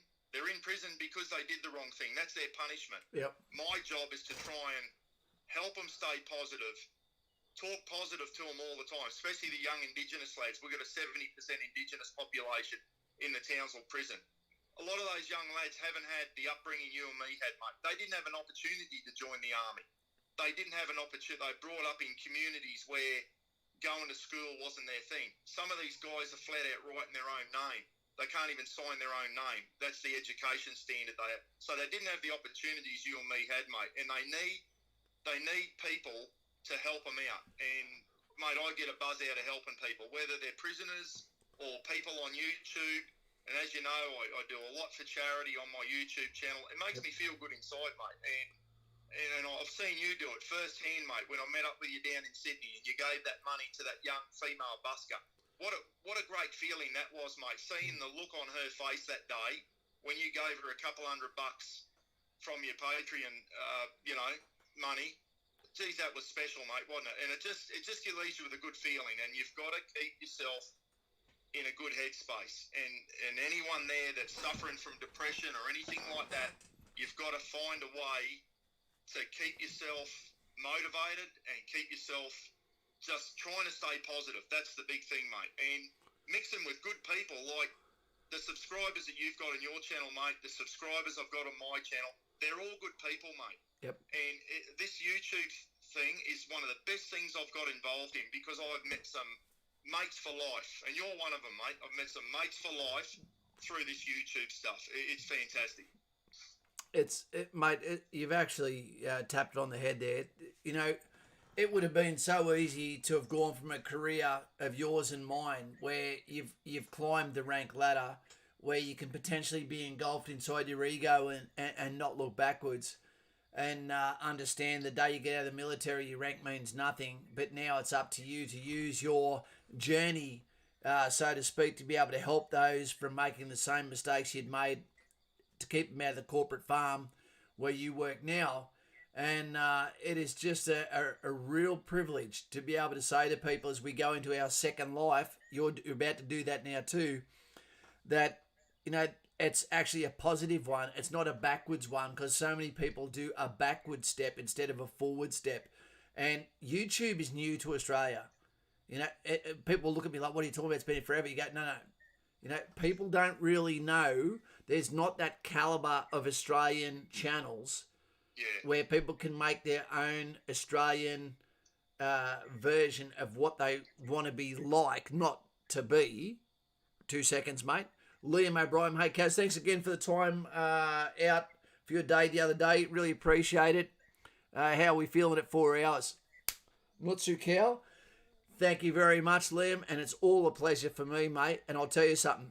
I'd rather be talking to you guys for 10 hours than doing another 40-kilometre pack march, you know, on a bitumen road in the middle of the night. So this is a breeze. And when I see the donations like yourself, Liam, when I get to talk to people like Buckaroony, when I get to drag Buckaroony into your ear, if you've never heard of it before, and I'm giving you tools and raps for each other to let you know that there is a reason to be positive, stay positive, but also be so excited. If you're a 16-year-old now, no one told us about anything we were going to look forward to when Bucko was 16, when I was 16. It's got, you've got some hard work to do now. Shut your mouth and listen to your elders. Exactly, you little snot breath. Now, we'll actually have a conversation with you, give you a chance to speak as well, like kids weren't allowed to speak at the table. But then people go, oh, yeah, my kids don't talk to me. Yeah, wonder why. You know, so this is an inclusive thing where we get to come together under certain banners, and maybe one of you, g'day Madison, how you doing? Harpy, good to have you here too. Maybe someone here is going to go, okay, what's the subject? Maybe this is what I want to do as I get older. And I tell you what, I would rather see a new subscriber or a new member any day than seeing a donation on a normal stream. There is something about someone saying, I want to be part of this, that is so exciting. You know? Exactly right, mate. Exactly. And for all the young kids that are wanting to join the army, mate, that your channel just provides them with so much information and allows them to make decisions. It's fantastic what you're doing, mate. I tell you, I keep saying it, Kaz. You should be on the Defence Force payroll, mate, under the recruiting banner, because you do a lot to help recruit young people into our Defence Force. And, mate, here's a saying for you, mate. I remember an RSM, and I think his name was Greg Chamberlain, and he used to be the RSM of 1RAR, mate, and he said, there is no better way to represent your country than in a military uniform. How good is that, mate? It's I agree with it, mate. Yeah, absolutely fantastic. And these kids, that's what they're doing, mate. They're going into the army and they're representing their country, and good on them. And for any of them, is that young Madison that just recently went to Kapuka, mate, that came on before? Yep, Madison's in Kapuka. She's about to start week 5. Oh, good on you, Matty. If you're listening, mate, good luck. Give it heaps, and stay free of injuries, and bloody keep going hard, mate. Give it 100%. Everything you've got. Sorry, Madison, it's the end of week 5. And PK's just come on, not to Cal, whose son has just marched out of the School of Infantry. Oh, good on him. Well done. Yeah. You know, Bucko, what a lot of people don't see here, and Oscar is asking who's that, he's just come on. Buckaroony is another YouTuber from North Queensland, an Australian YouTuber. Okay, he was in Signals Corps. He was a warrant officer. You know, he got to the police force next, and then he went into corrections, where he is now.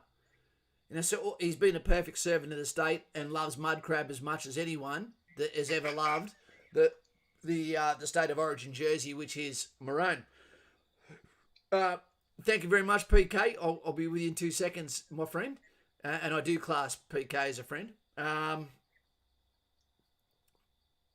What was I going to say? One of the highlights to being a YouTuber, I never thought it would be this, is when we did the Simpson Desert in the 4-wheel drives. That feeling of vulnerability, being out there if anything goes wrong, travelling in a convoy of one.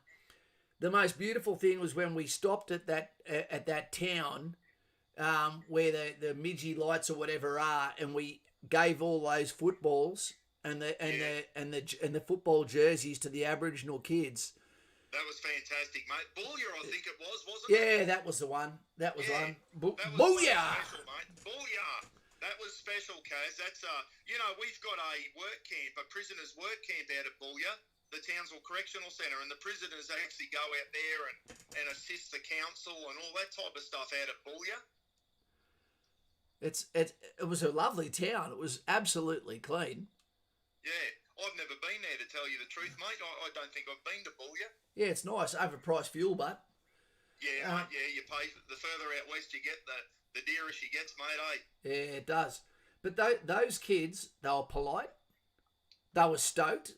I don't think you could even buy a football in their town. For those that don't know, I took a whole bunch of footies. It was about $250 worth of footies and jerseys, and it was $400, I think. And we went across the Simpson Desert.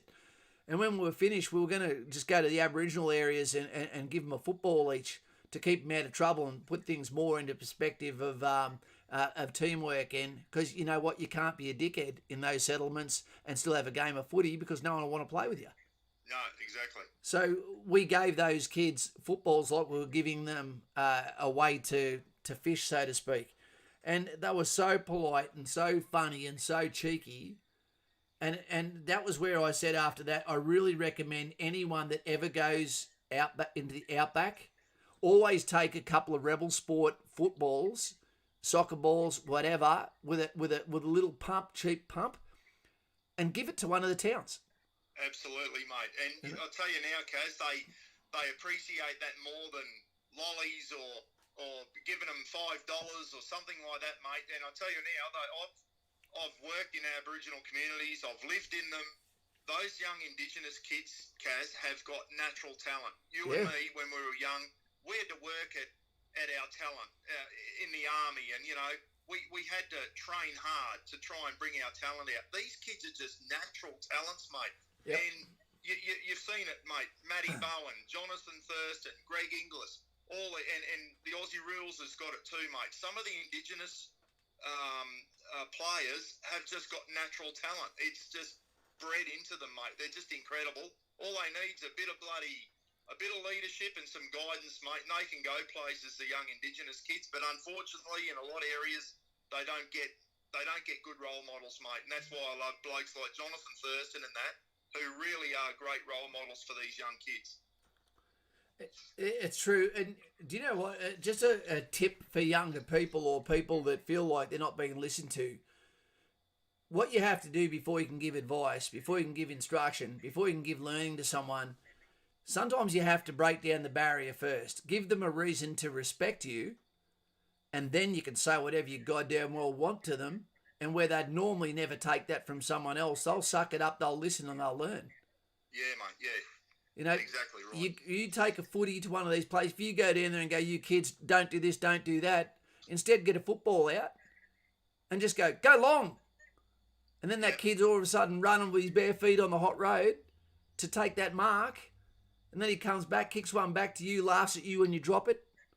You know, and then you kick it to him again, he kicks it back. And then it doesn't matter what you say, you'll get a way of saying it.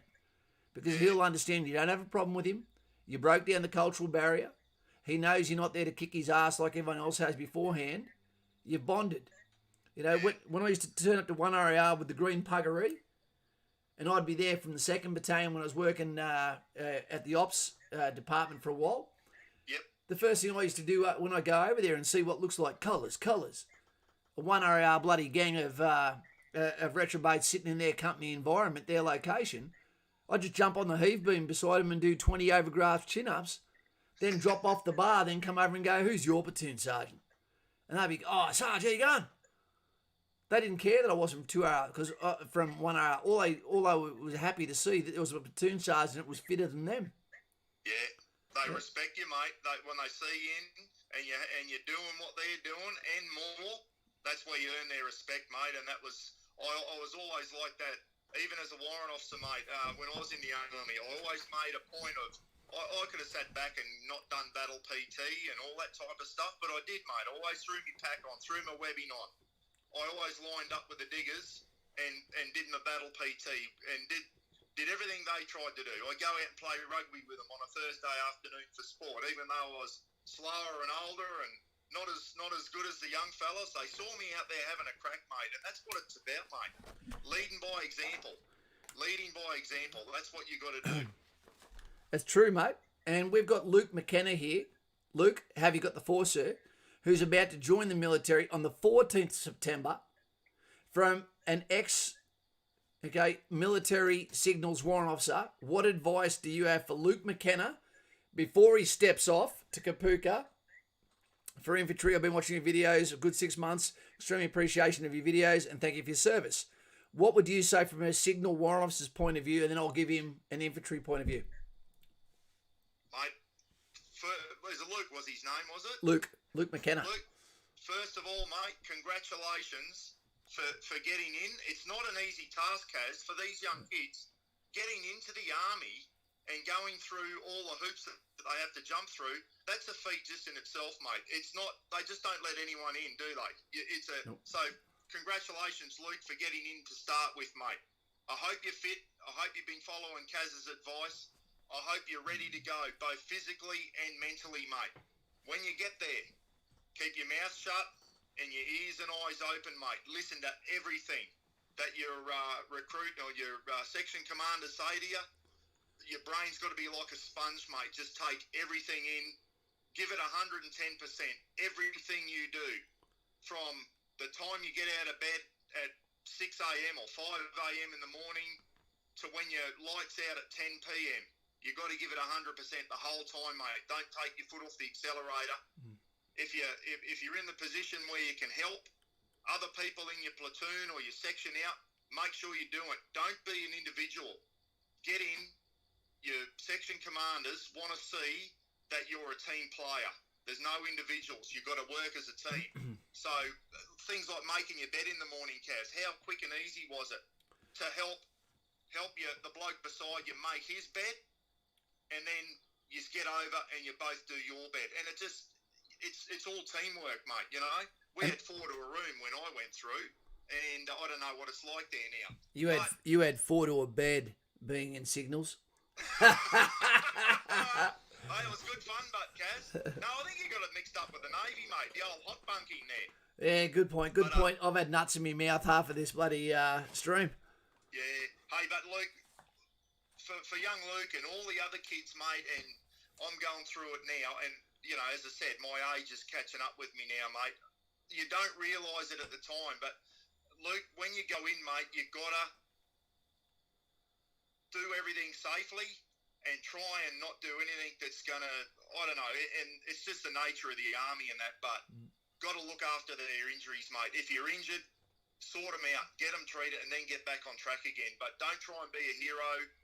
Bloody look after yourself. Do everything that you can to prevent injuries, if you know what I mean. But, you know, when you're running with webbing and rifle and all that type of stuff, you know, you can get away with it as a young bloke, but it catches up on you in your old age, mate. But Too sweet. all I can say, Kaz, to Luke, give it 100%. As I said, hopefully, if you're going in on the 14th or whatever, that's that's only 9 days away or whatever. So you want to be fit, mate. You want to be mentally ready to go. Make sure all your, what we used to say in the Army, Kaz, make sure your shit's in one sock. Financially, make sure you got your bank accounts all sorted out. Make sure anything you're leaving no skeletons in when you leave.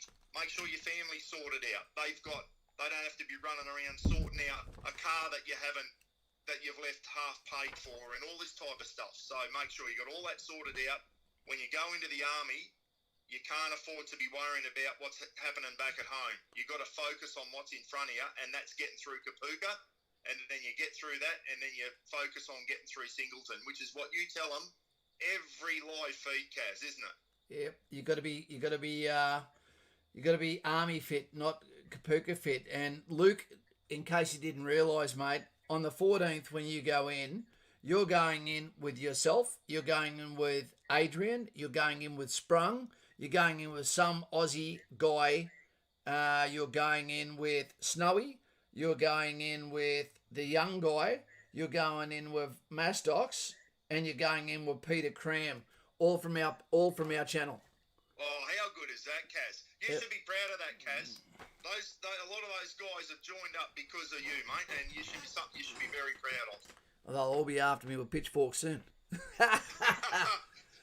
on, man. Hey, when they get to Kapooka, Kaz, tell them to stick together. Bloody in the trenches at Kapooka, mate. You know, all the Kaz's mob there, helping each other out, helping each other get through. As I said, no individuals. Help everyone out.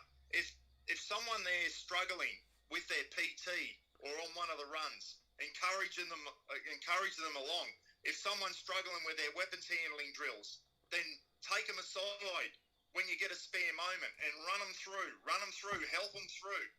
And it's all teamwork, mate. And that's, you know, as I said, the Army is just one big team, mate, and everyone's got to work together. No matter what corps you're in, no matter what job you do, everyone's got a job to do. And if you do that to 100%, then the whole thing just comes off, doesn't it? Especially when you're on exercise or operations. It does, and I think you just won a subscriber right there, the Harpy. Like I said, I've been married to one before. Notsu cow has thrown a pink cow in there for Roddie and Loretta. $50 thrown right in there. Finally found the donate button. Cheers for the speech there, by the way, Bucko. Needed to hear that, mate. All good, mate. And Kaz, if anyone ever wants some advice, they can join in. I do live feeds, not as much as you, mate, probably once a month. I've got one on tomorrow night. If you're not on, you'll probably be bloody live feeded out by tomorrow, but I'm thinking of doing one tomorrow night.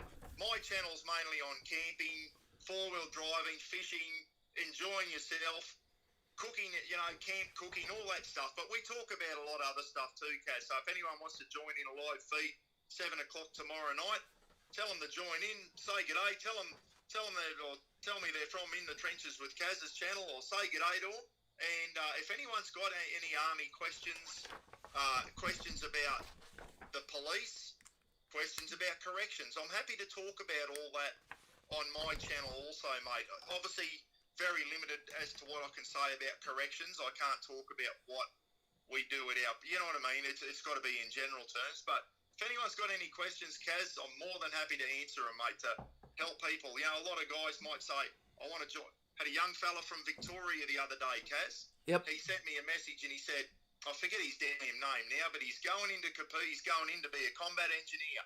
Yep. And he said, Buck, you've inspired me. I've been watching your channel for a couple of years. You've inspired me. He said, I'm about to go into the Army as a combat engineer. I want to do 6 years in the Army, and then I want to get out and join the Victorian Police, and I want to go to their tactical response group or their special operations group, whatever it's called down in Victoria. Really good to see a young fellow That knows where he wants to go. to leave school, and he's got an ambition, mate. He wants to go into the Australian Army. He wants to do a certain amount of time. He's going to be a combat engineer, which I think is a fantastic corps to go into. Spewing, I was colourblind, mate. Couldn't go to engineers. That's why I ended up in Signals Corps. And then he's going to get out, and he wants to be a Victorian police officer. What a good young fellow, mate. He's obviously had a good upbringing, and he's got ambition, mate. And that's what I love seeing in these young kids. All these young kids from your channel, they're about to go to Kapuka. I'm really proud of them, mate. I love seeing young kids going into the military because I think it's just, there's no better thing. I had a fantastic 20 years in the Army, Kaz. I saw a lot of different places. I met some good people. It was just a fantastic 20 years, mate. It really was. And I think they're all making the right move by joining. And it doesn't have to be, I know you encourage them to go to infantry and all that, but I don't care if they join the Air Force or go into the Navy or whatever. As long as if they want to go to any part of the Australian Defence Force, mate, good on them. And That's it. I take my hat off to them. Not everyone can be a fullback. Exactly right, mate. And as I said, every little job in the Defence Force is important. It doesn't matter what job you do, it's important. I just did a timestamp on this because apparently this is something you can do now. I don't know if you know, you're about to find out at 7 o'clock tomorrow, Bucko, unless you do it on the phone. And just quickly before I get to that one, Alec Burrell, I'm actually in hotel quarantine in Sydney at the moment, and I'm heading out for Kapuka on the 14th. So you're part of that list as well. Good on you, mate. Good on you. Well done. Everything that was just said to Luke goes to you. Yeah, absolutely. But here's something you need to know. And g'day, Cookie Monster. It makes my day when I see your name there. It changed today. YouTube changed today. Lauren was with me. She experienced the anguish. They took a jihad out on us. Basically what happened is you can't go through anymore on a computer, etc., through the classic version of streaming. So this was a real bugger. It took us a couple of hours to get this squared today so that we could come on at all. And then it just went and worked at the last second. And it seems to be 100% better than what it was the last couple of days as far as this is a good operating system and I've got to get to know it.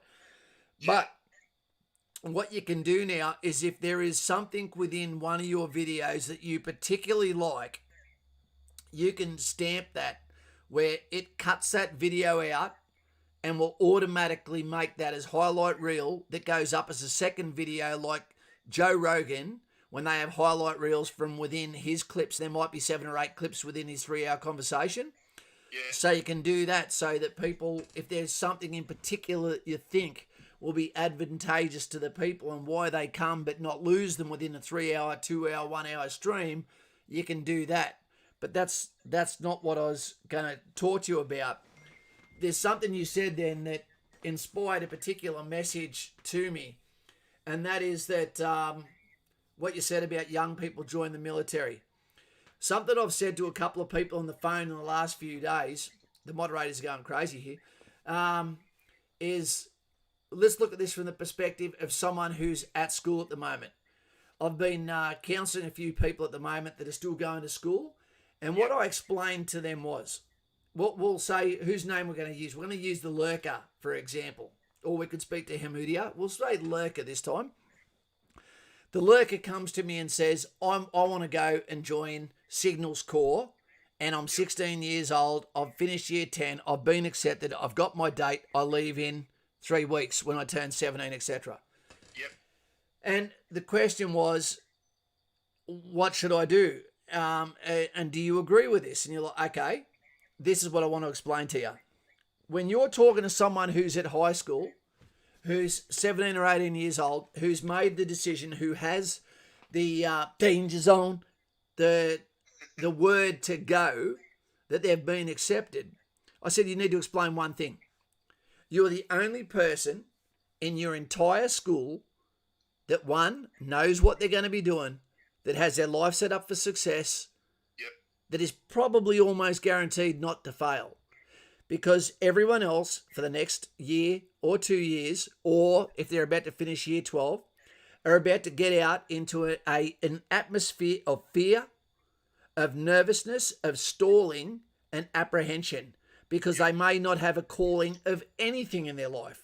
They might always be faking where they're at, the confidence they have, going, if I go to uni, do I even give a shit about what I'm studying? Is there a job for that? Will I succeed in it? Will I get a job? Will I even finish it? Or will I end up working forever in Starbucks because I tried to do that as a side hustle and got caught up and then failed my tests? Yeah. Someone going to become a tradie. Maybe I'm going to go and be a brickie or a carpenter or something like that, and then go and get treated by shit by someone that either disrespects you, underpays you, gets you injured, or it's just a way of paying the bills that has no necessarily mateship and no avenue to go out and then have super, etc. Okay, but the one thing I see is the people that normally go for something like the police force, which I think at the moment needs to have an overhaul of their mateship and bring back the love for the job. Yeah. But that's a leadership issue that I think the military has to work with as well. But when you're going to the military and you want to be a helicopter pilot, you want to be a SIG, you want to be artillery, armoured corps, infantry, engineer, you're already so many steps ahead of everyone in your life that now all you've got to not do is drink and drive or make a stupid money decision or marry a shrew. Yeah. If you don't do any of those things and don't get 3 people pregnant in 1 month on Tinder, your life can be mapped out where you do not even know what it's like to not be successful. Yeah, exactly right, mate. Exactly right. It's the good thing about it now, these young kids going in, because they know what they're going in for. Like, I don't know about you when you joined in 91, but I joined in 1982, probably before a lot of people, except Lauren and Mr. P, before a lot of them kids listening to me at the moment were probably born, mate. And we went in, we did Kapuka, and about 2 weeks before the end of Kapuka, they came out and went, hallway 24, and they go, listen in, this is where you're going. And it was like, and they read out where you were going to go. And it was like infantry, signals corps for me, and, you know, armoured corps, artillery. And not everyone got, you had a kind of a choice of where you'd like to go, but didn't mean that's where you were going to go. I got signals corps, mate, because I'm colourblind, CP3 they called it. Yep. And I could only go to catering, ordnance, signals, or medical corps. And medical corps had no positions. I think I put in for catering corps, and I'm kind of glad I didn't get it now, but they sent me to signals corps because signals corps needed, they had positions there. So we had no say in where we went, basically. You joined the army, you went off to Kapuka, and you ended up where they put you. Look, you did, and there was some beauty behind that, because sometimes they're asking you to make a decision on where you want to go before you know what the hell you're talking about. Yeah. Whereas when someone goes into Kapuka and they do really, really well, and they really enjoy a component where you get a micro immersion into it, they might go, that's what I want to do. Yeah. You know? And maybe there's a reason, and then there are people that underperform, you know, for a corps, they can go, hey, that guy's not right for that corps. You know, let's give them that. You know, there's a lot of people that think they're tougher than what they are, you know, and there's even guys that are tough that can't handle the elements. Yeah.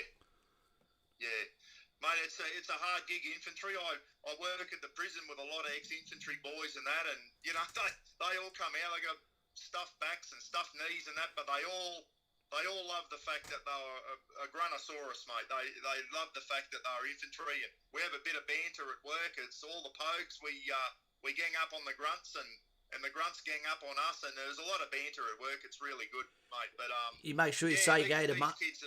It's good that they get to know. How's this? One of my sergeants. 2 seconds, mate. We've just received a pretty big donation from Ankaladar, which is the dragon of the Eastern Reaches. I put that last bit on. It's a red cow to us. That means a medium rare or a blue cow. As the food I make goes to our table, let this go to theirs, to Roddie and to Loretta. Fantastic. Well done, Nath. Well done, mate. Nutsu Red cow. mate. How good is that? Well done. Well, it's a pub 200 metres from here too. Oh, that's fantastic, mate. Absolutely fantastic. It's a Hey, blessing. Kaz, these for the young kids out there, a lot of them are saying, when I get in, will I go on a deployment? Will I want to be in the SAS and all this type of stuff, mate. They just got to take one thing at a time. It's good to have ambition. There's no one's knocking them for that, but just concentrate on getting through Kapuka. And then concentrate on getting through your IETs, your initial employment training, whether it's Singleton or the School of Signals or whatever. And then concentrate on getting your trade sorted out, whatever trade you do when you go in. And then concentrate on your first posting and being successful and being an important part of the person. Then get a few years under your belt.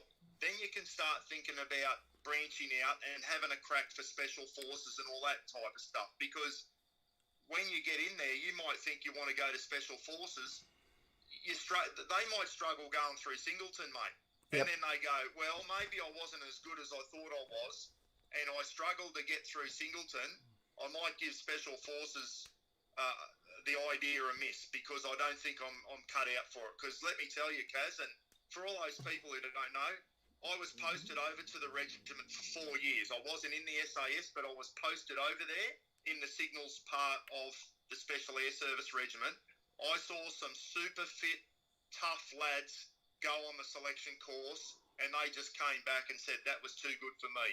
So The people, all these kids who say, I'm going to go into the SAS, a lot of them are kidding themselves, mate. They just need to just take one thing at a time, get through Singo, get a couple of years under their belt at a battalion, and then they'll work out from their training and their courses and how well they're going, whether they'll be suitable to go into special forces, because it's only for the select few, mate. It really is. And you know what? The timing has to be perfect too. You know, the timing when you go for special forces needs to be perfect.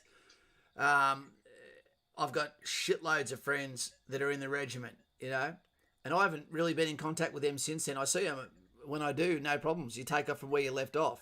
And they still admit that their time in the battalion, they liked as much as what they like where they are. 20% of people fail the School of Infantry. So 20%, mate. Well, 20%. That's a high rate, Kaz. Yeah. Yep. You're looking at least 10 back squads for every 50 platoon of 50. Yeah. Mate, we've got a good question here. One Shot Films. Hey, Kaz, I got a mate midway through Singo. Before joining, he never smoked or drank, but now he's a heavy smoker, drinks hard every night. He says it's a culture. What do you think? It's not the culture. Some people have, ways of fitting in, and smoking is definitely not encouraged in any corps. Some people just do. I think it's counterproductive to anything to do with infantry. You know, I don't put something in my mouth that stinks like shit because my hands are bored. That doesn't make sense. But that's the crowd of people he's in. Maybe he's trying to grow up. Maybe he's trying to posture that that's who he is now. I don't know. A beer is a fantastic way to let that apprehension go. But also there's a buffer where as soon as that goes down and it comes back up again, if there's any grievances. So you got to know when to cut it out. And it's the reason why people like Bucko and people like Kaz have platoon commanders, you know, where you say to them when they go to platoon piss-ups, etc., boss, it's time you left. And the boss will go, oh, no, I'm going to stay a bit longer. He goes, sir, it's time you left. Okay, everyone, the boss is leaving. Let's go. Because there's an expectation that we can have a beer but also sense where it's going. Yeah. You know, and you've got to know yourself as a soldier. And I can tell you one thing. I wish that I'd done a lot more scuba diving. I wish I'd done a lot more traveling. I wish I'd done a lot more endurance activities as a civilian in a competitive role, but never had the opportunity to do that because I always had a Corona in each hand for even balance and symmetry, you know, and still never got the girl I was ever chasing. because Yeah. I was speaking pirate, I was speaking stoddy and didn't even realise it. Yeah, exactly right, mate. And I'm glad you mentioned that, mate. I went through and listen. If I can make a suggestion to the young kids going in there, definitely. I'm a non-smoker, mate. I did smoke when I went through Kapuka because back in the 80s, smoking was still the done thing and what have you. And I actually took up smoking when I went to Kapuka because, I don't know, it just seemed to be what people were doing. But I think now smoking's a lot less than what it was back in my day. So, guys, if you smoke or you're thinking of taking it up, don't do it. Try and get away from that habit altogether. When you go in, I know where people say drinking is the culture. I saw that when I was in Kaz. If you let it become your culture, it could be a bad thing. And just the kids that are going in, watch your alcohol consumption, guys. It's easy to get caught up on a Friday night, Saturday night with all your mates and go out and make a deal of yourself in town. Remember, even if you're in your civilians, when you go out in Townsville, everyone knows you're an AJ, don't they? And if you misbehave, you play up, you make a dickhead of yourself, you're representing the Australian Army, whether you're in uniform or not. So they've just got to play the game. And another thing that's very concerning now, Kaz, that wasn't an issue when we went through, certainly when I went through, is drugs. I think these young kids now are exposed to a lot more drugs than what I ever saw. Back in my day, I think it was probably marijuana. Not that I ever saw my mates doing that in the army. And the first thing we were told at recruiting is if you are caught taking any type of drug, that will be your last day in the army. Yep. And I know a young fellow that just recently got thrown out of the army. He went to a party. He popped the bloody Eckie pill. They piss tested him on the Monday morning. Someone dobbed him in, and he is now a civilian. He got chucked out. It's not worth it. Stay away from drugs. Watch your alcohol consumption. And bloody, if you can, don't smoke. That's my recommendation anyway, mate. But the drugs, mate, it's not tolerated in the Defence Force whatsoever. No, it's not. Hey, Bucko, we've just been told, wait 2 seconds, Hammy, we've got a blue cow there. Hope got to go to work. Hope the stream goes well.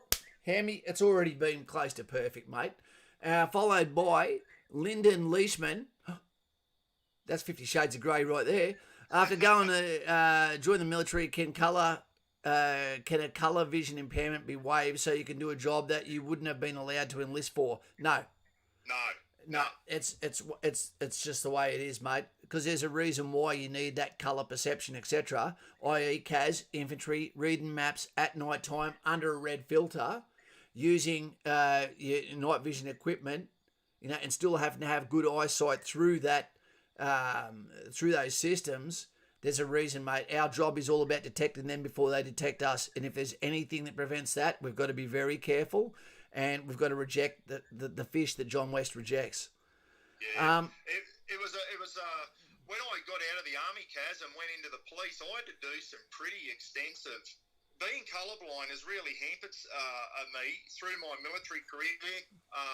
Trying to get a military, I think you don't even can drive a military vehicle now if you're colourblind. That may have changed, but getting into the QPS, the Queensland Police, I had to go through some pretty extensive testing at the Queensland University of Technology in Brisbane and do some real in-depth colour perception testing because the police weren't going to accept me, but they deemed that my colour perception was good enough to go into the police. Yep.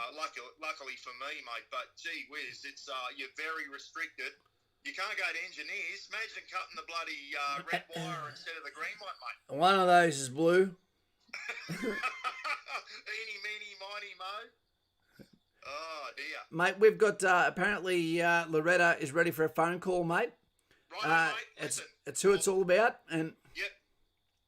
Mate, absolutely pleasure to have you here. I hope that everyone from here subscribes to your channel and takes away how to cook a mud crab in salt water. And catch the bloody things first. I'm hopeless, mate. all the best to your lovely lady and Ken. And, mate, I'll be there at 7 o'clock tomorrow to do my time in the trenches for you as well, mate. So thank you very much. Thank you very much. I just hope this damn YouTube thing works, because I might have to hire one of your young ones there to bloody be me personal assistant to show me how to use the computer, mate, because I'll tell you what, you're better on it than what I am. I'm real basic. But thanks for the call, Kaz. No worries, mate. Part of your channel, mate. Glad I could I'm proud that glad that I could donate. And, mate, I'll watch the rest of the thing from afar. I'll be watching all the comments saying g'day to everyone. And keep up the good work, mate. You've been on for about 2.5 gun tickets now. Yeah, that's it, mate. All one Tully one. Yeah. One day you'll have to put a big stream up in your jail, and we'll do a stream for the prisoners just to entertain them a little bit and let them know, you know that. Yeah, mate. Yeah. I'm still going to ask about what we spoke about, you coming up to do some guest speaking at the prison. Stuff, mate. I'd be great if that could come off. But anyway, we'll talk about that later, mate. Okay, mate. Say good day to Mark. All right, mate. And good luck to all those ones about to go into the military. Good luck, guys. Give it 100%, eh? And bloody proud of yous. And if you can't, then hurt someone else so they stand out worse. That's it, mate. That's it. And anyone going to signal score, wear that Jimmy badge with pride, let me tell you. That's right. Go to Mercury. Righto, mate. See ya. See you, Cobber. Good on you, mate. Honestly, guys, someone with as many kilometres on the clock as Bucko, he is the most humble man. He's a big guy. You know, Rosie's lovely wife, fantastic. His dog, Rafa, is awesome. You know, his brother, Ken, great. Everything he does is like we do, but he's in Queensland. You know, and that's why I wore this for him. Guys, I'm going to give Loretta a call in 2 seconds. What I'm going to do is I'm going to put Lauren on for 2 seconds again, and then we'll get ready for the guest of the moment. So hang with me. Where are we? Mama, ooh, didn't mean to make you cry. If I'm not back again this time tomorrow. Carry on, 'cause casual doesn't really matter. Dum dum dum dum. Goodbye. My time has come. Get ready. Hello? Lauren, can you speak for a couple of seconds while I yet again go to the loo? Okay, you go do a wee. I'll talk to everyone again. Okay. I'll try my best. You're right. I'm not as good at it as you, Kaz, at all. So what do you... you're stuck with me. What do you want to ask me? Ask me anything. There's no guarantee I'll answer, though. So... Has today exceeded your expectations? What? Yeah, seize the day. Yeah. Normally, if Kaz or I needed to do a wee when we were talking to each other, we would just take each other to the toilet with with the other person. Why are we on this world? That's Rory, come on now. 42 is the answer. To do exactly what we're doing today, Rory, to love each other and help each other and, you know, be mates and do it while we're having fun. And that's exactly our purpose, and we're doing it today. Oh, I don't know, Aiden. That would have to be a lot. Are you serious? I don't know if there's a price for that. We can ask. How much do I have to donate to make Kaz Skull a Pepsi? Well, we could ask.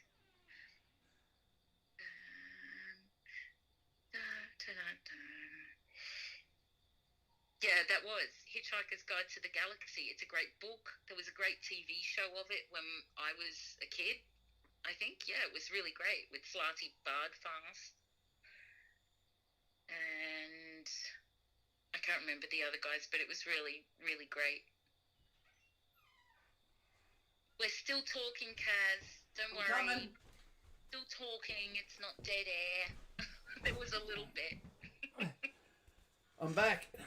Hi, welcome back. Hey, Spark, how you going, mate? Alex Burrell, James Smith. Me and my mates would play bowling and loser has to scull a Pepsi. That's, oh. Well, Kaz, they they were just asking, because I said, ask me anything. And Aiden asked, how much would I have to donate to get Kaz to scull a Pepsi? If someone, if we get 2 members, I'll do a Pepsi. All right. That's only fair with what Stoddy's doing today too. Stoddy's doing his bit. You can do your bit. There you go. 2 more members and Kaz will scull a Pepsi. Oh, you can't scull a Pepsi. I'll sip it painfully. It's not what it said. Did it say scull it? Yeah. All right. Chronic. Yep. Kaz is 30, too old to start infantry career leading into commandos. Oh, sorry. I thought you said, is Kaz too old? Kaz is 30, too old to start an infantry career leading into commandos. If not, should I go for the SFDRS straight off the bat? Oh no, a member just came in. Back and into an infantry battalion. Oh, Chronic. It's so tough, mate, because this all comes down to you. What are you young for 30? Are you old for 30? Why didn't you go before now? Like AP said, they're not looking for kids. Yeah, that's true. No? You know, No. if you're good for 30, that might be fine. And DRS, I would go for that if I was you at your age, because tick tock, your biological clock, it's ticking, tick tock. Go for it, mate. Explain that situation to them at recruiting, and they might go, yep, totally on board. Liam O'Brien, Windscreens O'Brien, great to have you here. Nutsu Cow, that's only one. So Yep. I'm still safe from the Pepsi. Pepsi and the Kraken. Yeah. Hey, Aiden Ruth, I changed shirts for your mum, mate. Yeah. You know, Lovely. we're going to ring up in a minute young Loretta.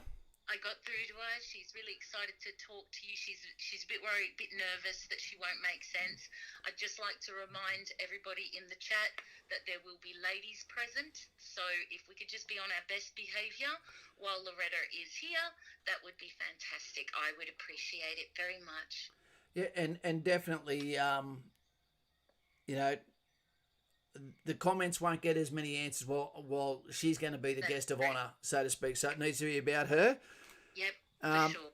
While we're waiting to do that, let me show you something really special. This, guys and gals, when we talk about people that are special to us, etc., my grandfather was supposed to be the best of the Caswells. He worked in the railway his whole life to provide for his family. He lost 2 sons. One of the last sons to die from blood poisoning in New South Wales, tetanus and stuff. And his name was Frank Caswell. And this was his watch. It's got his regimental number on the back of it. He would have checked this 100 times a day as an OCD. And his son, Jim, my dad's brother, gave this to me. And it's such an amazing thing to have an artifact. So try and have only a couple of things that you actually own in your life that are important to you, that you could grab in a house fire and cherish those things, but have something. And one of those things that you give to your children is going to be the medals that you get for service. It doesn't mean you're the best on the ground, but what it does mean is you stepped up and said, I'm going into that fire, and I don't know if it's going to be hot or not. Kaz, We're in I've got trouble. bad news for you. Yeah, I saw it. But can you do it after you've spoken to Loretta? Because I did tell her that it would be between the hours of 4 and 5. Okay. So is that Aiden okay? Ruth, you got me. Just Not too hold on. cow. And you got me to Rory And K. Poor Stoddy. Well done, Stoddy. I got another Kraken down range. Oh, that's right, because he's got to have a shot of rum. He's been doing it the whole time. Why is the medic encouraging it? Because it's his day to let loose. So when did you say we'd be ringing? Between when and when? I said between 4 and 5. Between Is 4. that Okay. So, Rory and Aiden, is that okay? If we we'll speak to her for 10 minutes. yeah, they said that's fair. They're Okay. staying for the Pepsi. Okay. All right. Here we go. All right, well, I'll get off. Okay, Lauren. Bye. Okay, bye. I'll be in chat. Bye. Okay, darling.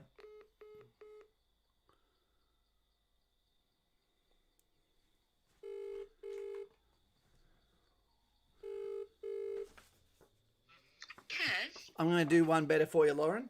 there's What a are you reason doing? why there's an advantage of having the bat phone. I'm going to have you on at the same time that she's on, so she doesn't feel like she's here alone. Do we have the technology? We do. Oh, wow. So I'm amazed. you'll stay on this phone you're on, Okay. and I'll be talking to her on this other, and there'll be other phones. There'll be a three-way. Okay, we'll have a three-way with Loretta. We've had one with JC and Dave. I just went quiet on the screen for a second then. Yeah. We have a lot of three-ways, Kath. There we go. 7 2 9 2. Okay. She may get emotional here, team. I don't know. Yeah. Hello. Hey, how you going, lovely Loretta? Hi, Kaz. How are you? Good. It's the happy cow with Koshi. No. No. I'm, Hello. I'm here with Lauren. She's on the phone beside it. This is the other phone we've got. The microphone's here. There's currently 64 people listening, and we'll talk to you for 10 minutes and just explain to you how you're going. And if you want to say something, that'd be really appreciated and loved. Thank you. Hi, everyone. Everyone, this is Loretta, the lady of the hour. Yeah, could we get some thumbs up in the chat for Loretta, please? Yeah. Someone near Venom, someone named Venom, looks like they're happy to hear that you're on here. It's a weird world we live in, Loretta. Thank you. We've been having a lot of fun today. Like, I wouldn't want you to think it's any chore for us to help because we have actually had a really great day so far and it's only getting better. Oh, I'm glad. Loretta, just a question, mate. What did you think when you got the call from bloody Geoff to say, hey, look, we've got some people going to do something weird for you? How long have you felt like, I don't know, almost like you've been alone, mate? Oh, a long time.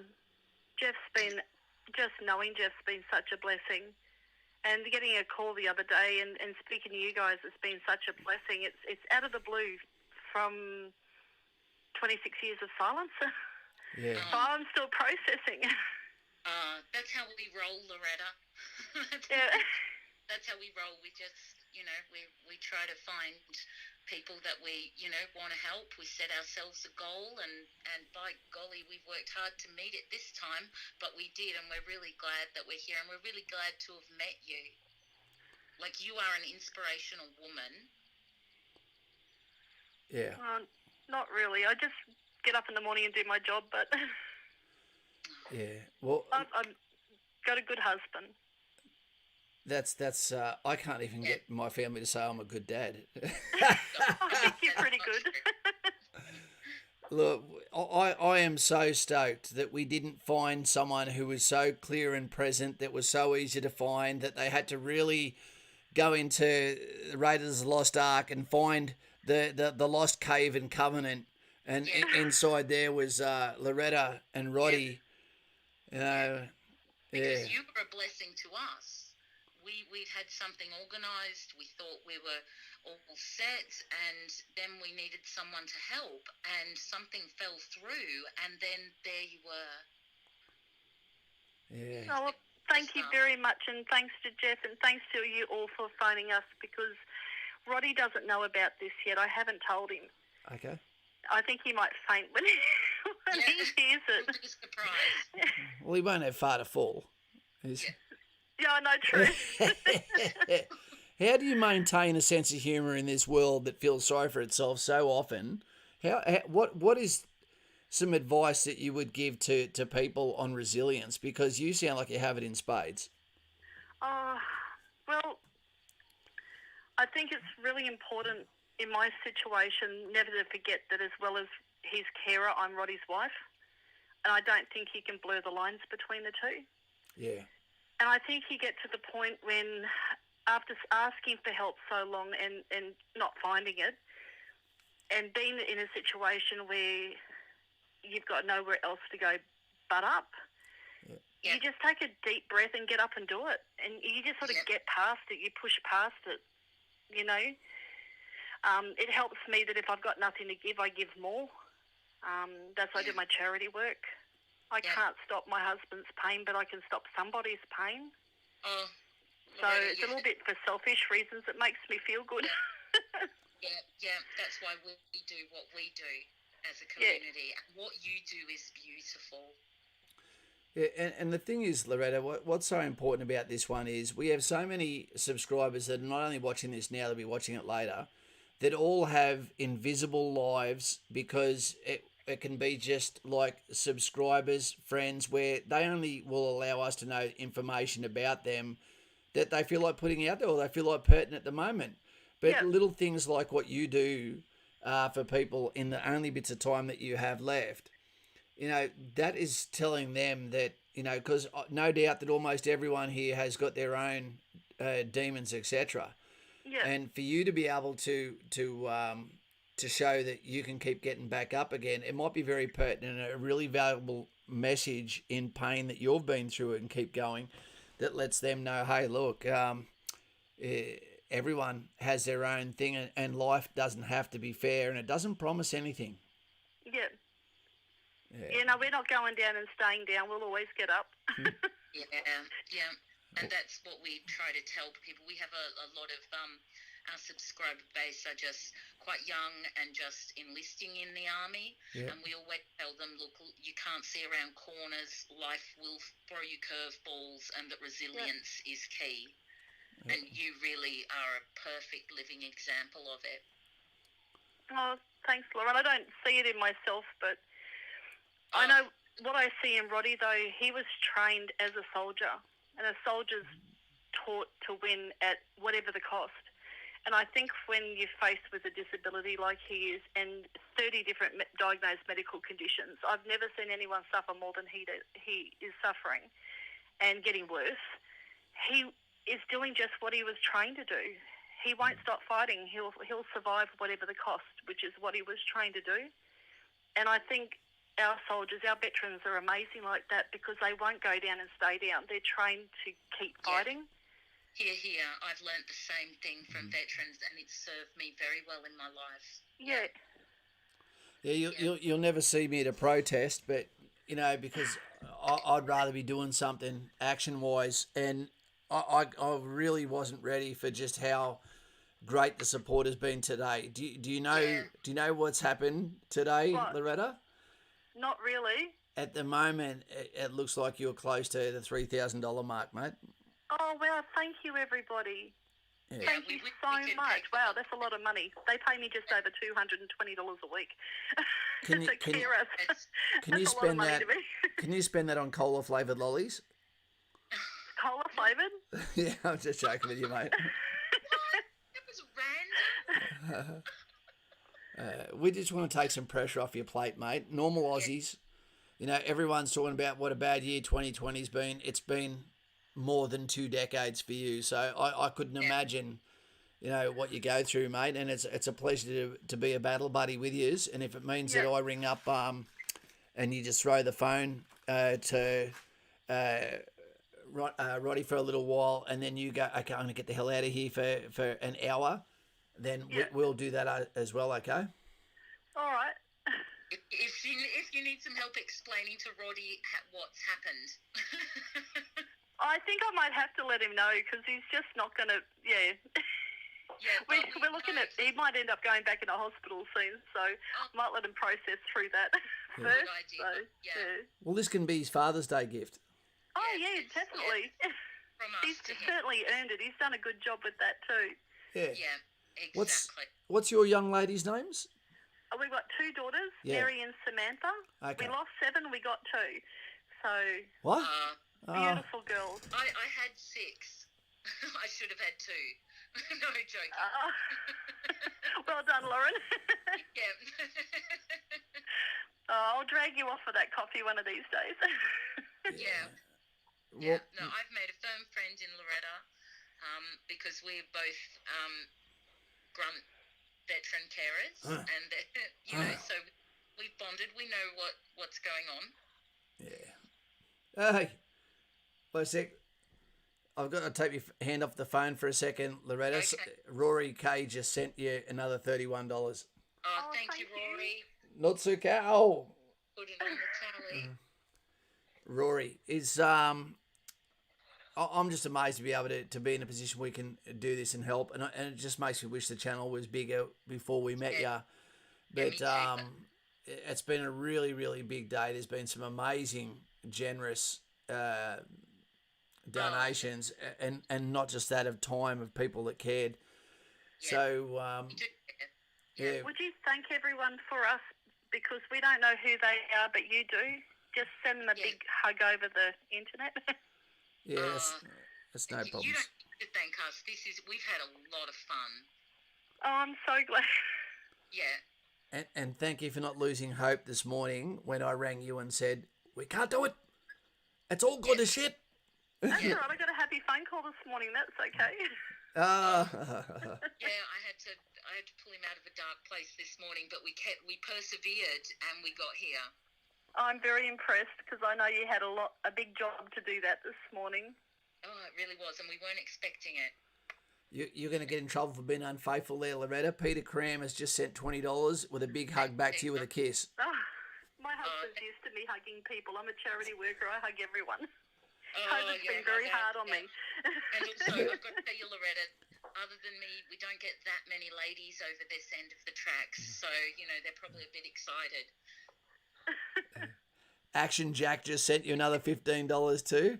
So Thank Action you. Jack, not so cow. Thank you, Action Jack. To help someone that already is a charity worker, and I know how much it sucks to receive when you're a giver, but it's really been a good day, mate. Yeah. Oh, thank you. And thank you so much for, your patience with me. I know I can't always find the words, and as I said, I'm still processing. I'm not one that can sort of put sentences together. You know that now. That's right. Gosh, you're more literate than most of us here. We talk a lot of rubbish, to be honest. I think you sound really good. Thanks, Loretta. Well, Loretta, we're going to let you go now and just go and relax and understand that we're trying to work on a really great Father's Day for Roddie, and thank you. and for you. And please, one of the conditions, and I'm sure on behalf of the ladies that are on the channel, is you have to go and get your hair done. Oh, Yeah, gosh. we really want you I to haven't have had my hair cut by a hairdresser for about 20 years. It hasn't. God, you're gonna make me The, cry, the Loretta. flu hasn't been here for 20 years. I know, but I'm a charity worker. Nobody cares what I look like. They only care about what my work looks like. I just use it's terrible, but it saves a few dollars. And you've got a beautiful, but we've got to get you a spa day. Because like one of our best subscribers just said, one of our moderators, Michael Stott, he said, "Who helps the helper? We do." Oh, thank you. There you go. No, because we know what that's like. All right, darling. Oh, well, thank you all so much. Please have a wonderful and safe Father's Day. We will. And I just don't know there aren't words to thank you enough. Don't worry about it, mate. A big hug for us for Father's Day. Back to you, Lauren. Oh, thank you. Okay, bye, Loretta. We'll talk soon. Thank you. Bye, darling. Bye. Bye. Bye. I think that's I think that's an example of a really nice lady who is, one, not used to getting help, is used to helping others, and is a little bit intimidated that it's coming back her way.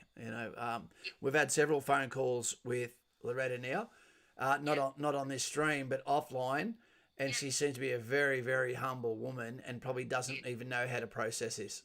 No, that's true. Because it's, we don't really live in a world where it's common that people just, if someone calls for help, people help. And they have really been needing help for a little while. Guess who's here? Terman. They'll 100% understand they will continue to offer you positions. Terman, he's about to go on the 14th.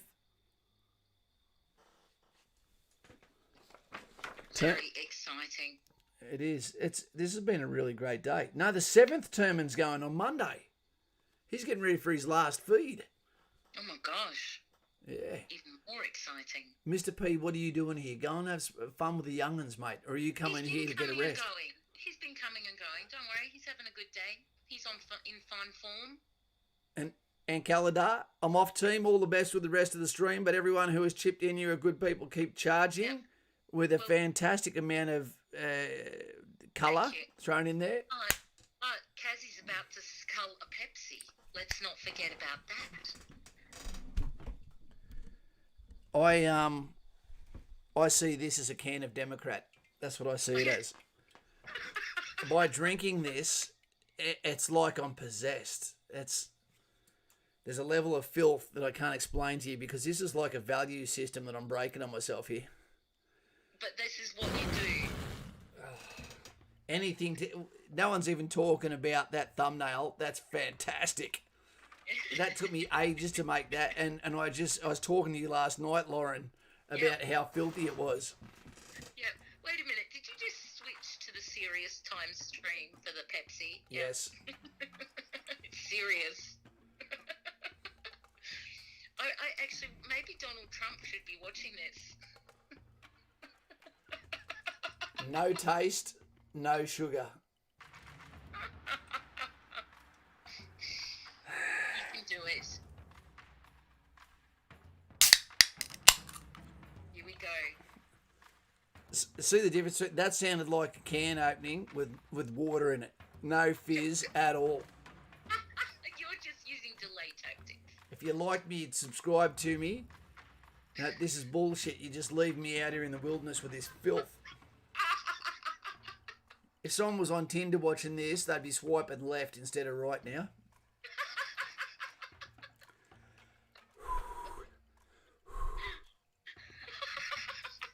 I'm just going to put my Skippy badge down so I don't lose any more credibility.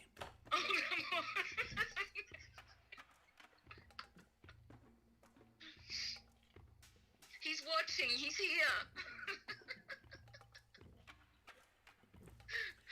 It's like liquid Brussels sprout. It's not that bad. Is it? I can't believe I'm seeing this. I can't believe it. I'm gonna take a clip of this and I'm gonna keep it forever.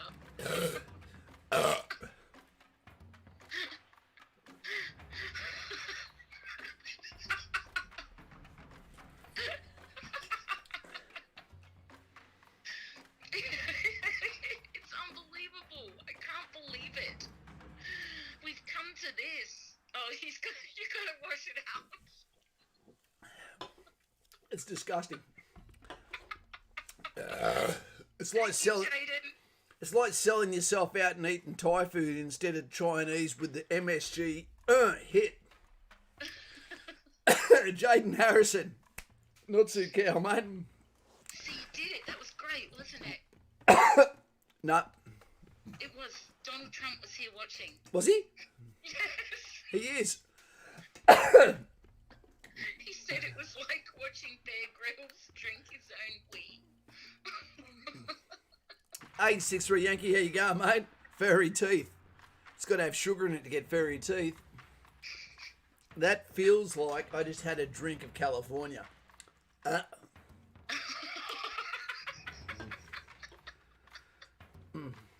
actually can't believe my eyes. Does Kaz have another Pepsi? Aiden, I don't, mate.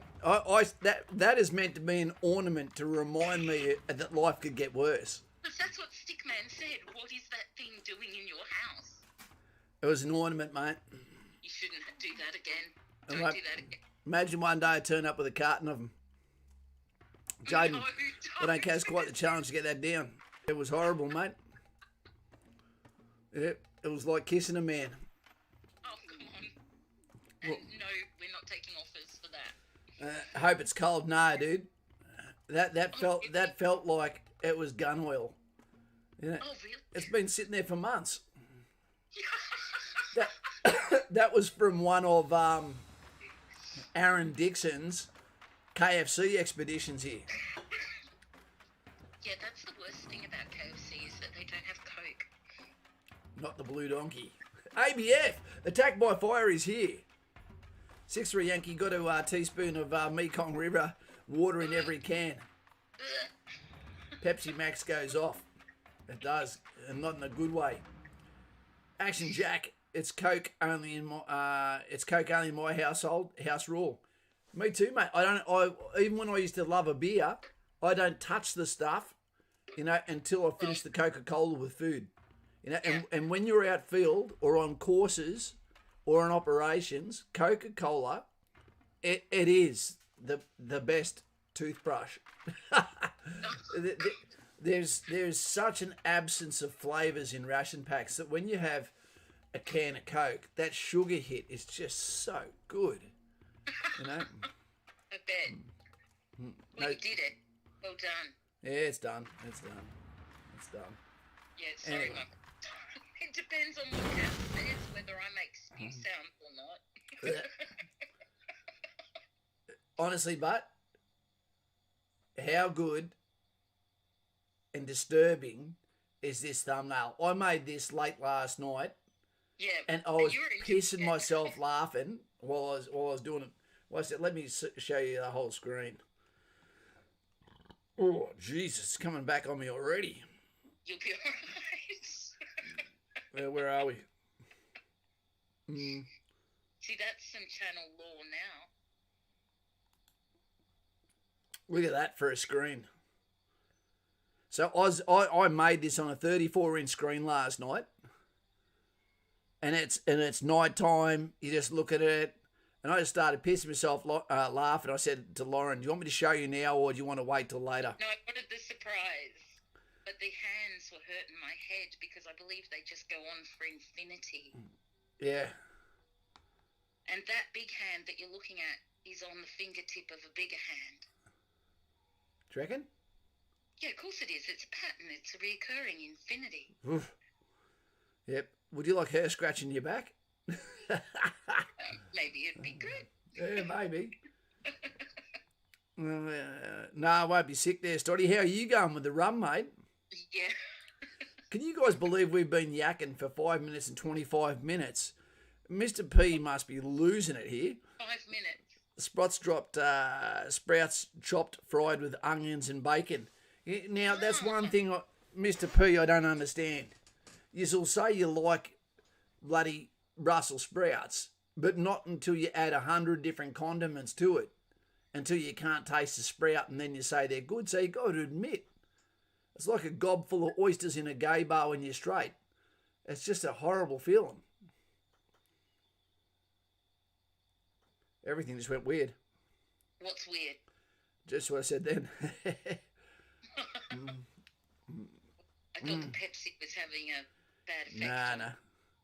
Yeah. Nah. Okay, we've got to go easy. No more Pepsi talk. Do you reckon, if I don't mention his name, Donald would talk on the phone? Yeah, well, did you see that he just said he congrats on a great effort, team. Speak to you tomorrow, Kaz, by Lauren. It would be time. You should ring him now if you're going to ring him. I'm going to see if he'll answer the phone.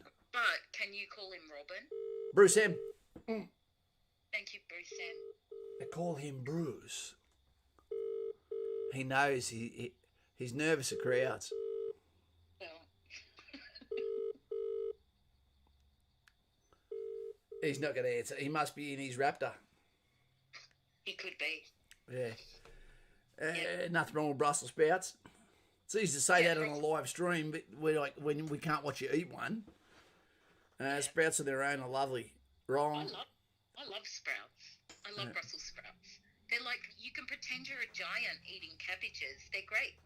Oh, yeah, well, there you go. I only like cabbage when it's inside the old style bloody, what do you call them? Chico roll as well. I love cabbage. Yeah, my nana used to do a really great cabbage that I do for my kids. Yeah. You just chop it up with a bit of butter and pepper. It's delicious. Bruce, it wasn't funny, Sue. That's the only time you'll ever see me drink Pepsi. Hey, Jaden, how you going, mate? Upgraded membership to bearer of coffee. Well done, Jaden. Thank you very much, mate. To what did we owe the pleasure? It's great to have you here. It is. Look, I've got to tell you, guys, my plan with this channel is it will continue growing, you know.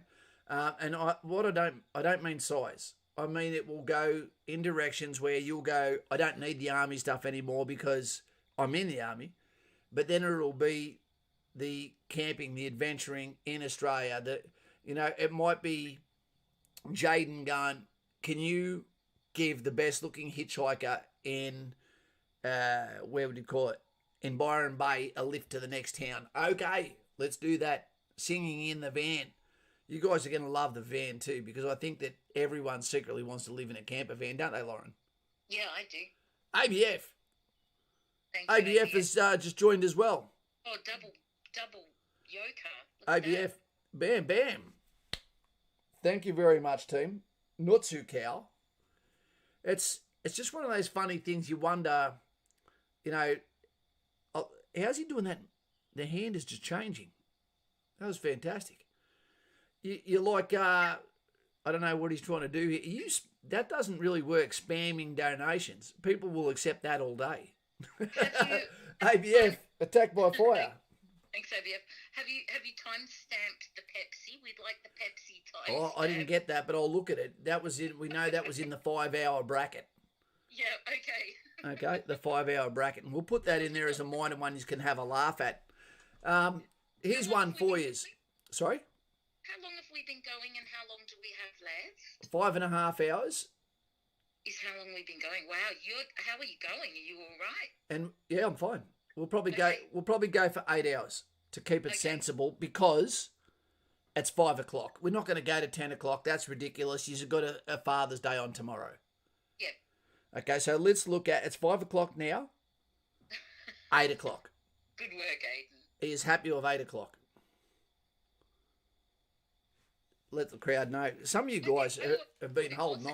Look, Mr. P's glitching out. He must be twitching.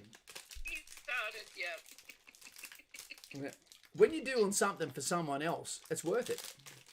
It is worth it. Yes, it is certainly worth it. And I'm getting taken to lunch by my daughter tomorrow. Oh, that's lovely. I was going to ask you what you're up to for Father's Day. I'm having a game of Call of Cthulhu with my family and their dad, JP, who's in the chat right now. So I'm going to put on, he wanted a finger food spread. So I'm going to make a lot of sandwiches and make a big feast for him while we play Call of Cthulhu. There is nothing better than like finger food, but as a meal, almost like what do you call it? What do you call it when it's the Chinese food, when they do baskets and baskets of? Like a buffet? No.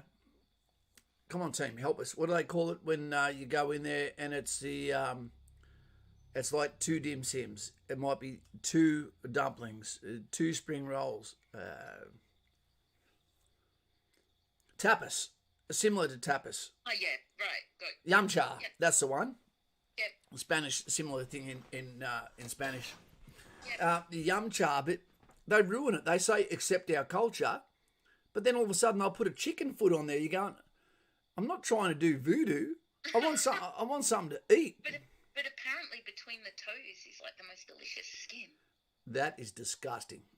There is things in this world that you are not meant to touch, regardless of how good it tastes or how good it feels. But it'd be great, you just pull the fingers apart and get in there. It'd Bruce, be delicious. Bruce M, the T6 project, how's that going? What's a T6, everyone? That is the VW van. No one is more back to front than VW for starters, and I'll explain something. They're the only people that will bring out an overpriced camping van and then make it the smallest van to sleep in. How goddamn stupid is that? Short wheelbase for a camper van. Yet the T6 will now be used as a transporter, their delivery van, to make up for the mistakes they've made. And now the T6.1 is coming out. And again, short wheelbase. The new combi, short wheelbase. It's supposed to be a mini camper van you live in. And let's make it as small, let's make it as crushy as possible. It doesn't make sense. They're expensive. Okay. Mr. P's just going to go play the iPad, or is he turning it up? I don't know. He normally, I think, plays an iPad game around now. Oh, okay. Yep. You just come in and out, Mr. P, whenever you like. Yep. Yeah, look, someone would choose chicken feet over sprouts. Chicken wings. Look, we keep making Storty crave food. We need to order them some. He's going to like the bloody next one then. How many spots in the top 100 are left? Is that for membership? We're up to, I think, 115 or 116 members now, mate. Yeah, we're still going, Sophie. Yeah. Sophie, g'day, mate. How you going? Sophie, it's been fantastic. We actually got to, and that's a lovely name, by the way. We got to speak to Loretta, who the day is all about, that not just the carer, but the wife of Roddie. And hearing her explain that for 26 years that she's been beside him, watching him get worse and worse and worse, and his medical conditions now are at 30 different individual situations, ailments, and he's bloody 49 years old. It's crushing. Yeah, it really is. Yeah. You know, it's just, you just think how much you take for granted, you know. And operating at the sharp end for as long as I did, there's so many opportunities to have been injured from either weapon systems or just chance out in field, climbing up bloody the sides of mountains with a pack on where there's no one to hear you scream if you fall. Armoured vehicles, people that have lost lives around me. You know, it's been on operations wondering, you know, are you ever the one that's in the site? There's all these areas where losing your life is probably not as bad as being crippled by something, and then watching the world travel by like no one remembered your name, despite the fact that you did everything you could to be one of the weakest Marvel characters that would be there. Batman is my favourite, but he's not Marvel, I don't think. Yeah, it's very sad to hear. Thank you for bringing awareness to this. Do you know what the crazy thing is, Miss Sophie, is the fact we'd never heard of these people just over 36 hours ago. Hadn't even heard of them. So that's how quick we mobilised to help this family. And I've got to tell you, it sucked preparing for this the whole time. Nothing was working at all. Kaz, I've got to interrupt you. There's an impromptu, flash mob has happened in the chat, and everybody is singing along to the Labyrinth song. I don't know that song. Yeah, you know Labyrinth, David Bowie in tights, really chic mullet. Labyrinth. Yeah, I don't listen to music. No, it was a movie way back. Oh, okay. When we were really young. Okay. Because I thought the never-ending story, but... Yeah.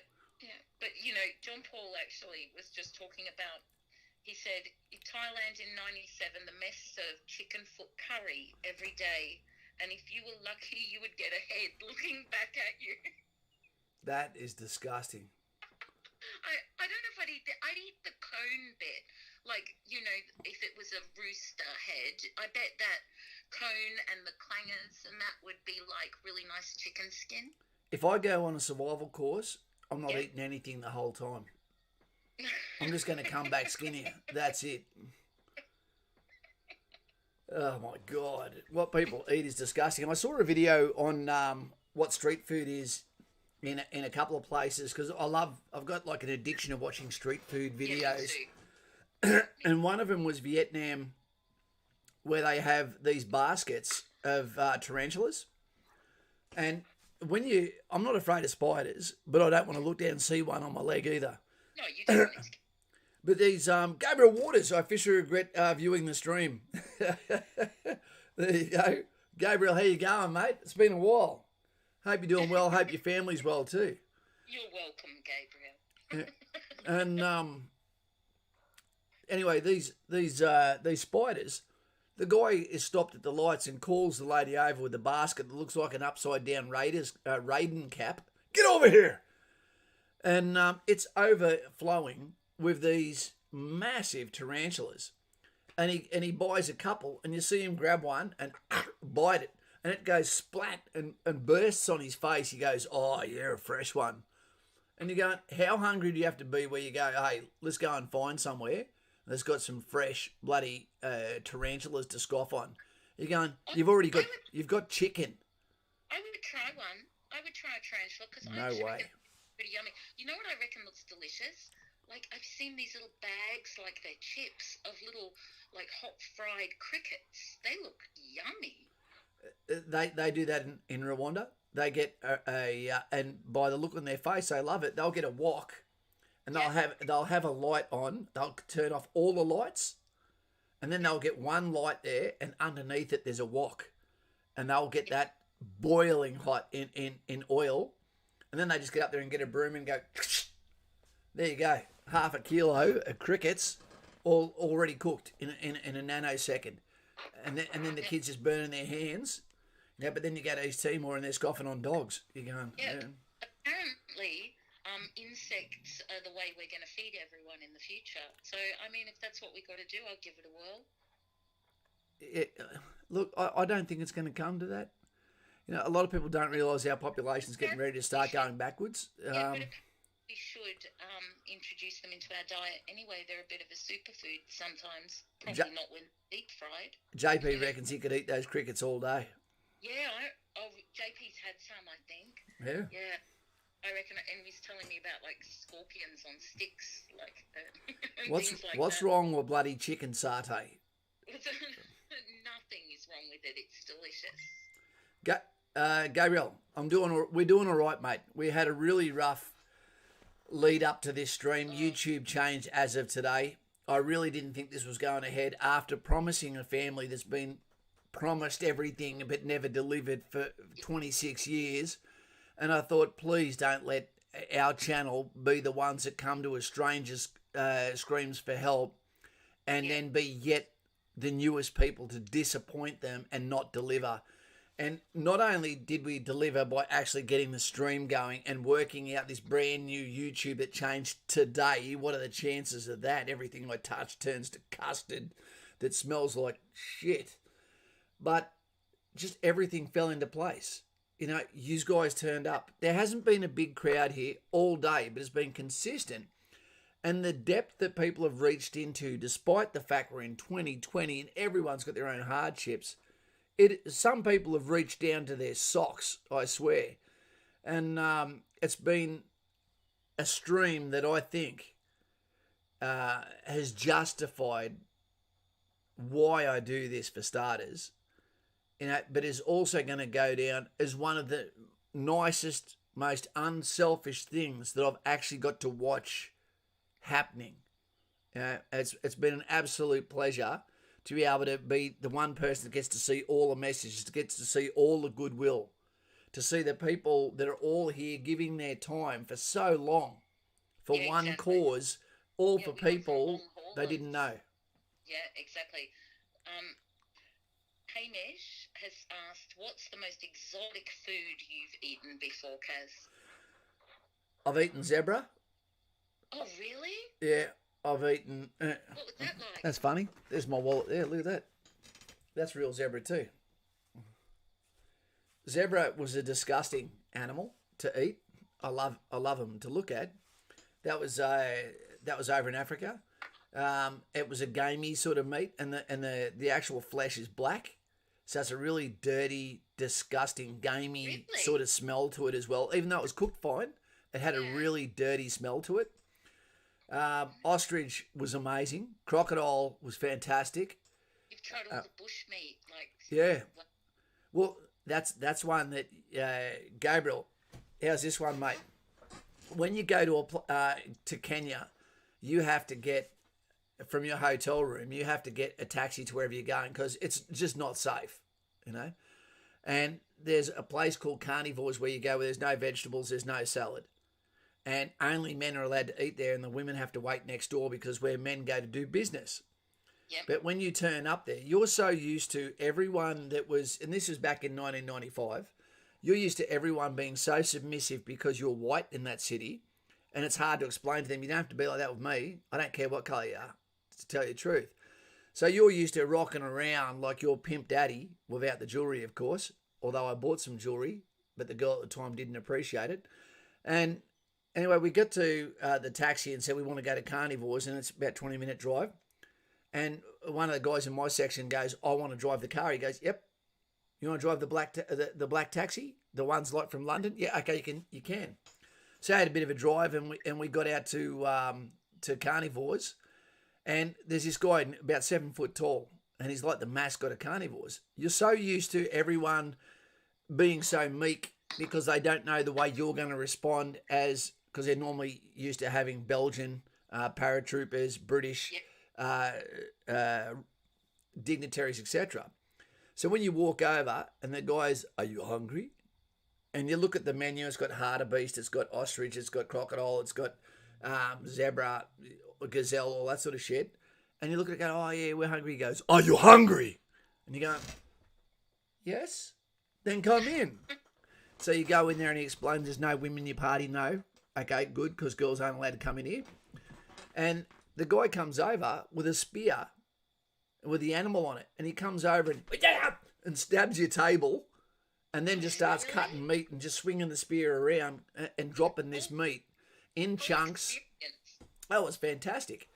And when you're done, you flag, you take it out of the 30-something condiment sauces and place it in to say you're done. And then they go, "Okay, good. The ladies are waiting next door for the men that want to go and try to chat them up." And that's where all the ladies go to meet the businessmen. And then you spend the rest of the night shitting game meat. It was horrible, disgusting. Okay. Good experience. Yeah. Not sure of food. I ate dog in Timor. I believe it was dog. You know, we couldn't say no. We rescued a village, so to speak, and we gave them their Christmas back. And so we got invited to a village dinner, and I had never tasted any meat like that. Yeah. And Timor Christmas was special. Yeah. Yeah, it was. I think it was definitely canine. Sorry, is Kent here? Yeah, Is Rob Kent? maybe we just ease up on the. Maybe we need to change the conversation even. Yeah, you're right. It makes me want to go and buy a puppy. How are we going for likes? Okay, team, if you can, just tap the like button so that YouTube knows we're here. Send some more people over. Anyone tried balut? Oh, Sophie, that's one of the funniest stories I've ever heard. I haven't had it, and I'll never eat it. But I laugh when the people tell me about it. What is it? Balut. Yeah. That's like an off egg, like those 100-year-old eggs or whatever. Yeah, no thanks. My mate, he had one in the Philippines, and he said that because his wife comes from the Philippines, and when you're in the hotel, you can hear them walking through the hallway, balut, balut, so because they love it. They come charging out to get it, and he's like, it's even haunting him now from the corridors of his hotel. Oh, yikes. Mr. Buccarini just said something that's going to haunt me. I never thought about that, Mr. Buccarini. What is the food like in prison? Oh, Hamish, he had balut in Vietnam. If you go back twice, is that like a second tour in Nam? Yuck. Sophie, I bet you didn't get a Valentine's Day kiss after that one. Balut is a fertilised developing egg embryo that is boiled and eaten from the shell. Yeah. That is a level of filth. Yeah, how did we get here from drinking a Pepsi? See, it was a mistake getting you to drink the Pepsi. Oh, so do you feel like a Big Mac? Oh, hey, let's get a balut instead. Yeah. I wish they put more bloody MSG in the food over here. I reckon that was like getting rid of guns. I wish we'd kept the MSG. But I think the monosodium glutamate's been sort of regulated for a while now. It has been. Mr. Patterson, it is fetus duck cooked in shell. That's horrible. Mr. Buccaroony reckons it's my fault. What have I done? I'm the victim here. It's Gaz's fault. You're the victim because of the Pepsi incident. All right. We've got 2 hours and 40 minutes left, team. Again, like we've said to everyone, you don't need to hang out here forever. We've appreciated everything you've done. You know, Geoduck. Gooey duck. Tastes, gooey duck, sorry. Tastes like a sweet type of fish. Do you want me to send you another picture of it? No. That's right, you showed me that was disgusting. That's a gooey duck. Let's put this video back on for 2 minutes for those that haven't had their military fix yet. It's just going to be the little one. Bucko, I don't know if you've seen this before. The photography, I love videography. This is amazing. This is really amazing. What's this question? I can't talk about that, Sophie. If we talk about those sort of things, we get censored straight away and the stream turns off. You know, and Lauren can vouch for that. People thought for a long time, Kaz, it's your technical equipment. Not so much. Yeah, but we've just got to stay in the flags. So there's some things we just can't talk about because of the YouTube algorithm. So this is about us today. So even if you're not into military, look at this from a video perspective, Bucko, how amazing this is. One dead enemy! I'd love to talk to you about it, Sophie.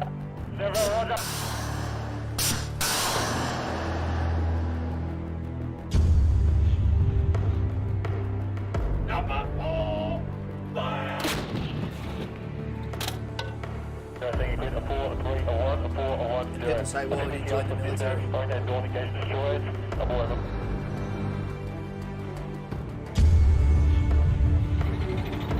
That's a smoking cannon right there, gun. I believe that's high range. Where you do all your training when you go up to Townsville.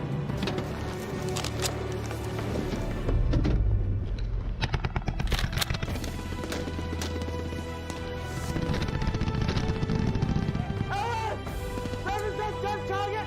50 meters! 20 rounds open! Fire!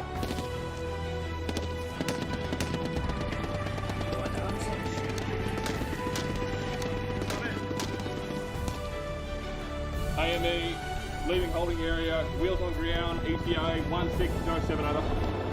AME open up station and from 1607 over. ABC getting used as an ambulance. Kazakh.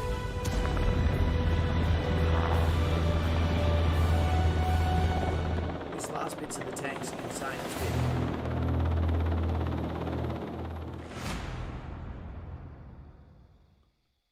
Amazing.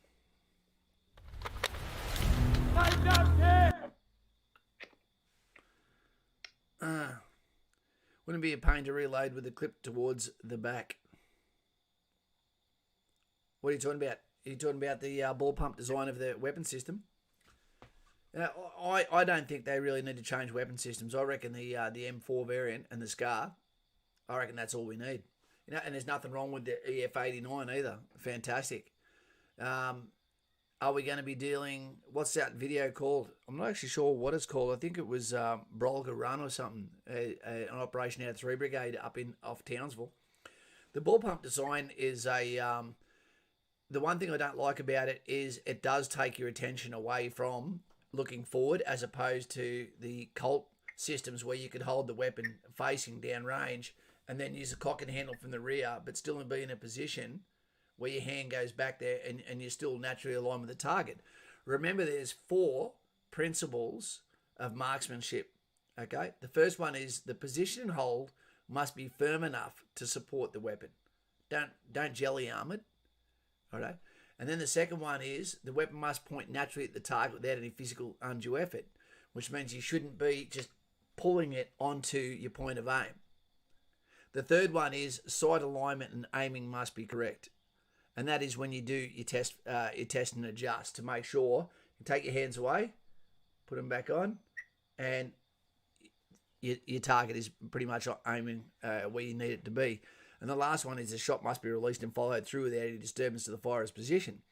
And what that's all about is you don't just let your finger straight off a trigger.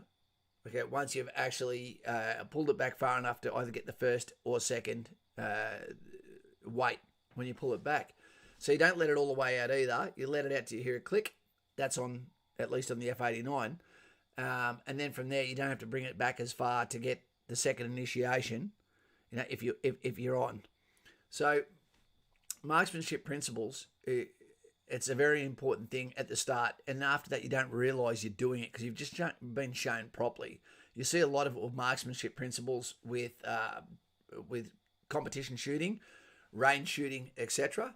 And then there's the point system, where you can use the point where if you naturally step towards the target, that's going to give you balance, but at the same time, your finger outside the trigger guard, indexing, while your other finger's on the forward hand grip, etc., whether that be the M4, whether that be the ball pump design EF89, EF88, whatever, then all you do is step, point at the target, and you're already basically there. It's just posturing.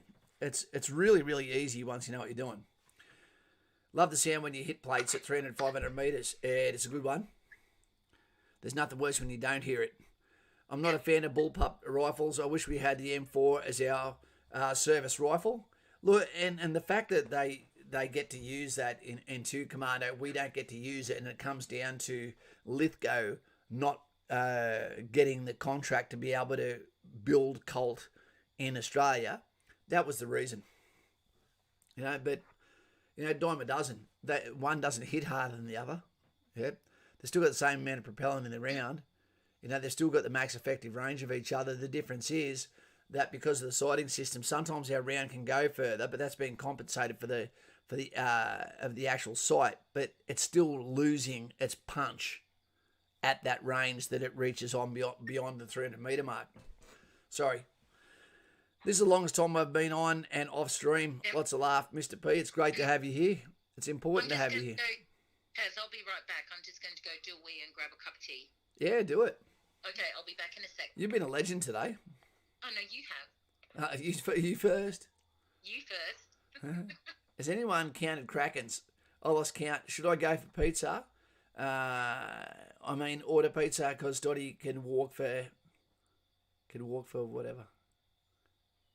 Krakens.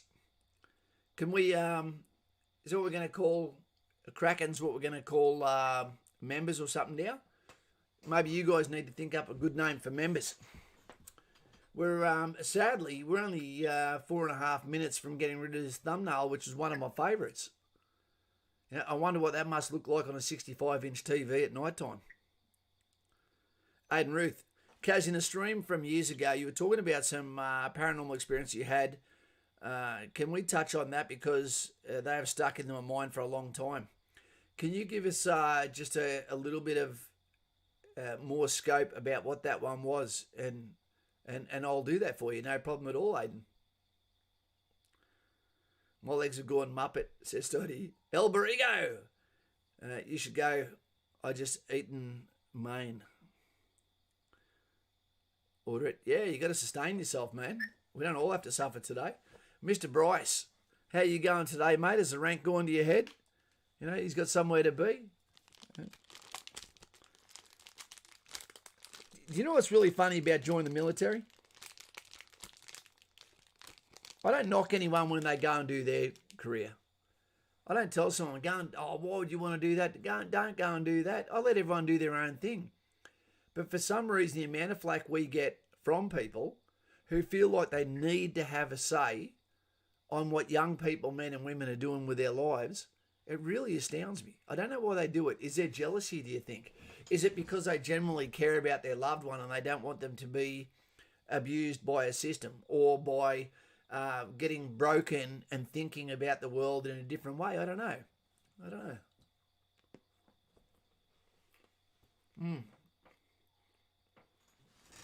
Stoddy's holding location. What he means is he's starting to go to sleep on the lounge. Do I still make the adult stories? I haven't made one for a while, Bailey, but it's one of my favourite things.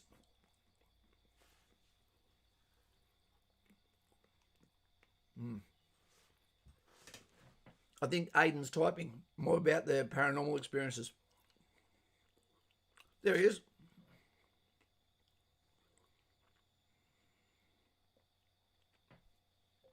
All right. Aidan, that's about all I remember. It may have involved some sort of medical location, another soldier. Rex, can you still never say... can you still never said the name of that armoured crew channel? That's the Turret of Swar. SWAH. Swinging the turret with Swa? Oh. Scotty Healy is his name.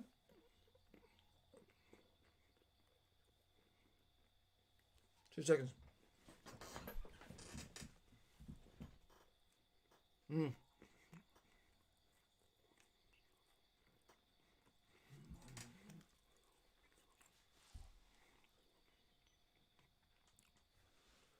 Gabriel. Wait 2 seconds. I'm going to take a photo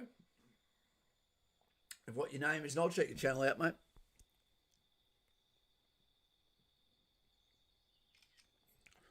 I'll check it out.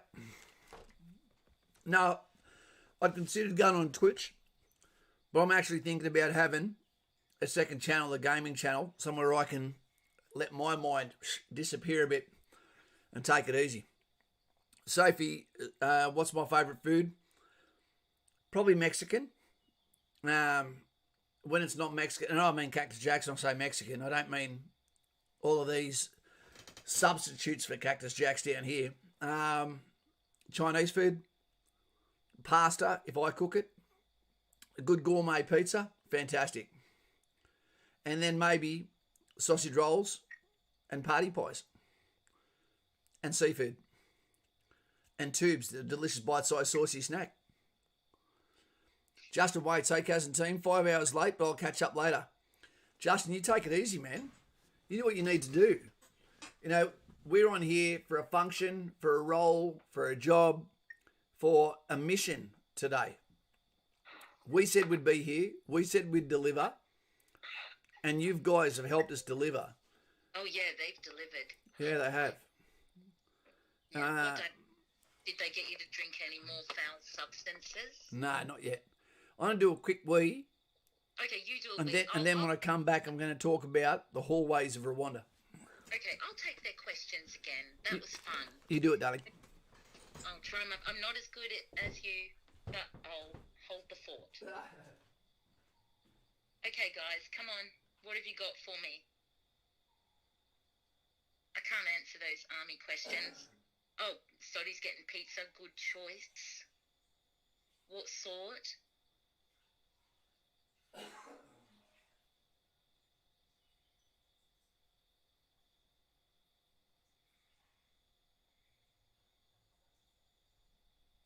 Oh, thank you, Sophie.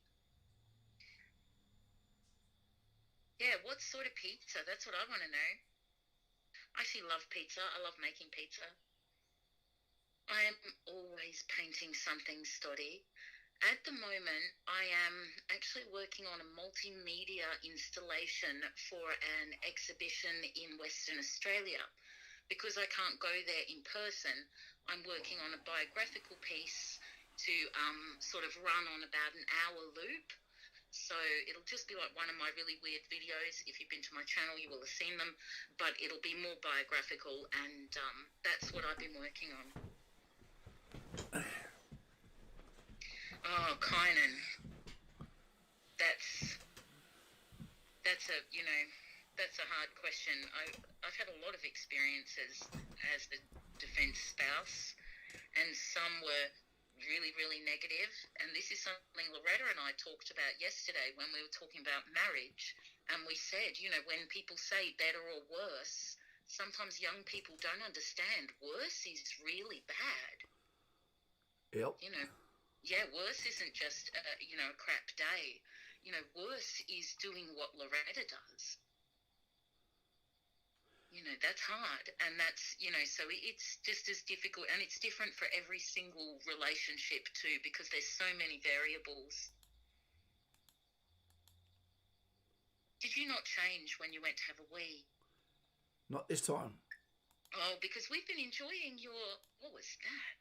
We've been enjoying your costume changes. Said that you had more than Barry Manilow, but Mr. Patterson thought it was more like Elton John.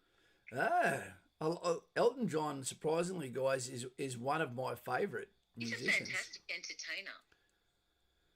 You know, great songs. This one is let's just hide it up a little bit. Yeah.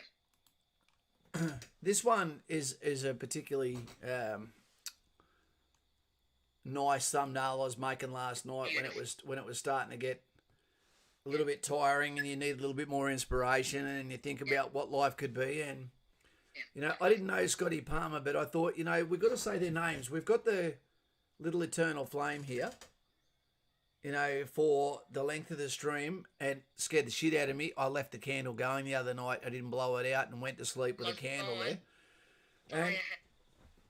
And I think it's important to always say soldiers' names. You know, I know I say them too often, the same ones too often. I think, yeah, but like I always say Benjamin Chuck, who's the good-looking gentleman who's there in the centre. He lost his life in a helicopter direct action, you know, in Afghanistan, with Scotty Palmer, who's on his left, and Tim Applin, who let all of his rank go from being a platoon sergeant and beyond an instructor to then go over and be a private in the 2nd Commando Regiment. And he lost his life with beside these two guys, so they must always be in the same photo together. Yeah, so say my name. That's it. Tim Applin. You know, Benjamin Chuck. Gordon Chuck, his father. Mucho respect. And Scotty Palmer beside him. Yeah. So there we go. Today is about remembering those guys too, and that you can make one wrong step in your life, but there's also consequences of saying, I want to do more in my life. I want more in my career. You know, so just remember that one too. Yeah. We're talking about paranormal stuff. And really? I missed it. That's like one of my favourite subjects. Well, we're about to talk about it, so you'll be laughing. You're going to go to some areas, especially when you go overseas, that is very, very dark. Being in Rwanda is one of the most darkest energy places I've ever been. Not only because more than 1 million people potentially murderers that haven't been brought to justice in an area that's smaller than Tasmania. But because there was basically every bit of square space had misery attached to it, whether it be nuisance mines, whether it be the victims in the streets. But I remember there was a hospital that we worked in, not the King Faisal Hospital in Kigali. It was another one that was beside the old academy where the Australians, the Gurkhas, the Indians all worked out of, with a Canadian outpost just below us. But when we went to the hospital, it was attached to also the African hospital. So what happened was, you'd be walking through this impossibly long hallway that felt like bloody poltergeist. You know, you'd be there by yourself, 3 o'clock in the morning, walking down this hallway that has got damage from the war, and you would see and smell some of the weirdest things. And I remember it was so strong, it felt like it was the opacity on life had been turned down to you just can't see it, but it's there. It's like if you've ever scuba dived in an area where there can be great whites, but you're not sure if they're there. And how often you keep swearing that you saw something. I saw something over there. Yeah. And that's how it feels, like there was something wanted you to see or it wanted to play with your mind. You know, that's almost creepy because I actually collect ghost stories from veterans, and I have been since I used to tattoo them.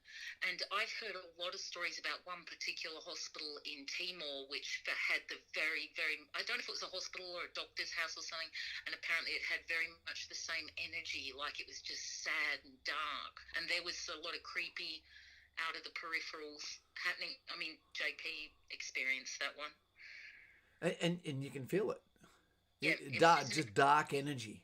Maybe if there's so much like sadness and that it imprints on the land. Yeah. We don't know. Mystery. Tattoos of land. Hey, Sophie is saying, throwing a tribute out here too. I'll hold this one up for you at the cost of my fingers at the moment. To Jacob Moreland and Darren Smith. Darren Smith is a really common name in the Australian Army. One of my best friends, his name is Darren Smith, and we call him the coward of the county. He's far from a coward. But, yeah, tip of the hat to you lads, and for what you gave. The other one is for Mr. Bryce out there for Snowy and Dazza, all the best there. And so this is a place where if you ever feel like you want to bring someone's name up, and it doesn't have to be military, we're more than happy to give respect to someone, to say the name, to lest we forget, etc. It's true. Albino Nick, nice tan. How you going, mate? And straight underneath is Lance Corporal Riley Brown. You know you love your rank. If you want to be a real Lance Corporal here, all you can do is become a member, and you'll be one for 30 days in 30 days. That's true. I dare you, Riley Brown. Poor Stoddy's getting worried. That's a really good point you brought up, Pete Cake. Is Kapuka haunted? I know I'm going to open up a can of worms here. I don't believe in things being haunted. I believe there is dark energy. It's just more than what we could know. Yeah. Well, the reason why I say that is because you can have areas where there has never been a life lost, but you can feel the darkness there. You can just feel it, the energy. Kapuka is the perception. When people say Kapuka is easy, you go, but dude, people have catastrophically taken their own life there. The stress that they felt, the perception has been so real for them that they couldn't bear it, they couldn't take it, and they broke. Yeah. Now, that is clearly someone who wasn't a team member, teammate, maybe heard news from home. I don't know. Maybe had underlying issues that they hadn't disclosed. Right on. There's all variables that could happen, but, I don't know. Has anyone got a Kapuka ghost story? That'd be great to hear. Kynan said, would you go to the old war hospitals or asylums?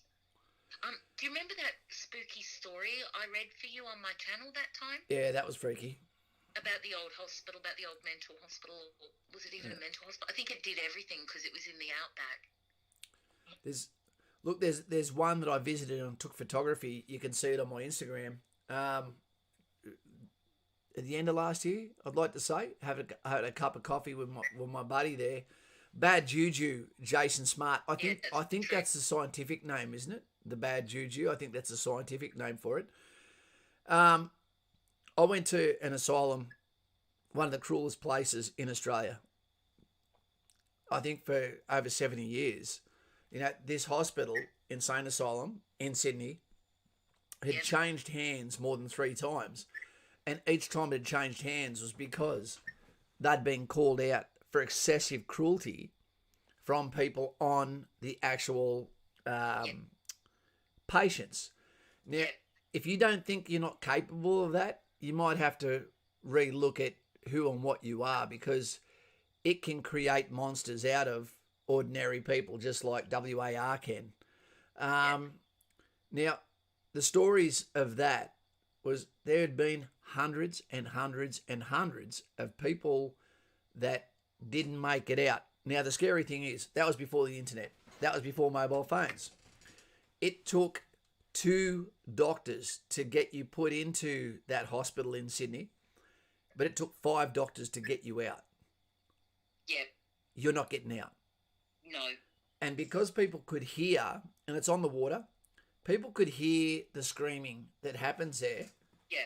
And that could be you calling for help. You might be in there for the wrong reasons. You might be in there for political reasons. You could be in there for any number of reasons. He doesn't like you. You could be there for any number of reasons. But even when you scream to the person to say, I'm in Shutter Island, I shouldn't be here, they're going to go, and that's kind of what everyone thinks. I actually only just watched Shutter Island the other day. It's fantastic. I was really surprised. I'm not a huge Leonardo DiCaprio sort of fan. He kind of looks like a little boy to me. So, but he's in some pretty good films. Yeah. And I thought, I need something to watch in the bath. And it was a great film. People should watch it. It's a great one. And there's a real spin on the end, isn't there? Jason Smart corrected us. He said the scientific term is actually Juju Magumbo. Okay. Yeah. There you go. I didn't know there was a scientific term for it. It's the technical term, isn't it? Yeah. There you go. Yeah. So with this hospital, they found someone. There was someone that had died at that hospital in Sydney, and the photos there, it feels dark energy. It really does.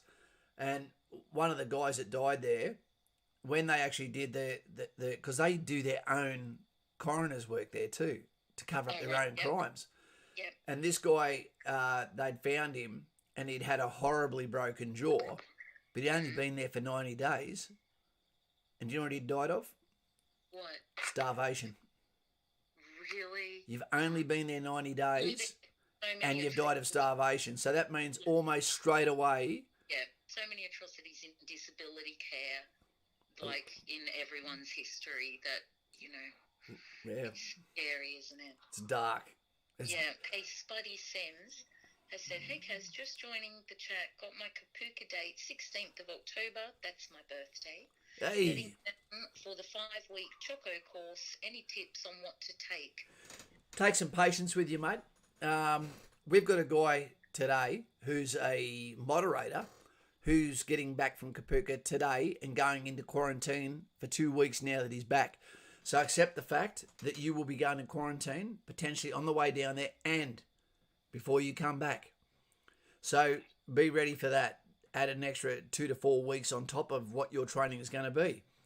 The other one is, he said, the platoon identities, there was one that was one group, one was the other group, so you got a sister platoon. One of the platoons, funny enough, that listened a lot to Kaz, got on fine. Kicked goals, did great. The other one did very, very poorly. Some of the advice that we gave to the people that went for the 5 weeks that have just got back ready to do quarantine was they took me up on that tactic to sit down as a group, to talk about the day, to nominate people daily, to take up the responsibility of saying, I'll be the unofficial second in command today, where the staff don't need to know about that. But if it's hard yakka, he's going to let everyone know, okay, team, I'm at the helm today. It's my go. Everyone needs to be out here at this time. Come and help me with this. Come and help me with that. Stop. Okay. As a group, let's go. So there's cohesion. Your best friend might be in 4 section. You might be in 1 section. Guess what? You don't go and hang out with your mate. You hang out with your section. They are the people. They are your battle buddies. They're the ones you've got to watch out for. Because if 1 section looks good, and 2 section, 3 section, 4 section don't, that's none of your responsibility. You are the franchise. You are the Cowboys. Okay, inside that NRL. Okay, franchise. So look after them. Yeah, go the Cowboys. Yep. Make yourself a battle buddy. Get someone there that sleeps across from you, and you pledge, I will always put you first. But you will have to put me first. That way, nothing is left undone, and you'll be fine. It's all about, as soon as you go selfish, you're going to miss something. You have to be right 100% of the time. If you have battle buddies, you've both got to be wrong. And there's some things where you cannot win at, where you won't have enough time, where it's all part of the teaching about instinctive command. When do I want it done? Now. No time to question. Just get it done deliberately, given not enough time to get it done, to make a common enemy of the staff, to make the civilians bond together, learn about teamwork, depend on each other, earn a trust with someone you wouldn't normally have a beer with, and then from there, you do well. Bailey's Hat says, I just say Hotel Rwanda at school, a lot of people are in tears. You know the funny thing about that Bailey's Hat? That movie is so watered down. It is so stripped back. Yeah. It is so much worse than that. Yeah. Can we see some thumbs up? Who here? G'day, Sachet. G'day, mate. Are you related to Tendulkar? Sachet comes here quite a bit. Yeah. I think we've asked him that too. Yeah, I think so. I think you ask every time. Put a thumbs up if you've heard of Diane Fossey. Oh, yeah. Diane Fossey, Gorillas in the Mist. Yeah. There's a fantastic lady, and her name was Madame Carr. I believe she's been murdered since then, just like Diane Fossey.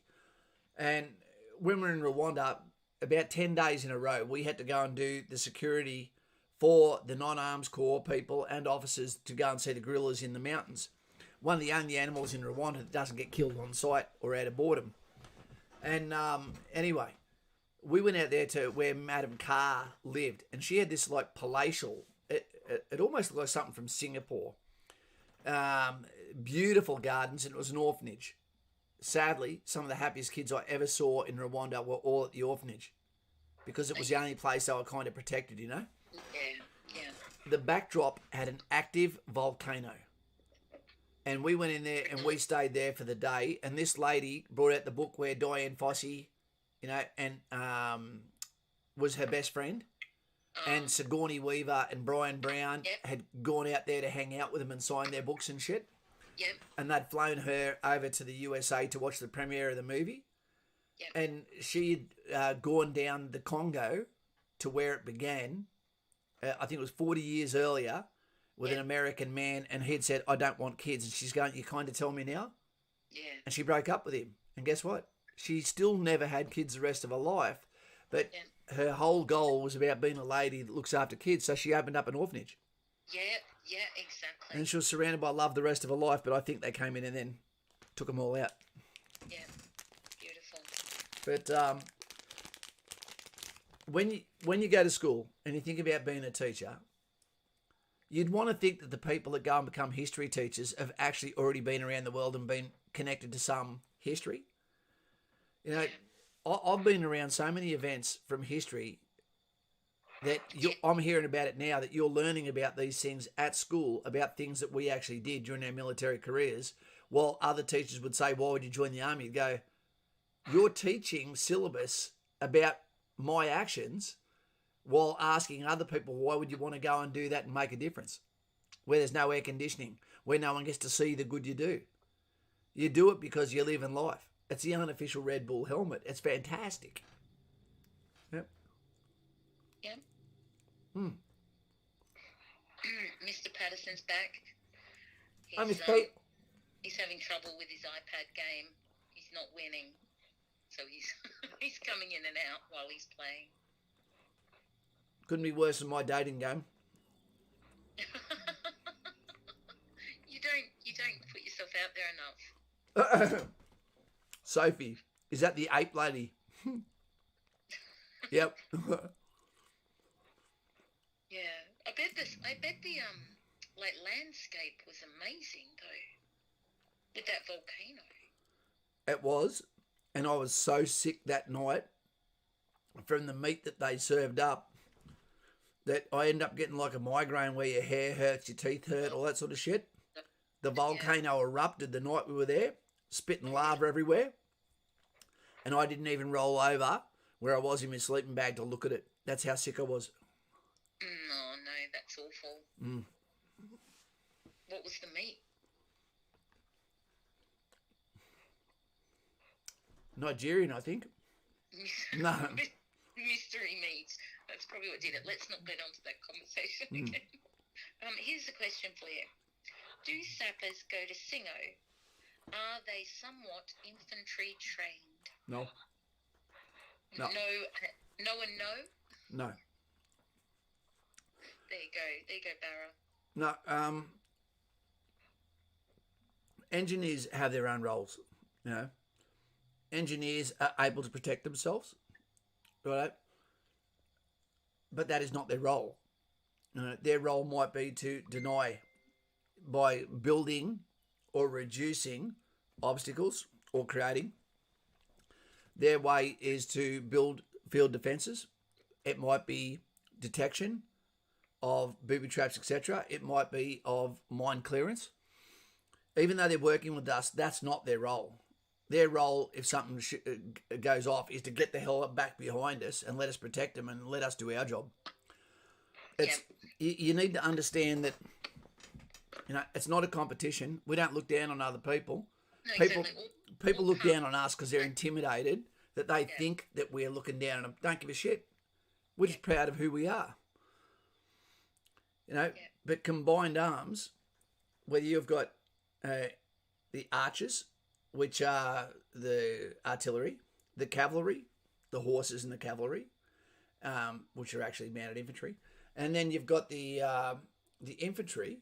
Those three things together make a perfect paper, scissors, rock. And then throw on top of them aviation, and then signals, and then engineers, right, and then intelligence, and all those things together. Any one of those ingredients out, there's a little bit of a hole in the game. So you've got the kinetic guys, and then you've got the building guys.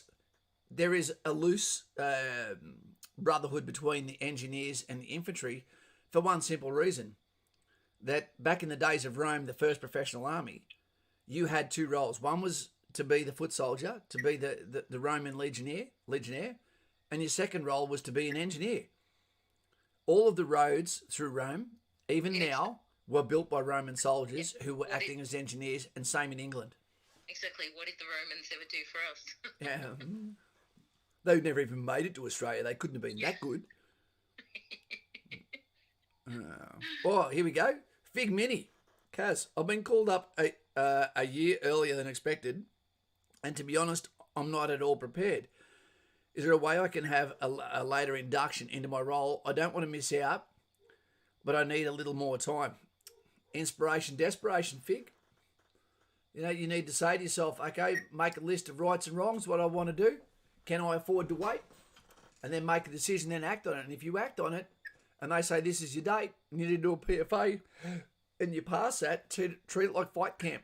Conor McGregor, fight at the last moment. You know, you need to prepare, and that means no more time off, no more fun. You get in there, you get the job done, and you get it done now. Ryanopoulos. Hey, Ryanopoulos is here. The red cow. Not too cow. That's not red. That's pink. The pink cow. It's What like is a it? What is the raspberry. go with ladies where you always try to talk red into pink into being red? It's not. It's raspberry red. You wear that in Broken Hill and say it's raspberry red, and It is. the jaw is sore yet, Kaz. I've got a bit of cotton mouth Rhinopoulos, but Oh, you're doing so good, Kaz. We're doing I don't okay. even do it. Every time you do a wee, I just fail at hosting because I find myself just reading the chat. well, we've got a great question there. We've got John A. This is a really, really great question. One of the better questions we've had all day from John A. Hey all, just got in. What's the fundraiser cause? This was a last minute call to action where Lauren and I, when we started to do the research on this, realised it can't wait.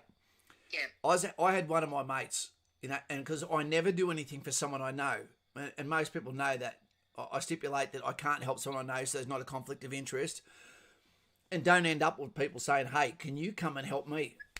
Not so cow, Rhinopoulos. Can you come and help me? So to avoid that, I don't do that. Well, the guy that's walking through shale, I wanted to build steps for, you know, so to speak, to help him get forward in life. He had attack of the guilts and hasn't returned a message since I said that he was the one we're going to do it for. So I thought, well, we need to do this for someone, you know, and then I put the word out, and JC had some people, and I was just like, I just need someone, you know, who's a little bit more desperate at the moment that has nothing left. Nothing.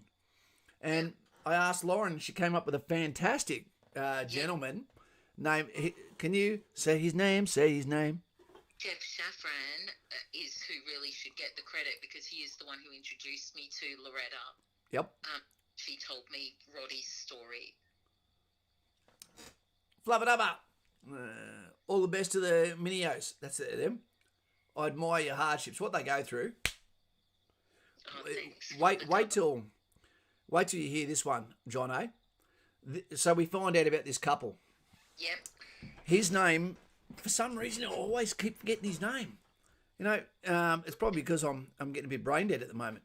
Yeah, understandable at this hour. But Loretta and Roddie, Yep. Roddie joined the army in 1991. He'd only been in for a year or so, and he hurt himself at the same time that he kind of met Loretta. Yep. But he ended up being discharged from the military, and they had 2 children, and then he had, and it was a spinal fracture.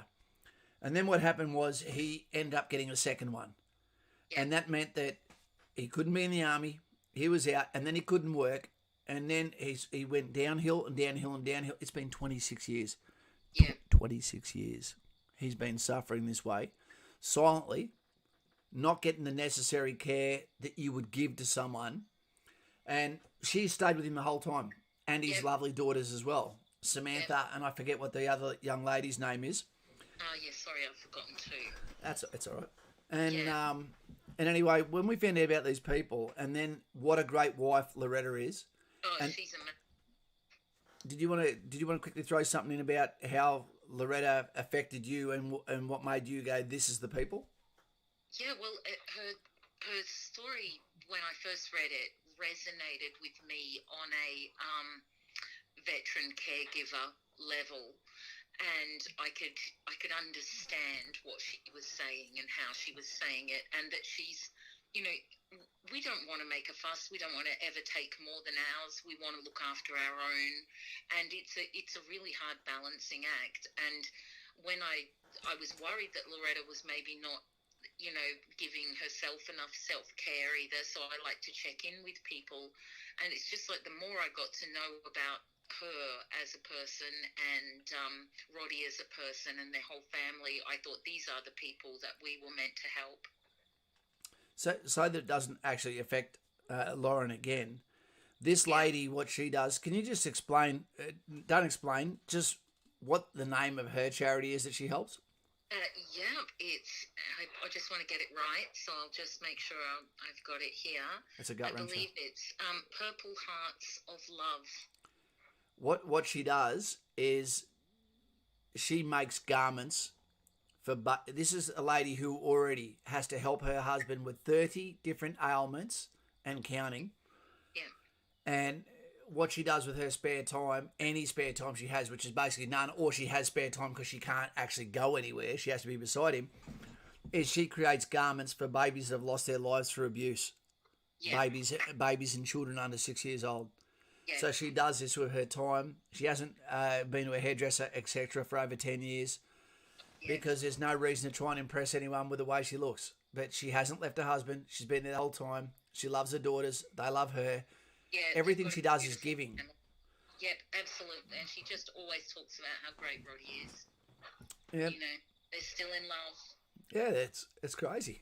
Yeah, they got a great love story, actually. I've had women lose affection for me halfway through the first date that they asked for.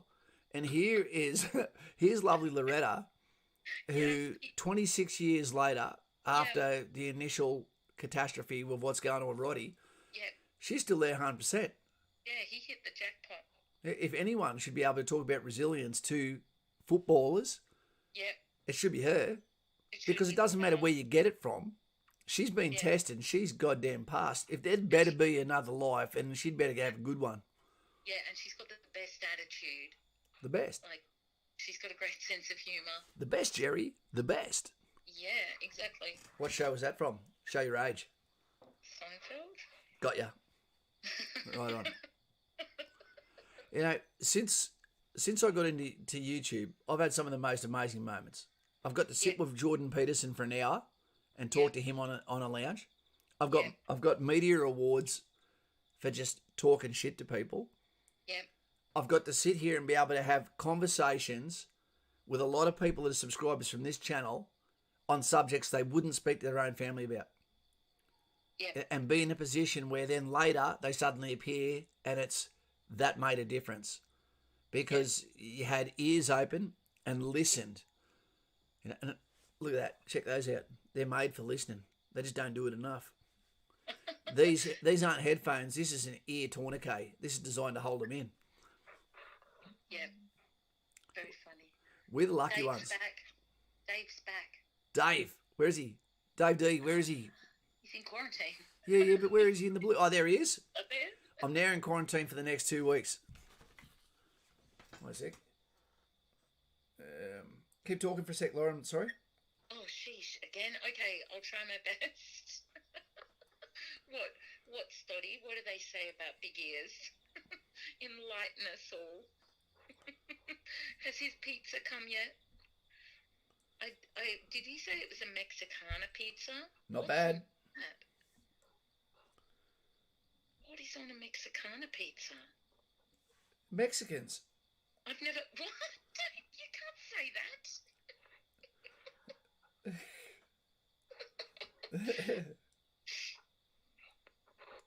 Wait 2 seconds. You can only be racist if you are. Stay in the flags, okay? Let's just see if Senior D answers the phone. We cannot talk about military while this guy's on. Okay. Hey mate, how are you? Good, mate. Don't put your porn voice on with us.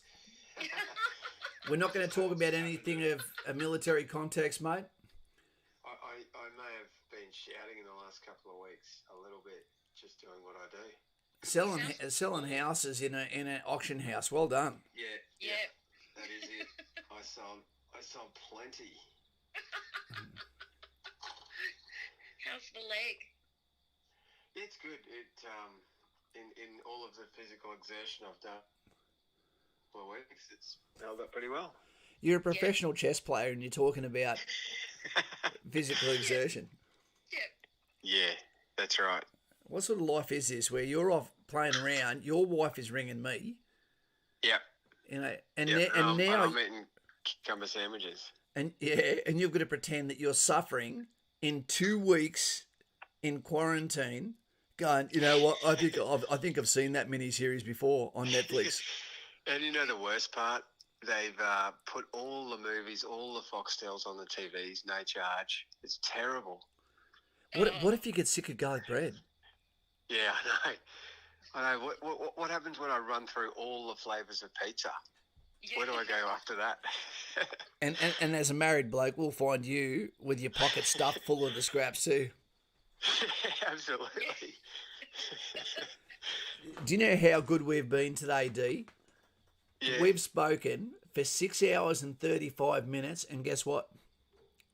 The microphone. Repeated yourself once. No, the microphone hasn't gone down once. Funny that, isn't it? Unbelievable. Shall I start mentioning Nope. the catchwords? No. Danger. Yeah. So you're a happy man. Yeah, absolutely. I've had a great time over the last couple of weeks doing what I do. And you've made some great friends too. Absolutely. There's a bunch of awesome people out there that you just have to get out and do what you have to do to come into contact with, and you won't regret it if you can read between the lines. From the horse's mouth, so to speak. Yeah, lifelong friends. That's what it's all about. If you can find those people that you really click with, and you all got a common interest, but also common passion, common calling, and you put together in a pressure cooker situation, it is just absolutely golden what comes out the other end. And you'll know these people for life. How many times did you laugh while being in adverse conditions? Oh, per day? Yeah. Per hour? All the time.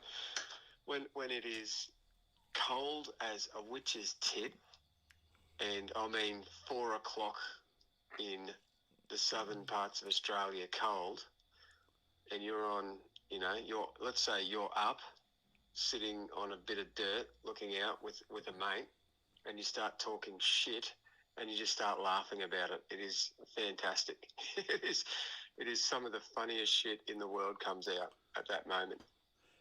There is something about doing picket that is probably one of the biggest grafting mateship things that people just don't think about that happens in the military. Yep. And what do I mean by that is that every position needs to have security, which means that that is covered off on at least 3 points, 10, 2, and 6, etc., which would be machine gun posts, which become the front door exits from a military organisation in the field. Now, those positions, you don't get to choose who you go on with, but you'll get told this is when you're going on, and you're going on for maybe 2.5 hours, maybe 2 hours. What was your longest? 90 minutes. 90 minutes. Okay, an hour and a half because you had large sections. That's fine. But you add rain to that, or sleet, or fog, or you name it, danger. Yep. It bonds you. You're not supposed to talk. That's all you do is talk. You just sit there and you get to know each other. Yeah, that's the moment. You don't have, when you're walking around, or you're not really walking around much, but when you're doing normal stuff, you have normal conversations. When you're sitting there with absolutely nothing else to do but deal with the shit, then you have real conversations. And that's when you really get to know people, and it's when you really get to know yourself as well. Yeah, it's true, mate. I'd say, I talk to people all the time. I think Lauren's phone just went dead. Basically, what happens is when you go to a barbecue, people will talk about stupid shit. They'll talk about sports. They'll talk about footy. They'll talk about cricket. They'll talk about, how the kids, all that. It's not what they want to talk about. And it's not until they get liquored up until you get to the last stragglers of a backyard barbecue where all of a sudden people go, well, what do you think about this? And then real conversations start to appear. And then that's how you end up with people that never go home, because they just, it's so rare to have those conversations. Well, those conversations happen every day in the military. Yeah, all the time. There's not a single subject that you can't talk about. And if someone's really butt-sore about a subject, you just say to them, okay, let's have a debate on it. Now you've got to say why it's good instead of why it's bad. Yeah, and you seek out those people who've got something weird to talk about, something that's a little bit edgy or a little bit strange or a little bit funny. Yep. And you probe them about it, and you find you try and stick a bloody lever underneath it and pry it open and get them to talk about where the hell did that come from. Well, and sometimes it's bloody hilarious. Sometimes you learn something. Well, if you can't talk about a sensitive subject, then how the hell can you talk about yourself if you're having a hard time? Yeah, for sure. So you need to be able to communicate about all topics, because you just may have to. Yeah. And that's where that's where wisdom comes from. One of the first things you learn in these kind of jobs is there is no sacred topics. No. Like it doesn't matter what it is. Like it can go from things that you cannot speak about on, in your regular life, but you can speak about anything, and you have to, because you have to know each other inside and out in these kind of situations, don't you? Well, here's a valuable question to all of those listening at the moment. For someone that is in the corporate executive level in civilian life, how different is the world that you've been in for the last 6 weeks plus? Oh, which is more honest? Oh, absolutely. What I've just been doing is absolute flat strap. Your own performance in the last 15 minutes is what matters most. So you might have had a great day yesterday, but if you fucked everything up this morning, you're a fuckhead. You got to keep the language down. You've changed now, potty mouth. For that, you can eat a Brussels sprout. Yeah. If you do it again, right. if you do it again, I'm going to drink a Pepsi. Okay. Oh, jeez. Better be careful. They made me do it before. Yeah. Far out. See, I held myself then. I've still got something totally different. I've still got its body in front of me. A filthy can of Pepsi. That's terrible. That is a fate worse than death. And do you miss Erin more than your Everest, or your forward Everest more than Erin? No, definitely I miss Erin. That is one of the things that absolutely crystallizes in your mind is what's important to you. When you're away from family, when you're doing something a little bit tough, I'm not going to say it's that tough, but it's a little bit hard. It makes you think about those sorts of things. And I definitely spent a lot of time. Like, I did one thing. I went away and I didn't take my wedding ring with me because I had this great intention. I wasn't going to ruin it. I wasn't going to lose it, whatever. But, geez, I wish I had it with me. That's a nice thing to say. Make sure you tell her that. Yeah, I have. And I've sent her a photo since I got back, because she sort of got it delivered. She got a few things delivered to me up here in this fine establishment that I find myself in for the next couple of weeks. So, yeah. Yep. But you'd be surprised. You wouldn't be surprised, but other people might be surprised at some of the human touches that makes such a difference when you're in a tough situation, or you're in austere environment, shall we call it, when you're eating shit food and you're doing shit things that are still fun, but they're shit.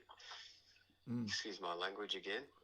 But those human touches make a big bloody difference. Those letters from home, you've said it yourself, a letter, take stamped envelopes. That's the best advice. Take stamped envelopes, send some letters, get some letters, because those human touches when you're doing something tough are an absolute game changer. Can you say that one more time? Because that's the one thing that I tell people. You cannot explain to someone you've seen it now, what it looks like to see a platoon sergeant come down a hallway and call your name and say you actually have mail. How exhilarating it is for the person that gets it, unless it's a bill. And the other one is what it's like for the people that don't get something. Yeah. When you are one of the few people who gets something, it is, oh shit. Pause. When you're one of the few people that get something and everybody's looking at you with those jealousy in their eyes. Like, hey, jealousy. Yeah. Sorry. He got something. What did he get? And they all want to see what did you get? What did you get? Did you get pictures? Did you get what did you It is the best thing in the world. Yep. You don't get a lot of time to read stuff, but it is absolutely awesome. And the other thing is when you don't get a lot of spare time when you're doing some of these things, you take a bit of time whenever you got it. You smash out a letter in sentences at sometimes. You write one sentence now and you write one sentence an hour or two later. But eventually, over a course of a day, you get something together which makes half sense. You get it away. And it's something that they treasure for a long time. And something when you read back, I'm sure when I read back some of the garbage that I wrote in the last couple of weeks, it's going to be hilarious to me, but it's going to mean something to both me and my family. Well, Lauren used to, and you can times all of that by more than 10 when you're talking about someone being overseas, where you don't have absolutely. A single personal effect with you except some letters that are stuffed into a pocket in a ration bag that is there to keep it dry, your favourite letters. Lauren used to send letters to her ex-husband's soldiers, the ones that get nothing, to make them not feel like the orphans. Yeah, that's fantastic. Like I have a small taste of what that must be like now. Yeah. And from the small taste that I've had, it's bloody amazing, and people need to really take that on board and understand, like, the things that we take for granted in the regular existence of our lives mean so much when you haven't got them. And that goes for any aspect of life. For those people that you look around, people who don't have stuff, I mean, the smallest things can make a massive difference. Well, here you go, Dave, while we're here tonight. It's funny how people can be, Kaz, I can't believe you can speak for 6 hours and 46 minutes at the moment. We've got 54 people at the moment, but 1,634 people that have watched this today. The one thing that we all have in common that Roddie doesn't have in common with us is we can all go for a walk, go to the bathroom, and come back here. He can't do that. And as you say, the little things we take for granted. Tomorrow, when this is all said and done, and I've got a bit of cotton mouth and a stronger looking jaw from yapping, which is not a surprise to anyone that I've ever worked with, that he is still going to not be able to walk to the toilet. And it's not like he's actually crippled as far as paralyzed. The difference is he can feel everything that's happening. He can feel his feet are bunched. He can see that his wife has to come into his personal zone and do things for him that he can't do for himself anymore, where the lack of self-respect, could come in and take its toll. So that's why when you hear the different scales of the life and of the world, it's just crazy what we take for granted and how quick it can change tomorrow. Yeah, absolutely. And any time that you can, even if it's taken 5 minutes out of your day or giving something that you can afford to give away to help people in those kind of situations, it's worth it absolutely every single time. Yep. That's what's so great about this channel and everybody who's involved with it is it's a bunch of people coming together and making a difference wherever we can for people in those kind of situations. Yep. And as we discussed earlier, while you were on the bus with the wheels going round and round, it's crazy to think that now that 1,638 people will always be able to say, do you remember the day that we did the stream all day? You know? And those are the little things that you go, well, a bit of hardship now or a little bit of something that is different now, how much more we got out of today than the recipients of what we're here for.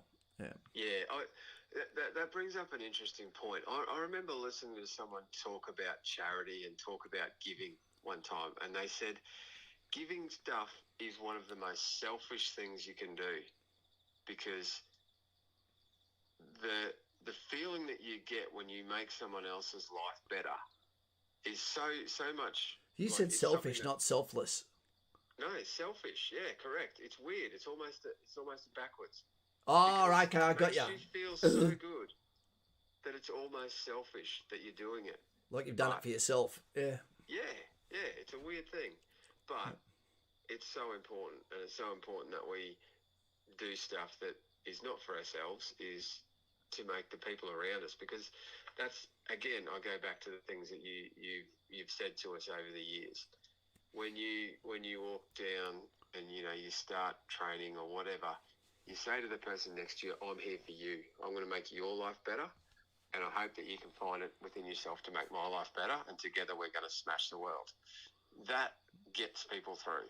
I know that now from personal experience. That not only gets you through, that leads you to top performance, that mentality. And if we can spread that a little bit wider and get people that we find that need a leg up, then bloody fantastic.